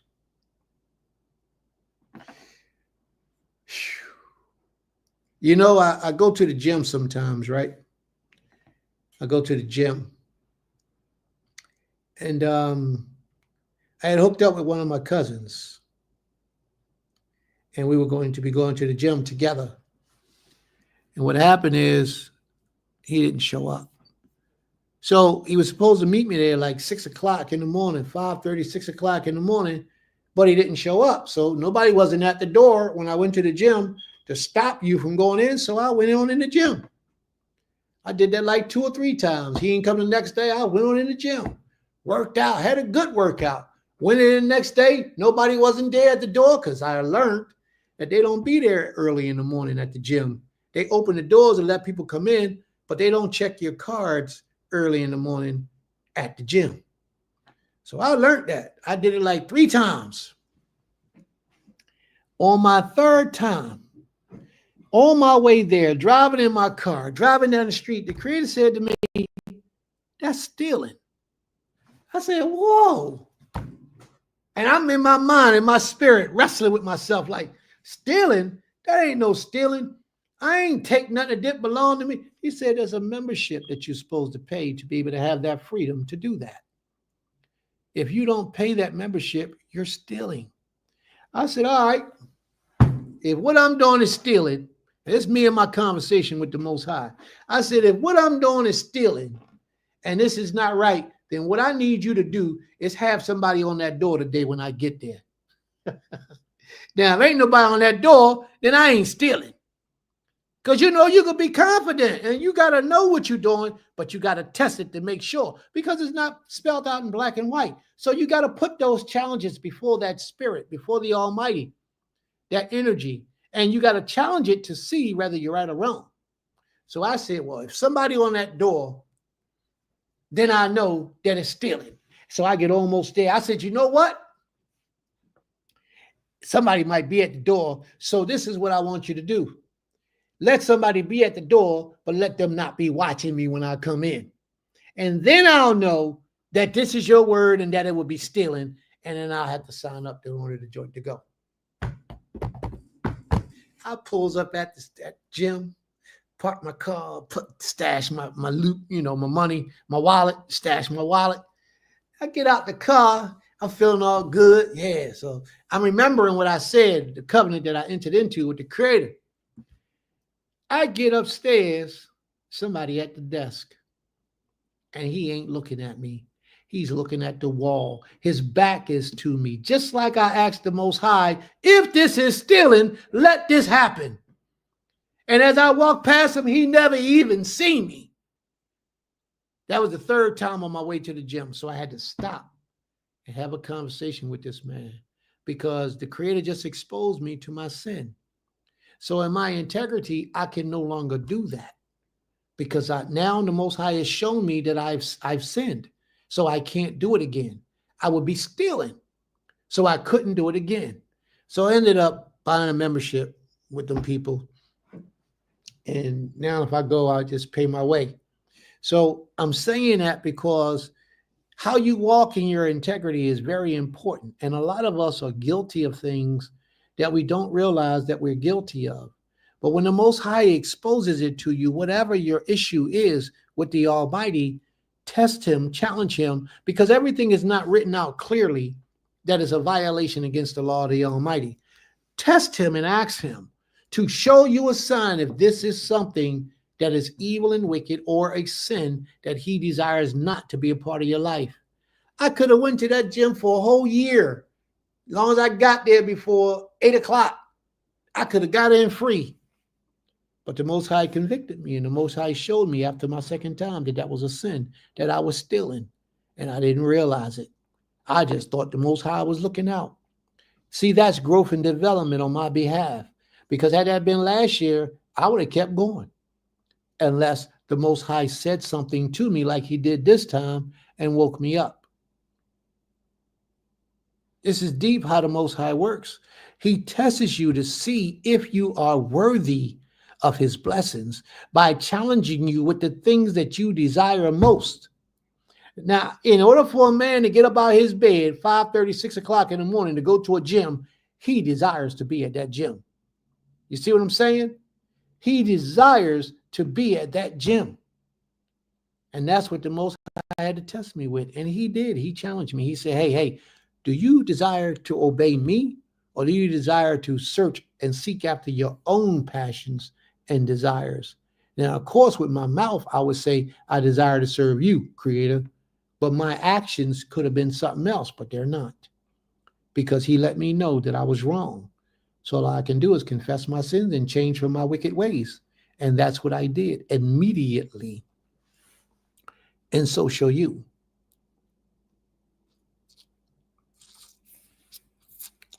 He says, I will surely bless you, and I will surely multiply your offspring as the stars of heaven and as the sands that are as upon the seashore.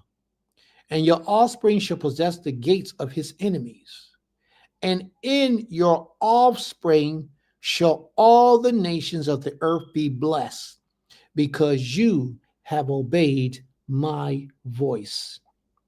Family, if you see that your life has been a struggle for 99% of your life, has been hard, has been difficult, there's no peace in it, it could be that your family is under a generational curse. Because your father didn't obey his voice, your father's father didn't obey his voice, your father's father's father didn't obey his voice. But you have the opportunity to obey the voice of the Most High. And the moment that you do, each time you do, you are now lifting up that curse up off of your family.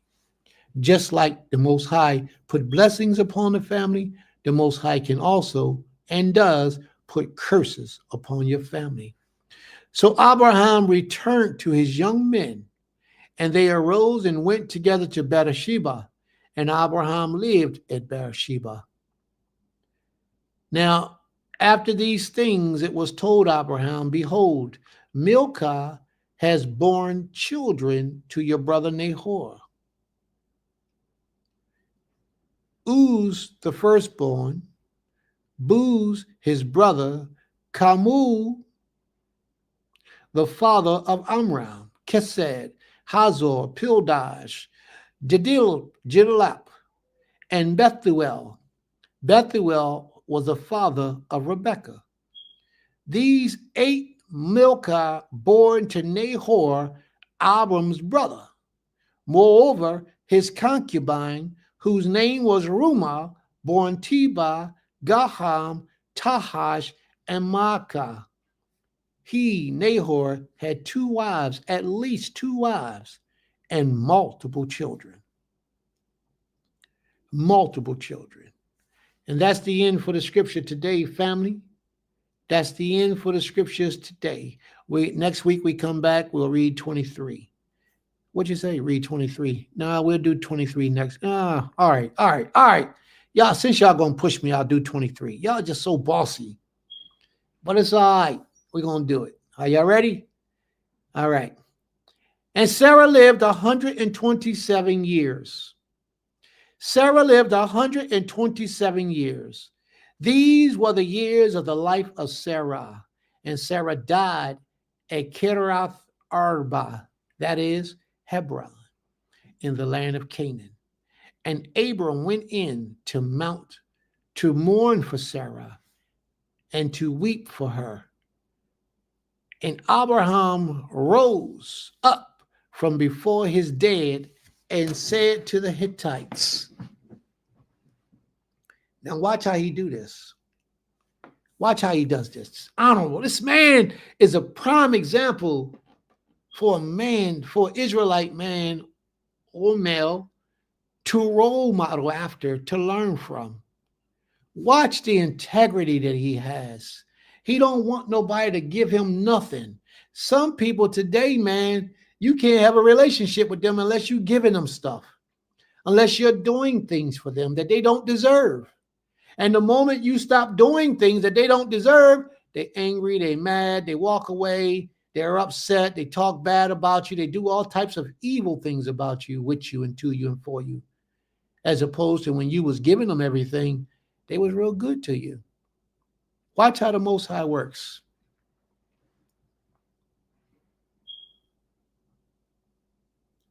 Sarah died at Kiriath Arba, that is Hebron, in the land of Canaan. And Abraham went in to mourn for Sarah and to weep for her. That was his wife. He mourned for her and he wept for her. And Abraham rose up from before his dead and said to the Hittites, now it's time for him to handle his business. And that's what he did. This is what he said to the Hittites. Now remember, the Hittites is a prime enemy of Israel. He says, I am a sojourner and a foreigner among you. Give me, oh, y'all got to watch this, man. This is a deep chapter, powerful chapter. Watch the respect that the enemies had for our Father. I am a sojourner and a foreigner among you. Give me property among you for a burial place that I may bury my dead out of my sight. I believe this was Pilah, the cave Pilah is where he's going to bury her. I believe that's what the name of the cave is, Pilah. The Hittites answered Abraham. Now watch what they say to him. Hear us, my Lord. Look how they approach him already. Hear us, my Lord. You are a prince. Whoa, you are a prince, a Nasi. You are a prince of Elohim. Wow, you are a prince of Elohim among us. That's deep, man. Look how the Most High made the enemies acknowledge him. This is all because of the way he conducted himself, how he moved. Your own people might not give you that type of respect, but others are watching, and others will recognize, and others will acknowledge who you are. You are a prince among us. He says, bury your dead in the choice of our tombs, in the choicest of our tombs. None of us will withhold from you his tomb to hinder you from burying your dead. So he basically said, anywhere you choose, you point it out and you can bury them. Abraham rose and bowed to the Hittite, the people of the land, and that's why he was so respectful, because the way he moved was respectful. You see how they honored him? He rose and bowed to these individuals. When the last time you bowed to somebody, Israel? Another man or a woman? When's the last time you showed that type of humility to humble yourself and slightly bow before an individual? I take this practice on. I think it's serious. And when I see somebody that moves with that spirit, I appreciate and respect them that much more. And he said to them, if you are willing that I should bury my dead out of my sight, hear me and entreat for me Ephraim, the son of Zohar, that he may give me the cave of Machpelah, which he owns.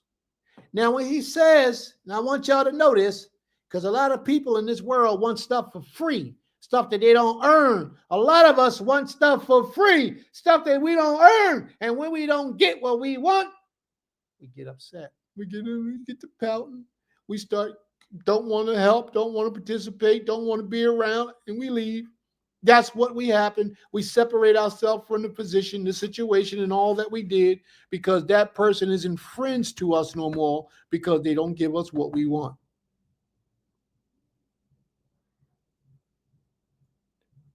Abraham didn't say, give me, like you think he said, give me. Abraham said, give me, meaning allow me to purchase from you. I don't want nothing for free. I don't want nothing for free. He says, I will pay. I will work. I will do what I have to do to earn my way in this life.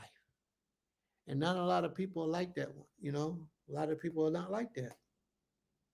I had a brother one time who was having a hard time in life. And I caught myself helping him out by giving him a couple dollars. So later on, the brother called me on it and said nobody ever does anything for him. I said, yo, bro, how you going to say nobody ever does nothing for you? This is what I did for you. I helped you out at this time when you saying nobody don't do nothing for you. You know, that brother had the nerve to turn around and say to me, he said, I didn't ask you for that, though. I said, damn. At that moment, I knew that this wasn't a brother. He said, I didn't ask you for that, though. I said, you didn't ask me for it. You ain't supposed to ask me. If you my brother and you are in need and I have it, you shouldn't have to ask me. I am obligated to give to you. Now, if I don't have it, that's one thing. I'll try to go borrow it. And if I can't borrow it and I can't give it to you, then I'm feeling some kind of way about that within myself. And that's a fact. I had a brother just this last week call me up and said that he needed something. I didn't have it to give to him. So I'll call another brother who owes me something and say, yo, bro, this is what I need. That you was trying to give me back, give it to this brother right here. This is what he needs. Just give it to him. I don't even want it. Just send it to him. Because in my spirit, that's how we're supposed to look out for each other. When you call somebody your brother or when you call somebody your sister, you're supposed to stand behind that. It's supposed to mean something to you. It's not supposed to just be words. It's supposed to mean something to you. That means that I will go all out for you, even if I got to sacrifice for myself to cause myself a little bit of discomfort to give you what you need, then that's what I got to do. We have to understand that. And we, who's supposed to be men, have to show the young men how that practice is put in place. How that practice is put in place. We got to do it to show them so the future generations will learn. But there's not enough of us walking around here that mean it when they say brother. Brother say, I don't never tell nobody my brother. Oh, why? What is that all about? Where's that coming from? Why is it that because I don't want anybody to ever to hurt me or disappoint me? I respect that. Then don't have that kind of expectations. And don't be so easy to call people brothers if they don't earn the right to be called brothers. Or sister. Remember that. There's a commitment to it when you call somebody brother or sister.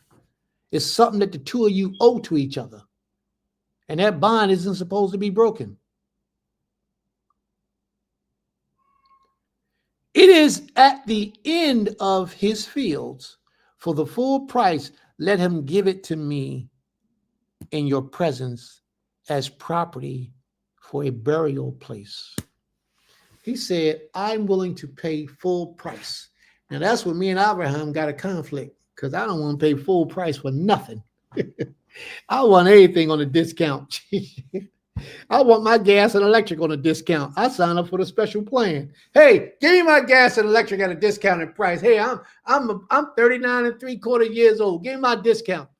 And I get it. Man, I don't want to pay full price for nothing. The only thing I want to pay full price for is my blessings from the Creator. And if I can get a discount on them blessings, I want a discount too to get them blessings. Prince don't want to pay full price for nothing.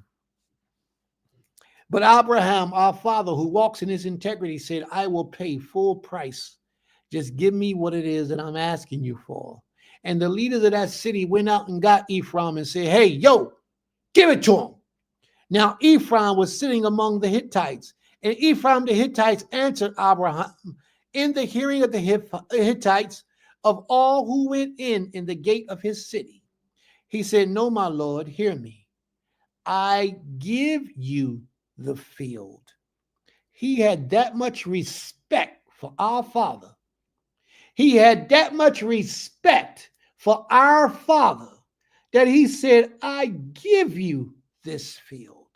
But you know what our father going to say? No, I'll pay for it. Do you know why it was so important that he paid for that field?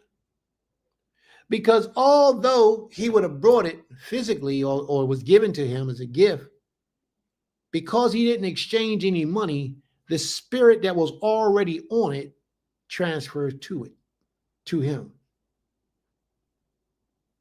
You understand what I'm saying? If somebody gives you something as a gift, they can curse you with it because their spirit is still there. So if they want to put a curse on you, they'll give you a gift. And you oh gosh, I got something. You're so happy to have something. You don't have a spiritual discernment or spiritual eye. So you accept that gift. And whatever that was that they was trying to put on you, it takes hold on you. And if you're not strong enough, it will consume you. Spiritual people deal with spiritual principles. And I understand very well spiritual principles.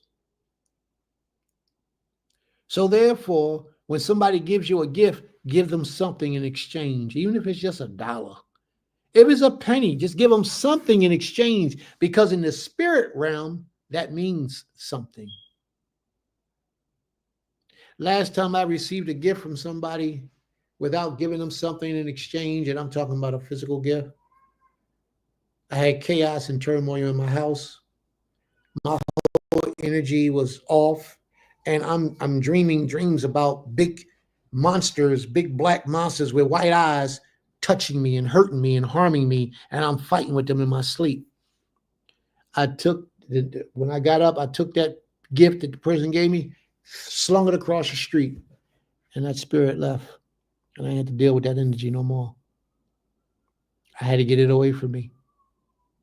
Because as long as somebody gives you something and they choose to harm you or hurt you or curse you, you opened the door for them to do so by receiving what they were giving you. You understand? That's right. By receiving what they gave you, you opened the door to that. You got to close the door. You got to not let it in, just like sin. You got to not let it in. And I learned, and now I'm sharing what I've learned with you all because it's real. He said, "No, my Lord, hear me." He says, "I give you the field, and I give you the cave that is in it. In the sight of the sons of my people, I give it to you. Bury your dead." Then Abraham bowed down before the people on the land and said to Ephraim in his hearing of the people of the land, "But if ye will hear me," he says, "I give the price of the field. Accept it from me, that I may bury my dead there." Ephraim answered Abraham, "My Lord, listen to me. A piece of land." Woo, this is deep. He said, "My Lord, listen to me. A piece of land worth 400 shekels of silver." Y'all listening? Y'all listening? He said, "What is that between you and me?" He says, "Bury your dead." He said, "A piece of land, 400 shekels is a lot of money back then." He said, "What is that between you and me?" That's what I'm talking about. Honor. He said, "What is that between you and me? Bury your dead." But Abraham was determined. Abraham listened to Ephraim, and Abraham weighed out for Ephraim the silver that he had named in the hearing of the Hittites, 400 shekels of silver, according to the weight currently among the merchants. So the field of Ephraim in Machpelah, which was at the east of Mamre, the field which the cave that was within it, and all the trees that were in the field throughout its whole area, was made over to Abraham as a possession in the presence of the Hittites, before all who went in at the gate of the city. After this, Abraham buried Sarah, his wife, in the cave of the field of Machpelah, east of Mamre, that is Hebron, in the land of Canaan. The field and the cave that is in it were made over to Abraham as property for a burial place by the Hittites. May the Most High be praised. There you go. So family, don't always think when somebody trying to give you something that it's a blessing that they giving you something, because that ain't always what their motivation and their agenda is. A lot of people give you things because they want something from you, even though they don't admit it. They want something from you. And oftentimes they won't even tell you their true intentions. And therefore, you won't even know.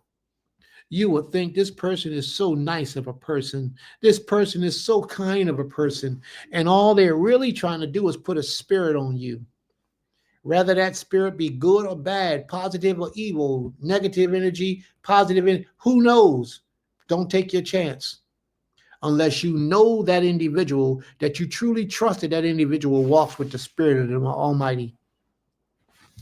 And if you know and you feel in your spirit that this person walks with the spirit of the Most High, then you can accept those gifts. You can accept those exchanges, those hugs, those embraces. But if they don't, believe me, you don't want that energy, because that energy could cause you to lose your life. It could cause you to lose your mind. It can cause your house to go into havoc and chaos like my house. In my house, it was going crazy. And I had to take that item and throw it out of my house because somebody gave it to me as a gift. And it was an Israelite person that gave it to me as a gift. But this Israelite person was confused in their spirit at that time. And they gave me a gift. So they could have been practicing some stuff. And I just didn't know. Because they say shalom, shalom, don't mean they cool. So you got to be careful, family. We have to be careful. Any other questions or comments, family? How'd y'all like the lesson? How was the lesson? What you get from it? Did you learn anything from that portion? Did it mean anything to you? How's it affected your life? Or has it affected your life? Talk black to me, family. Talk black to me. I'm listening.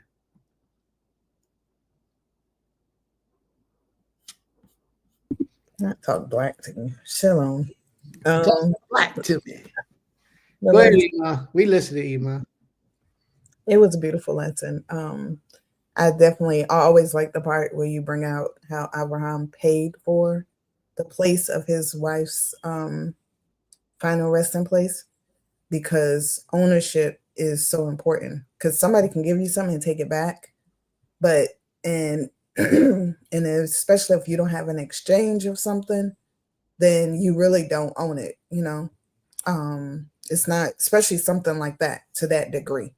Like if somebody says, hey, I have a piece of land for you, and you go over there and you sit on it and everything, but you have no paperwork to prove that this person gave it to you, it's not yours. So I like the fact that you brought that out, because it not only showed that, but it also showed him as a man and understanding what he needed to do. And I think what stood out even more was how, the Hittites revered him. They spoke highly of him, and that had to be because he carried himself in that way. He demonstrated that through his works.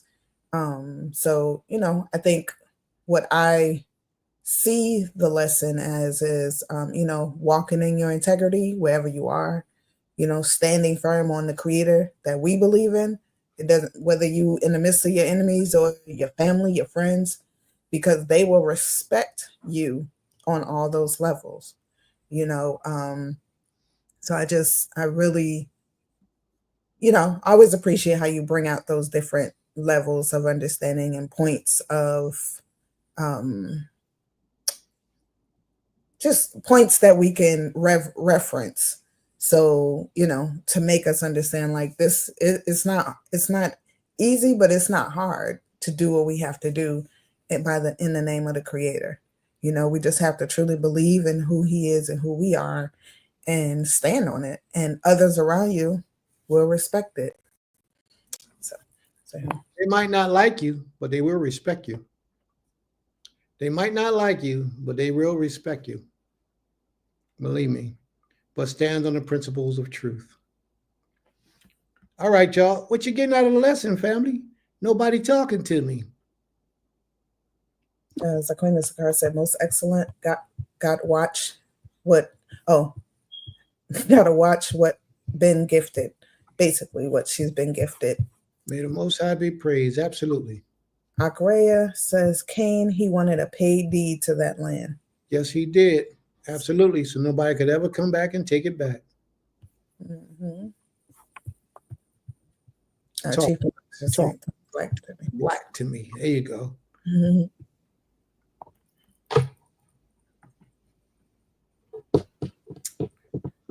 Okay. Here's a question, Sister Aisha. She said, I think more communications need to understand both perspectives, referring to, I didn't ask you for it, when you were talking about the brother that you helped. Now, I think she misunderstands my concept. All right. Sister Aisha. All right. Here we go.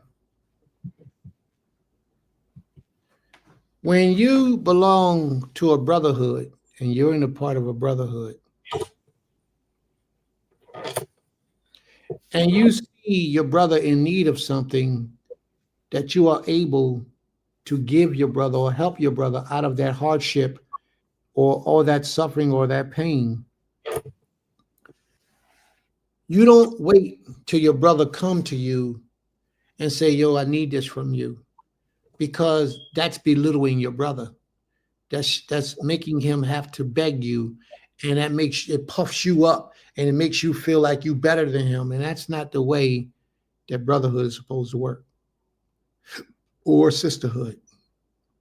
If you see a need that's there within your brother's family, then you have to meet that need to be considered a righteous brother to that brother. I talked to my uncle the other day, Uncle Rahim, and Uncle Rahim talked to me about one of his the people that he knew in his community. And y'all know Uncle Rahim is Muslim. Uncle Rahim said that he was out there working where he was, and I got to try to remember this to the best of my knowledge. And somebody needed some trees cut down. Actually, what he did, this is how he said it. He said a brother called him up to give him some money that he owed him. And the guy said to him that, I can't pay you all the money in one lump sum, but I'm going to give it to you in parts. The guy owed him like $250. He said, I'm going to have to break it down and give it to you in parts. So Uncle Rahim was like, what money you owe me? What you talking about? He said, for cutting down my trees. There was a mediator between Uncle Rahim, somebody in the middle between Uncle Rahim and the guy who had the trees cut down. The guys who had the trees cut down, I'm going to tell you about him in a second. Uncle Rahim says, well, how much money did you have for me? The guy says, $250. Uncle Rahim said, man, I didn't need, but if I would have charged you for that, he said, I would only charge you like $80 if I was to charge you. But he said, I don't want no money from you. I didn't want no money from you. And the reason why Uncle Rahim said he didn't want no money from the guy is because the guy was in a wheelchair and the guy was sick. He was losing his life. He was dying. Uncle Rahim came to help the brother out, to do something for the brother, to help relieve the burden, the stress that he couldn't do for himself. Uncle Rahim took that upon himself, got a chainsaw, went down and cut the man's hedges around his house, his bushes, wherever he did it at. I'm not even sure. Cut all the trees down, all that stuff, clean up the man's property, because the man couldn't do it, because the man was dying. And he was in a wheelchair, but he was dying. Uncle Rahim just told me that story, so he may have told me the story for today, for this conversation, because he just told me this last week, or this week, the week that just passed. Sis, what happened is that man was a brother to Uncle Rahim in their order of things. Uncle Rahim didn't have to wait till that man said, this is what I want you to do, and this is what I'll pay you, and negotiate a price. Uncle Rahim saw a need. So Uncle Rahim went out and took it upon himself to help the brother out. The evil person was the one in the middle trying to get some money off the deal from the man and then get Uncle Raheem a portion of it. Uncle Raheem said, man, I did that for you for free because that's how I am. That's why my uncle is right there, because he has shown himself to be a man amongst men. Now, there's a lot of things that we disagree in, but in character, when it comes down to it, he's there as a brother, as someone that's really willing to put themselves on the line for his brother. And I mean, really put themselves on the line. If I call Unc right now and say, Unc, yeah, we got something here we need to do, he coming. If he got to borrow somebody else's car, he coming. And that's what brothers are supposed to do for each other. That's how we're supposed to move.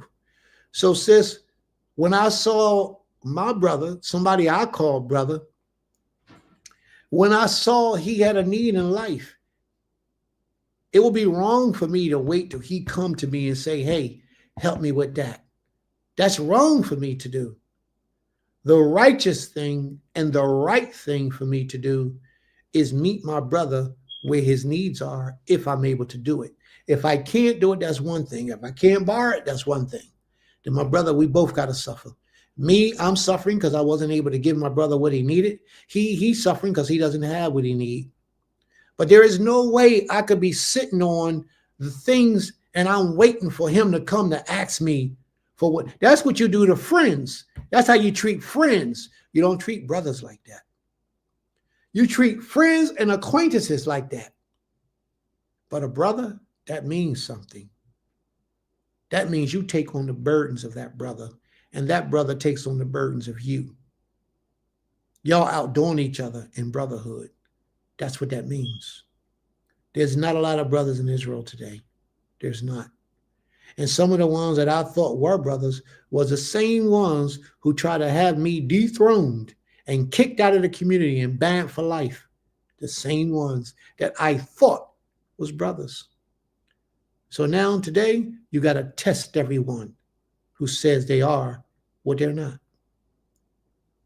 Make them prove themselves to show their worthiness. So that's how I move. I guess it's made me hard a little bit. But believe me, when you give as a brother, you give the best you're able to give. May the Most High be praised.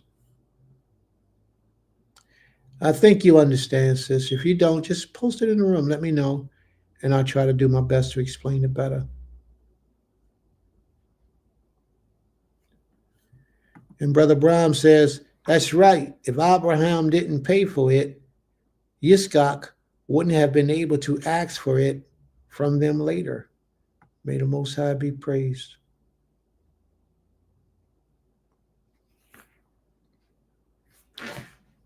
Eva, you want to read that?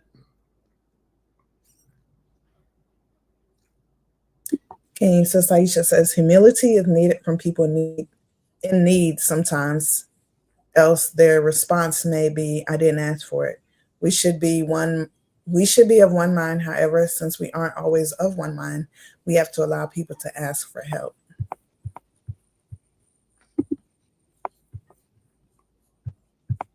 And she said, I just see different perspectives. Okay.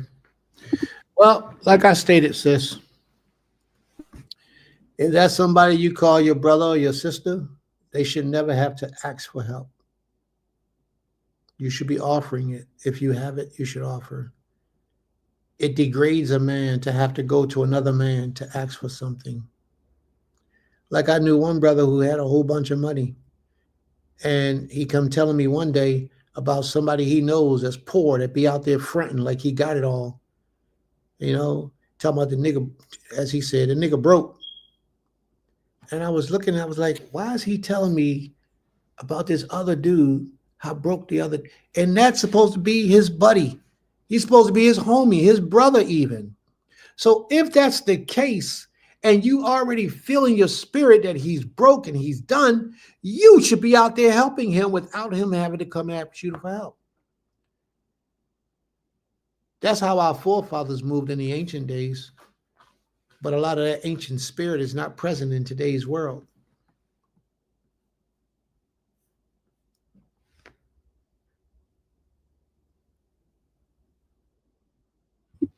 Brother Reyes says, if can you refer to my comments before last when he was reading about Father Abraham being tested? You can still see these comments. Can you find it for me, Ima? Can I'll find it. She says, Queen Fatima says, yes, it can be so hard for someone in need to ask for assistance. What I'm saying is, we saying two different things. And somebody being just an ordinary person in need, that might be a friend or acquaintance, they have to come and ask for assistance, else they probably won't get it, unless you just feel like you want to give it to them. But what I'm explaining is that a brother in need is mandatory for you to help him to be held right in the eyes of the Creator. It's mandatory that you meet his needs. You don't even have that option. That's what makes you a brother. That's what it means. I'm my brother's keeper. Brother Raya says, a true test of you, your character, spirit, and showing of who you truly are as a person is not when things are good, but how you act / respond when things aren't good, when going against adversity. He's absolutely right. Absolutely right. Do you will pertain to righteousness, give righteousness judgment, and still be example the Most High intended for you to be. May the Most High be praised. I wish you take that mic and come in here and explain your position, bro. That's what I really wish you do, because you're on to some great things. You're talking some powerful stuff. You ought to just take that mic and come on, if you can, take that mic, and you don't want nobody to see you. They ain't got to see you. Just keep your camera off. But you can explain, because I know your deepness will go deeper than what it is that I'm saying, because I'm reading it, because it's inside of you to give. But he's right. He's absolutely correct. Are there any other comments, family?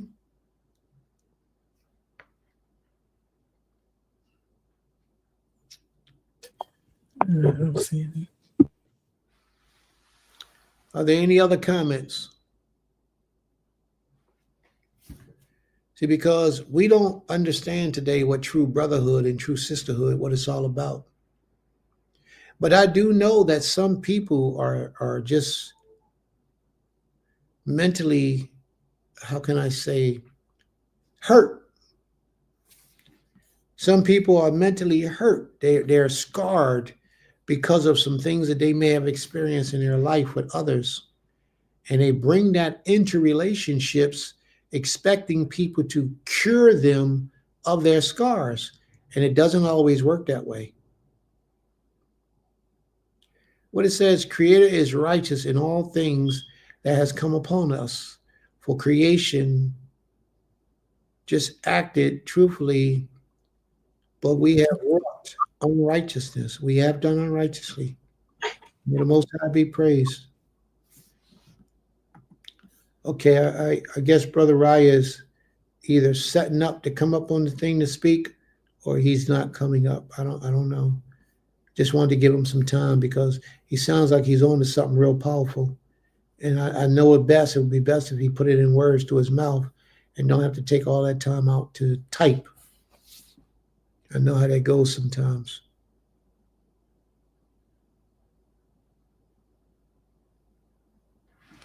All right. All right, family.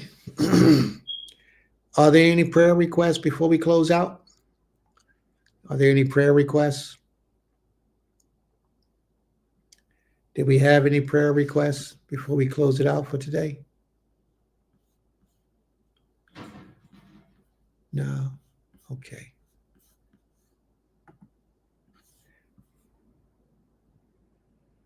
Okay.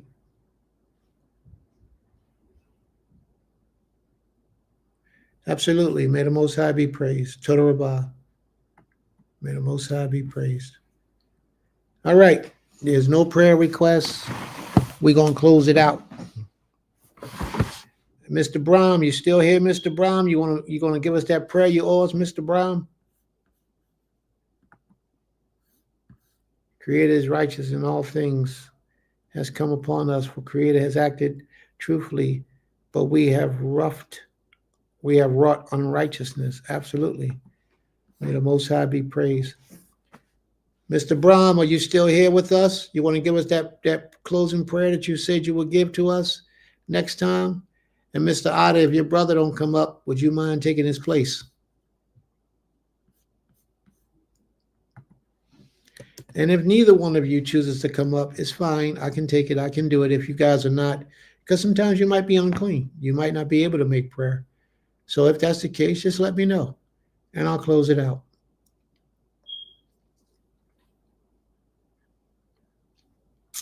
May the Most High be praised for this beautiful lesson today. The Most High is King, King of all things. And he's not a part-time king. He's a full-time king. He handles his business at all times and at all things. He does multiple things. He handles the past, the present, and the future all simultaneously at the same time. That's how powerful of a king he is. That's some devastating stuff right there.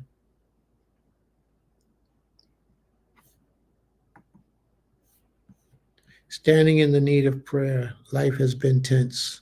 So Ima Sakari is asking for prayer today. All right. She's asking for us to offer prayer on her behalf today. Is there anyone else in need of prayer while we close it out? And Mr. Otter, are you coming up to close out the prayer for your brother or for the family? And if you are, let us know. And please keep Ima Sakari in your prayer, please. All right. We're waiting for you, bro. I sent the link.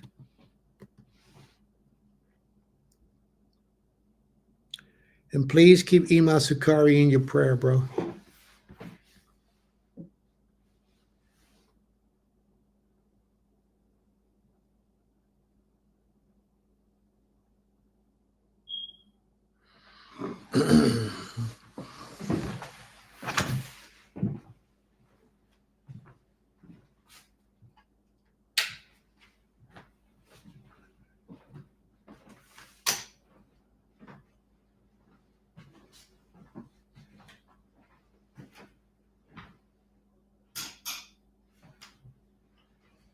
All right, Mr. Otter, you're taking a long time, man.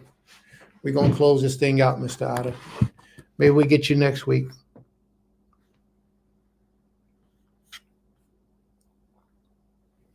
He hasn't popped up in the screen yet.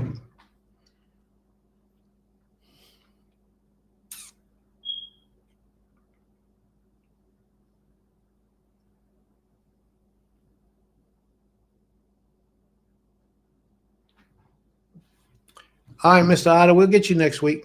It's no problem. I don't know what the problem would be, but we got you.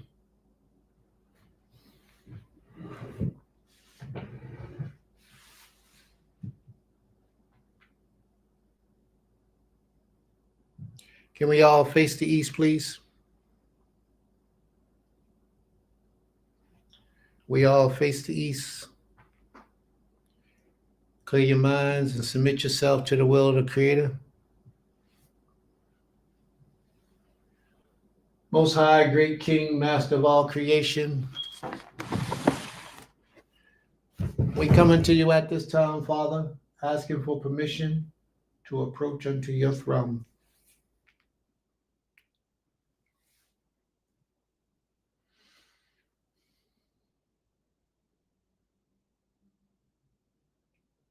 Our Father, our King, our Master, Savior of all things, owner and controller of all spirits, thou who holds eternity in thy hand. We are grateful, Father, for this Shabbat day that you have blessed us with, for the beautiful family that you have brought into our midst to share this Shabbat day with. We are thankful for the breath of life that you have given unto us. We are thankful for the peace of mind that you have given unto us on this day. Please continue to work on our behalf, O great King, that we may cause the earth to tremble and shake at the coming of your presence. Help us, Father, to represent you in all matters and all things, and look upon us in our time of need, our time of desire and want, and separate the three, and cause it all to be peacefully given unto us in a way that will help to elevate us and bring us closer unto thee. Most High Great King Ima Sukari has requested of us a prayer on this day. For there's so many things that's going on in her life right now that she needs clarity on, she needs help and healing on. She's asked of you, O great King, that you will bring her peace and understanding, that you will comfort her mind, her spirit, her body, and all that pertains to her, Father. Give her the KSF she needs to bring joy and peace to her life. Give her anything and everything that you know her heart desires in righteousness towards you. A better union with you, an easier walk with you, a more comfortable life, glorifying and praising and worshiping you. The stability of home, the safety of travel, whatever it is, O great King, grant it and bring it unto her in her life, the love of family and friends. For you are the Master, Father, and you are the all-knower of all things, and there is nothing that is hidden from you, not one thing. There are many people in the sound of my voice, Father, that heard this lesson and have questions and desires and secret things inside their minds that they can't say or are forbidden to say at this time or refusing to say. We ask that you will put it in their spirit to open up their minds and fellowship here with their brothers and sisters by speaking their soul desires so that their hearts may be met with the righteous words of your wisdom. Please forgive us of our sins and our iniquities and our transgressions, for they be great and they be many, but we strive every day, all day, to be a perfect being before you. There is none of us who has mastered that. And we all make mistakes and we all fall short of salvation, true salvation in your glory.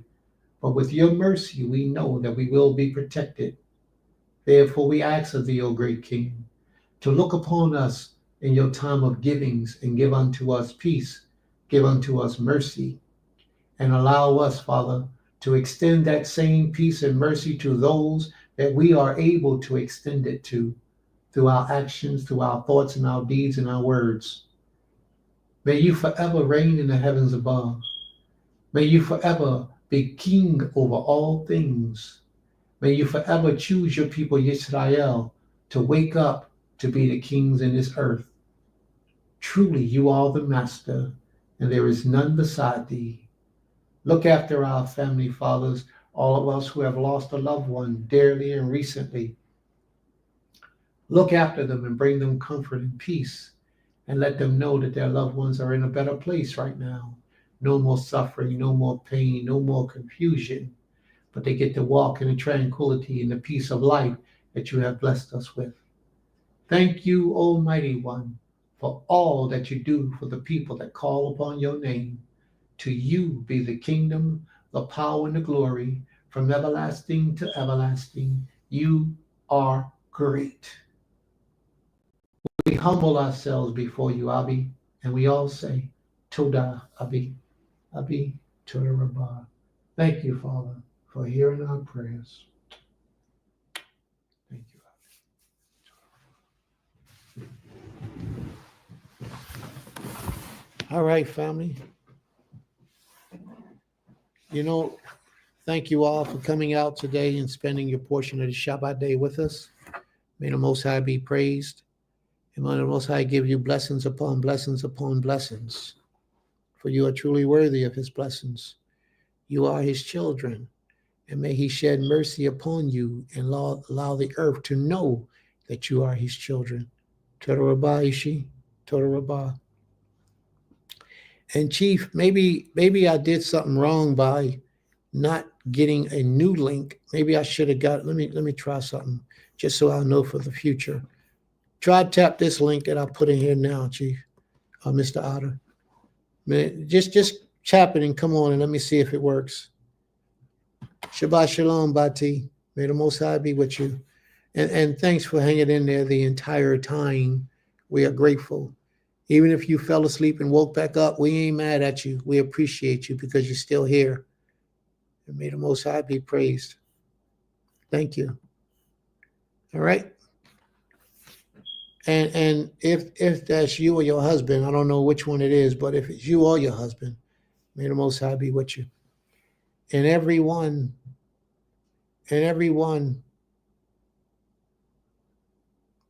within the sound of my voice, may the Most High be with you.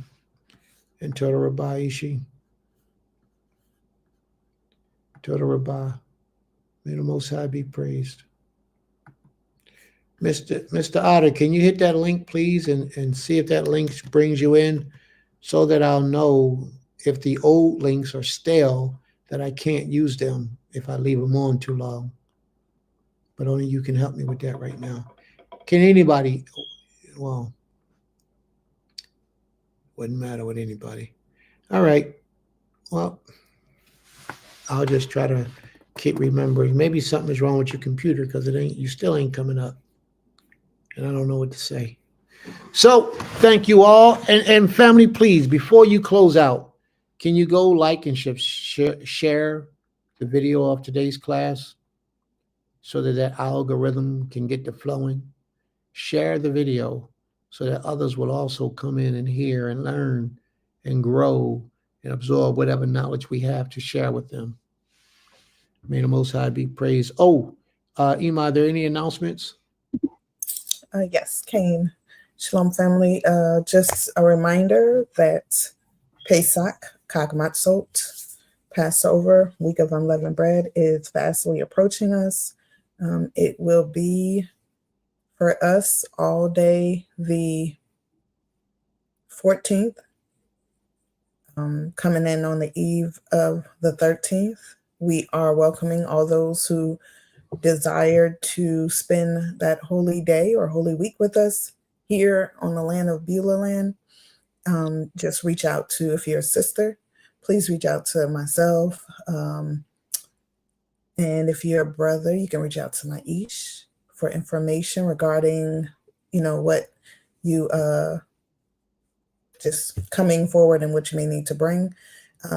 There are no fees for the holy day. We just ask that you come. You come with an open heart, a loving spirit. It is a commandment by the Creator. So, we want to do as He commands and welcome our family into our home. That's the only announcement I have right now. All right. Just a little bit of help with this announcement. Mm-hmm. We do ask that you offer a donation, whatever you choose to give, you're willing to give. We appreciate all donations of any size. And the other thing is that it's the 14th of April, all day the 14th of April. And I felt I needed to say that because I didn't want anyone thinking it was the 14th of March. Thank you. No, it's next month, the month of April. And our doors are open. Anyone who wants to come down and serve the Creator with us, Im Yurtse Yotzeh, if it is the Most High's will, we'll be able to cause that to happen. Now, for those who have decided to come, you can either stay in tents. We do have a couple RVs down there that you can stay in. If you get on the list early enough, you can stay in the RV or you can stay in the tent.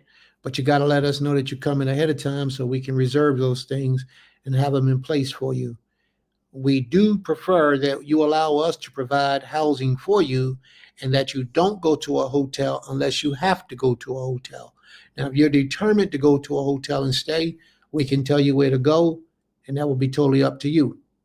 But we do have addresses for you for hotels that we're affiliated with in certain ways. Well, at least we use them. We don't make no money. They don't give us none of the money. They don't even give us a free room. But we do have hotels that's close by, like 20 minutes away, that we can give you that you can stay there if you don't want to stay in an RV or if you don't want to stay in a tent. Because we do have tents on the land. We will provide you the tent. And depending on the size of your family will depend on the size of your tent. We have big tents that can house, 15 people, I think it is, the real big ones. Emma, do you know for sure? 12, 15? You said we have 12 or 15 big ones? No, the big tents house how many people? Oh, I think 12, 10 to 12. I don't know about 15. Yeah, something like that. We got big tents. We got little tents. We got the in-between tents. So we're willing to supply those, and we'll make it good. We'll make it good. So let us know what you want to do. May the Most High be with you all. And if the Most High has been pleasing to you and you desire to serve him to the best of your ability, find somewhere where you can keep these up and coming holy days, even if you don't come with us. If you have to do it at home, then do it at home. But these holy days should be kept in the land of our captivity in this day and time. All right? May the Most High be praised. Shabbat Shalom, family. Shabbat shalom. You turn the lights off?